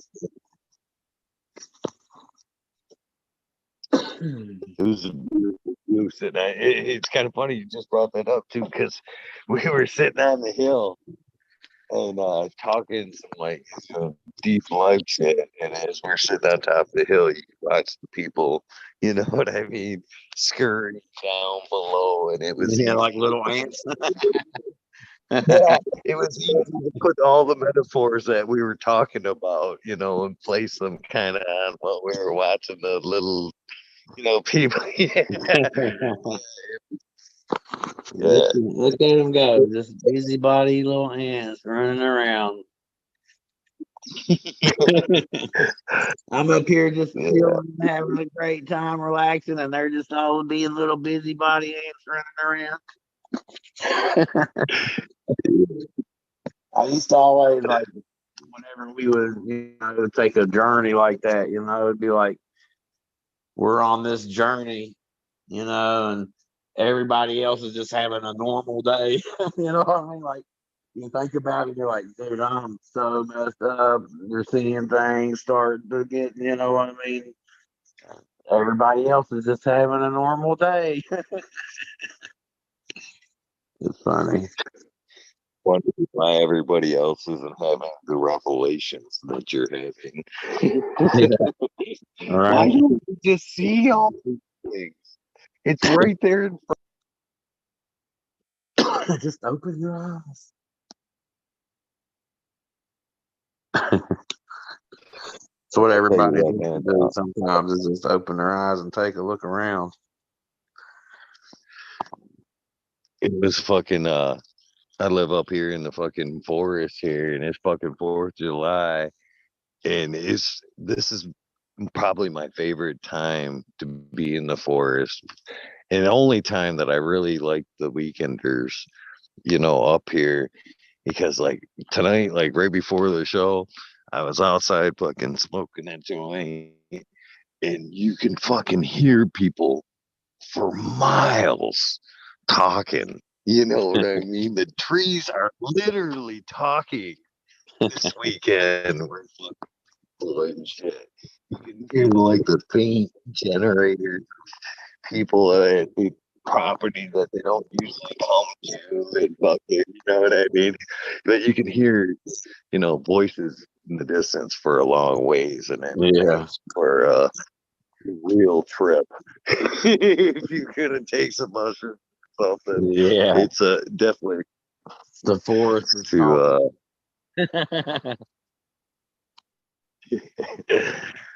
yeah, We're there's even definitely a lot of talking forest. crazy stuff up here in the forest on these holiday weekends. That's for Oh, sure. I'm sure. Especially like now, they probably got people setting off fireworks and everything. Is fireworks allowed in Michigan? Oh yeah. They're fucking completely went. I jokingly said because I used to drive thousands, you know, fucking ways for fireworks and bring them back when they were legal here. Love blowing shit up.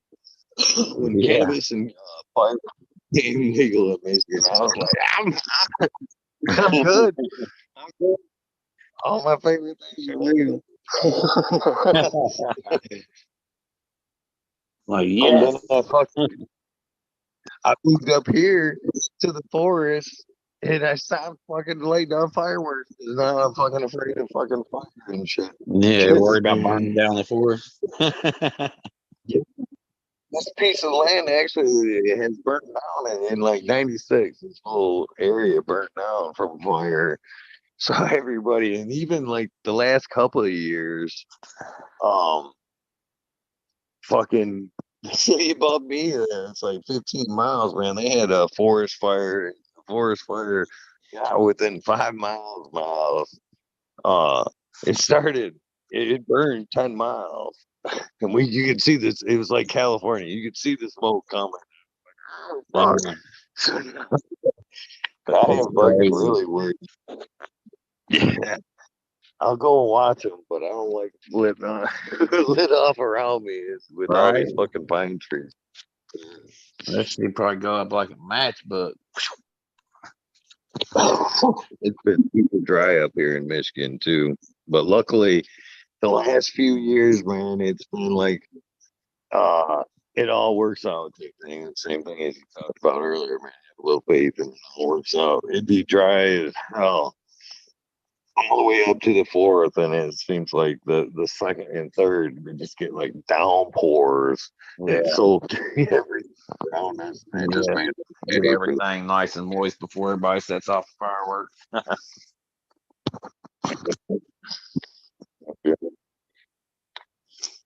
yeah, it's a good time. I think they're lighting off some fireworks on the lake tomorrow.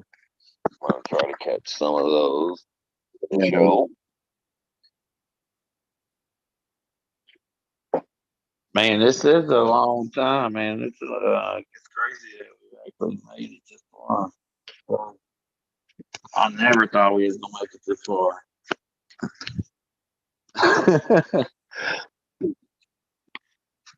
Yeah, That's it, cool. it wasn't pretty easily too. We made it through fairly quickly. Yeah, I think. yeah. It's been a pretty good night. I I haven't can't been able wait to to really look at because I don't know how to do them both at once or anything. So I don't really know who's been here, but I appreciate everybody that's watched. I hope they had a good they've night. all been. All the regulars, huh? Yes, sir. Yes, sir. They've had a lot of fun tonight for sure. I think there's 53 watching still currently hanging out in chat. So, Heck yeah.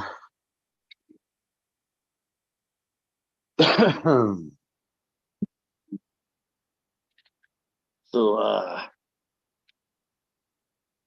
do you have any plans for the fourth? Did I ask you that? If you had plans to do something for the fourth?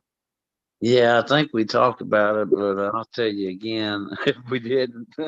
Because I was saying how we've been sick and stuff. So, but Yeah. hopefully we'll be able to get to go watch some fireworks or something on the fourth, and then maybe like sometime next week. I'm hoping to maybe be able to get to amusement park or something like that. Take them somewhere where there's some roller coasters or something.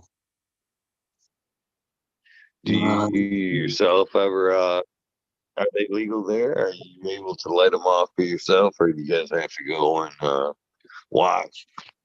No, we can let them off. Yeah, we can let them off here. Yeah. Yeah, we can. I usually get a bunch, and like then where I was living, uh, they was like the town come by, like the cops in town come by and was like, "Oh no, we don't want people letting them off in town anymore," or something like you can let them off still on the outskirts of town. Like the city police was trying to cause trouble about it or something, so I just didn't buy none. But I'm in a different place now anyway, so it might be different up here, but they're definitely legal in the state and they sell them. So it was just where the city I was in. You know what I'm saying? They was being kind of pricks about it. It's funny that even though I guess it goes for just about anything. I guess even with cannabis, Yeah, uh, yeah, the like you legality might of be the legal in the fireworks. state, but that don't mean your city's legal. And that too. But I was kind of more referring to what you can buy. You know what I mean? We can still buy some like good fireworks here in Michigan, Yeah, 2, 3 inch orders and shit like that. But there's still people out there that kind of appeal to myself. You know what I mean? Psst, come here. I got the 6 inch mortars. yeah, yeah. I've got the These big ones aren't. boys over here. Yeah. Yeah, I still find myself getting sucked into the shadier side of fireworks, yeah. I guess. That's what's good though, is the big mortars. You know what I mean? Like them big ones, man. The bigger, the better. But I also like Man, I I see. like shooting off the rocket ones that are like pew, pew, pew, pew, because they go so fast. You know, like the boxes, and it'll be like a 50 shot or 100 shot box or something. The missiles. I like to do those while you're doing big ones. You know what I'm saying? Kind of like, Oh I yeah. mean, it's pretty cool.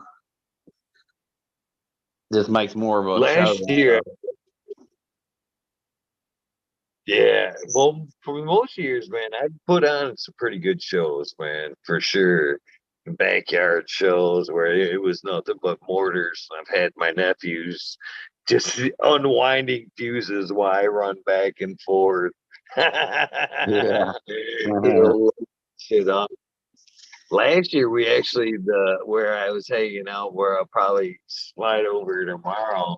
It was a pretty good team effort. Probably the best effort that I've seen in a while where we were actually wiring and got the cannon fuse out and was fucking taping fuses together. So you know what I mean? It was more of Yeah. a planned event where we were like we had put together sheets of plywood, we were fucking screwing down mortars, Hell yeah. fucking shit like that. Yeah. But yeah, I was able to get my hands on some 6 inchers over there and light off.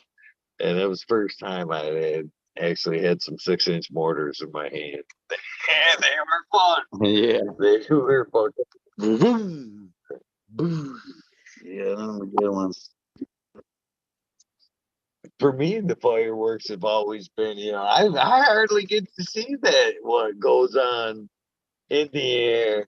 My enjoyment's Lighting them off. lighting the fuse, Lighting and lighting the running. fuse, and running like fucking crazy.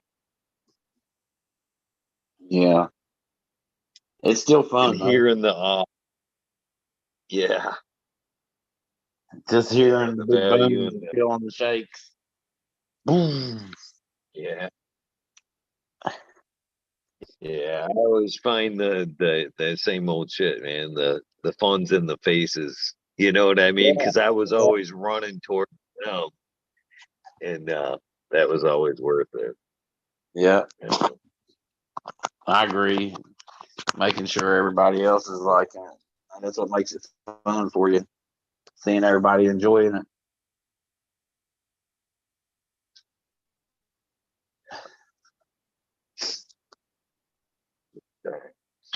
Do any fishing?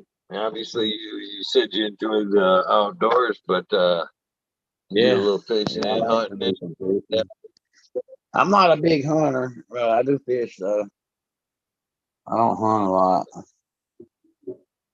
I used to hunt more than I do now, but I've thought about getting back into it. But I don't know. I've never been big on hunting because I don't know if I feel bad about it.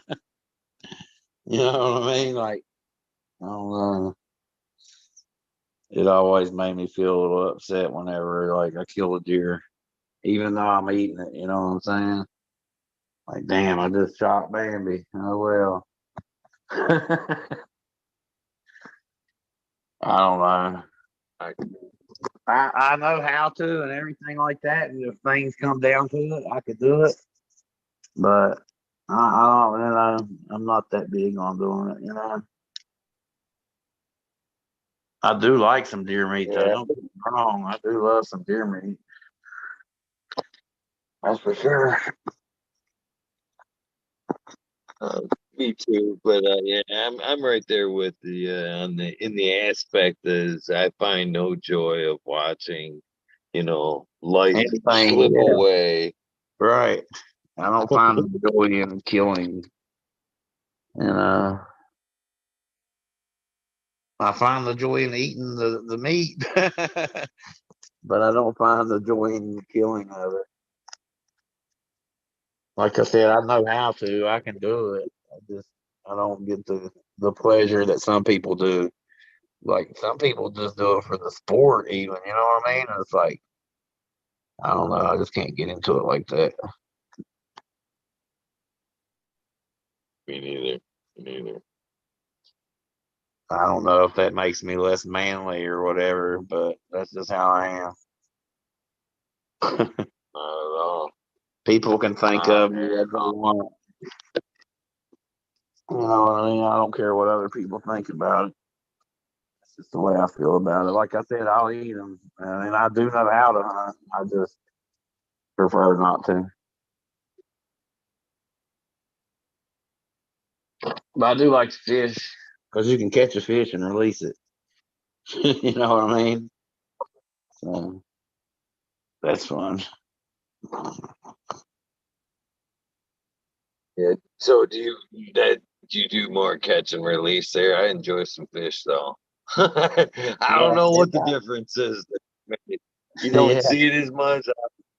They're Fish like, is yeah, good. fish ain't got feelings. Yeah, no, Yeah. I don't eat a lot of them. It's usually just catch and release. Usually, if I keep something to eat, it's just like catfish or something. I like to eat catfish, you know, but I don't really like eat bass and stuff like that. It's too hard, too much Take them bone. boys up, obviously. Yeah, Them are some great moments staring at them bobbers. A little bit of talking. Some good moments learned right there. yeah, yeah. My youngest always likes to try to outfish me. It's always a competition with us when we go, like who can catch the most and the biggest. Lots of times he does good too. Like he'll get me some days. He'll be like, "Yeah, I got you today. I done caught more, or done caught the biggest one." You know, I'll be like, "Well, good for you. At least I know you know how to feed yourself if it comes down to it." You know what I mean? Uh, I definitely know how.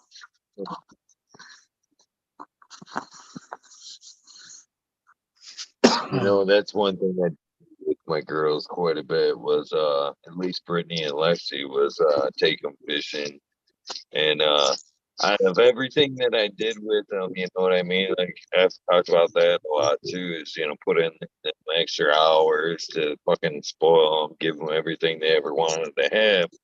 But some of the best memories, if you talk to them, were the days we went fishing.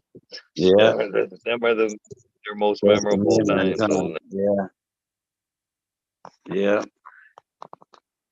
I know my sons talk about it every now and then too. About they remember whenever I first started taking them fishing and stuff, falling out there.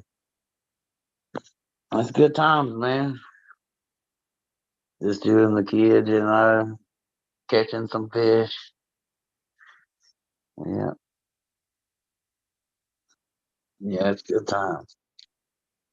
That's some good bonding times, you know.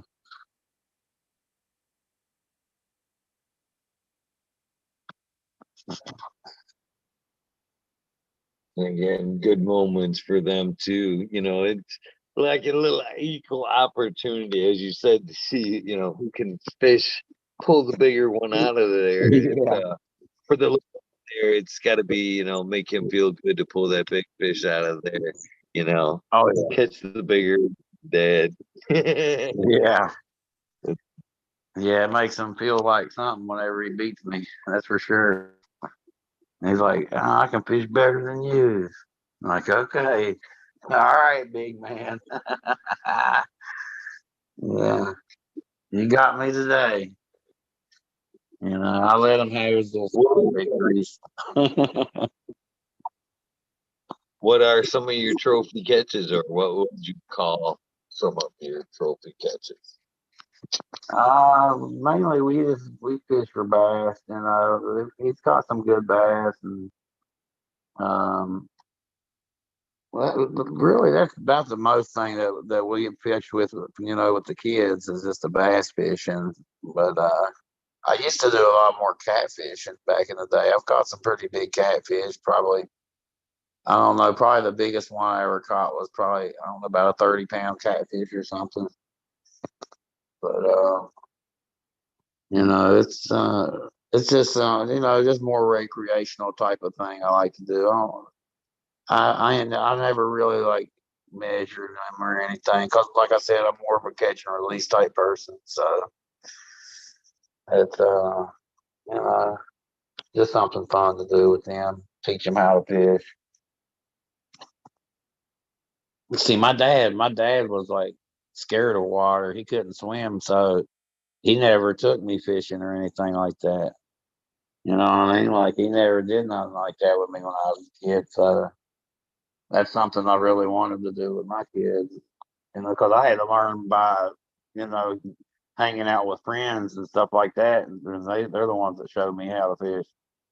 And so it's pretty cool that I've got to, teach my kids how to fish. I don't know. It's just I wish I would have had that time with my dad. You know what I'm saying? But I don't know. It's just one of those things. He didn't like being around the water. Yeah. So I don't know. It's all good though. But with him, it was more like what we did is like working on the vehicles and stuff. That was how me and my dad kind of bonded. It was like ever since I can remember, like he always would have like a truck, an old truck or something that he would be working on, and I would help him with it. I mean, I've been turning wrenches on vehicles ever since I can remember. So that was how me and my dad hung out whenever I'd hang out with my dad. Working on cars, working on trucks.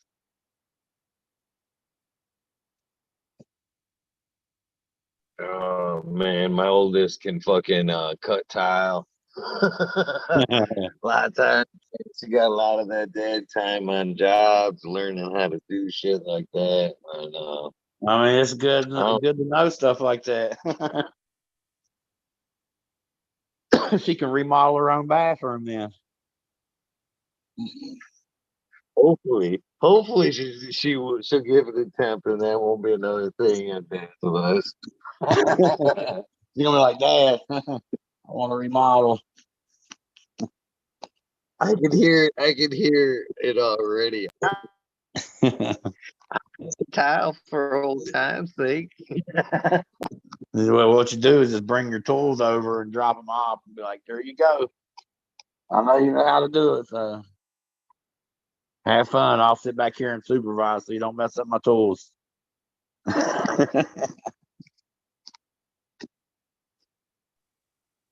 Nah, you'd be jumping in there helping her. It'll end up being her fixing you something to drink while you're in there laying tile.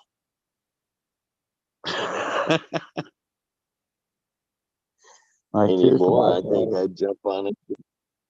Hopefully, Chase will be of the age, and I can get him running tile back and forth. Right. Yeah, I've done a little bit of cutting tile and stuff too. I've done about everything as far as automobiles and houses. Construction and auto. That's pretty much been my livelihood. I'm one of them people that's like, I'm how they put it, freaking, I can't remember the dang saying now. Jack of all trades. Huh? Yeah, jack of all trades, master of none. Yeah. Yeah. I never had the second part of it. Just jack of all trades.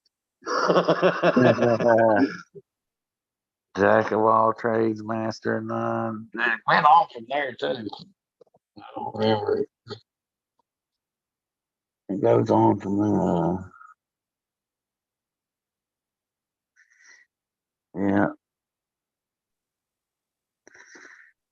I'm glad it's almost 4:20 because I'm getting tired, buddy. And I gotta give you some props for putting in that extra effort, helping get it that far. Well, I guess we got Spanish 413. I guess we should probably start going over the prelims and all that good stuff. As you probably know this already, but I'll go over it. Anywho, that Zoom link that you very much earned this evening is your Zoom link from now on.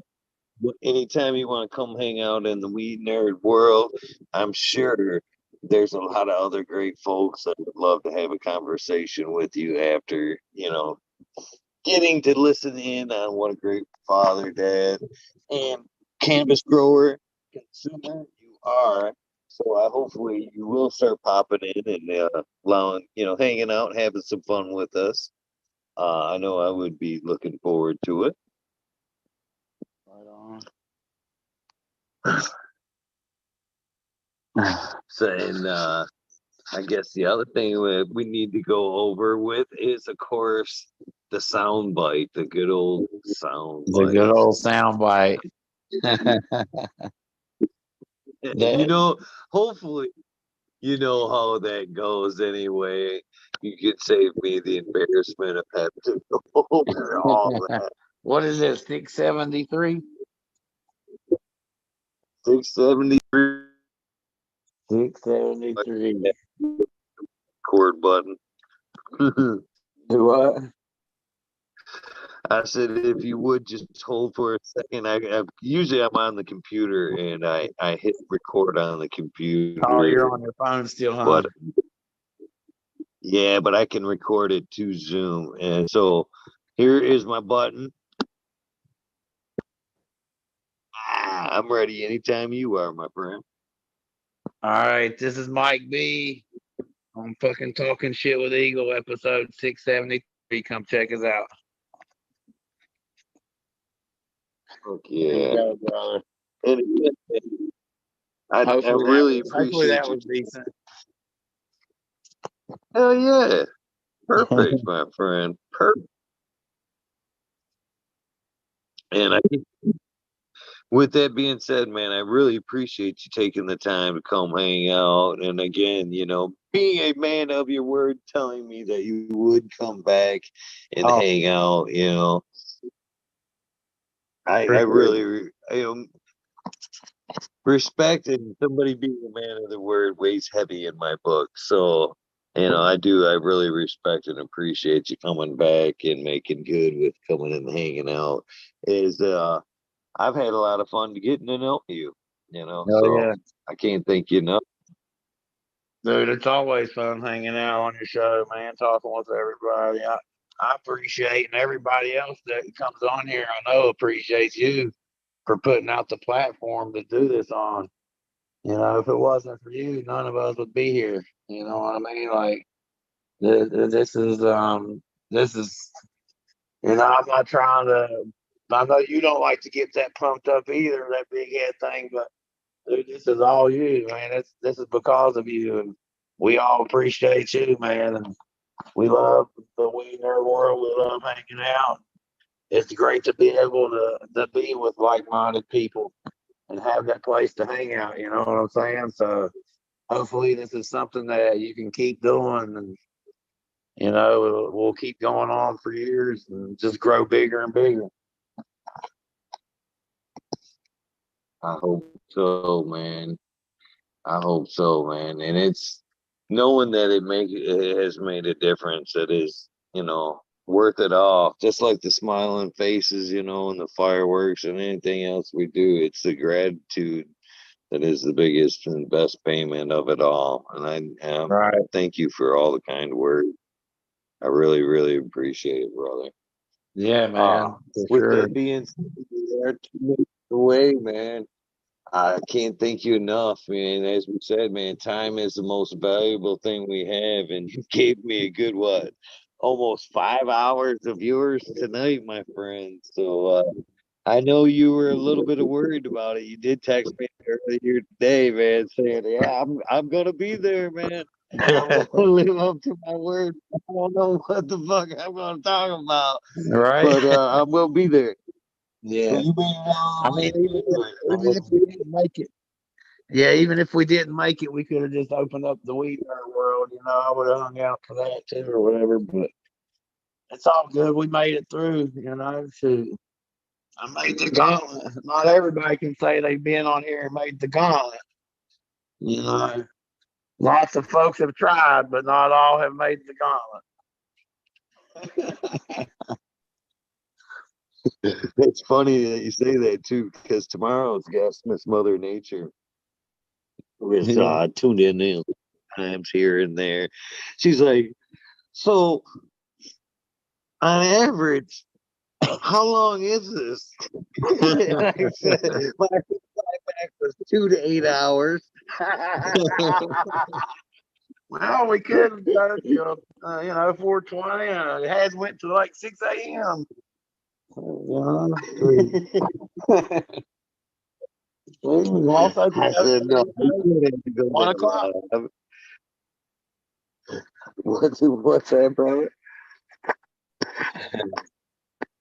Yeah, it's cool though how you leave it up to the guests like that. I mean, because some people might not have that time. Like you said, time is the most important thing we got, and it's it's cool for people to give us whatever time they can to share their story. You know what I'm saying? So I do appreciate the people, even if they didn't make the gauntlet, all the ones that came and shared their story.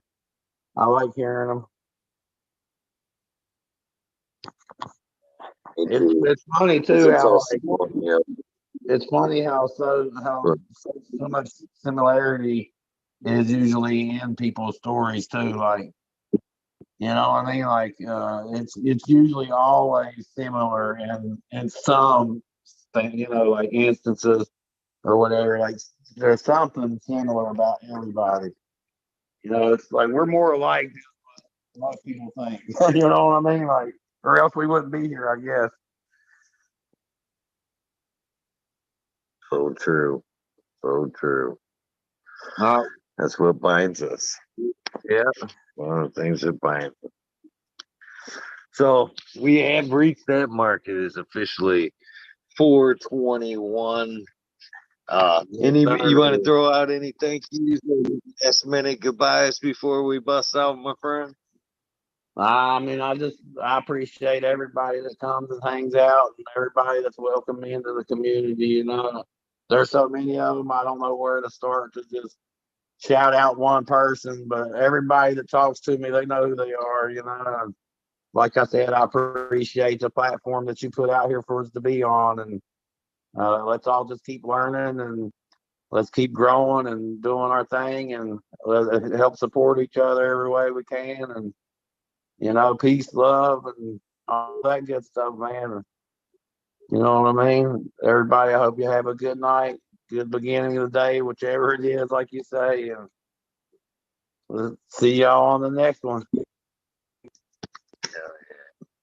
For those of you guys that aren't following this gentleman, the link is most certainly in the description. I suggest you head over to Instagram and give him a follow. If not, you're missing out. With that being said, one last thank you, my friend, for hanging out. For the rest of you guys, if this is the end of your day, your journey, please get some rest. This is the beginning of your day, your journey. Please take time for a little bit of self-love, a little bit of meditation along the lines of your day. Please take time to do something nice for somebody. Random acts of kindness do save lives.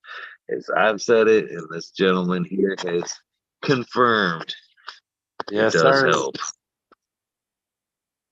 I even With tell that my being kids said, that. I even tell my kids that since I started watching you. Like, I'll drop them off to school and I'll be like, do something nice. Random acts of kindness saves lives. Like, you're the one that started getting me on that, and I say it to my kids now all the time. I'm like, random acts of kindness. You never know what that other kid's going through. So you got to spread it, man. Spread the love. that is so awesome. Thank you for that. That actually made my day, brother. It Hell really yeah. did. Oh, yeah. All right, Well, with man. that being Yeah, I'm gonna jump off here. Okay, brother. All right, peace. Peace. For the rest of you guys that are still watching, thank you guys very much for hanging out this evening. I've had a lot of fun getting to know MIk3B33. Thank you so much for hanging out, man. It was my pleasure getting to know you. For the rest of you guys, please have a safe Sunday. Enjoy the 4th, what is left of the holiday weekend if you are here in the United States. For the rest of you, it's probably just a normal day. But for those of you that are here and celebrating the 4th of July, please have some safe travels. Have an amazing day. And I will see you this evening tonight at 11:30 with Miss Mother Nature, who will be telling us her story. With that being said, I love you guys, but I am out of here. Peace.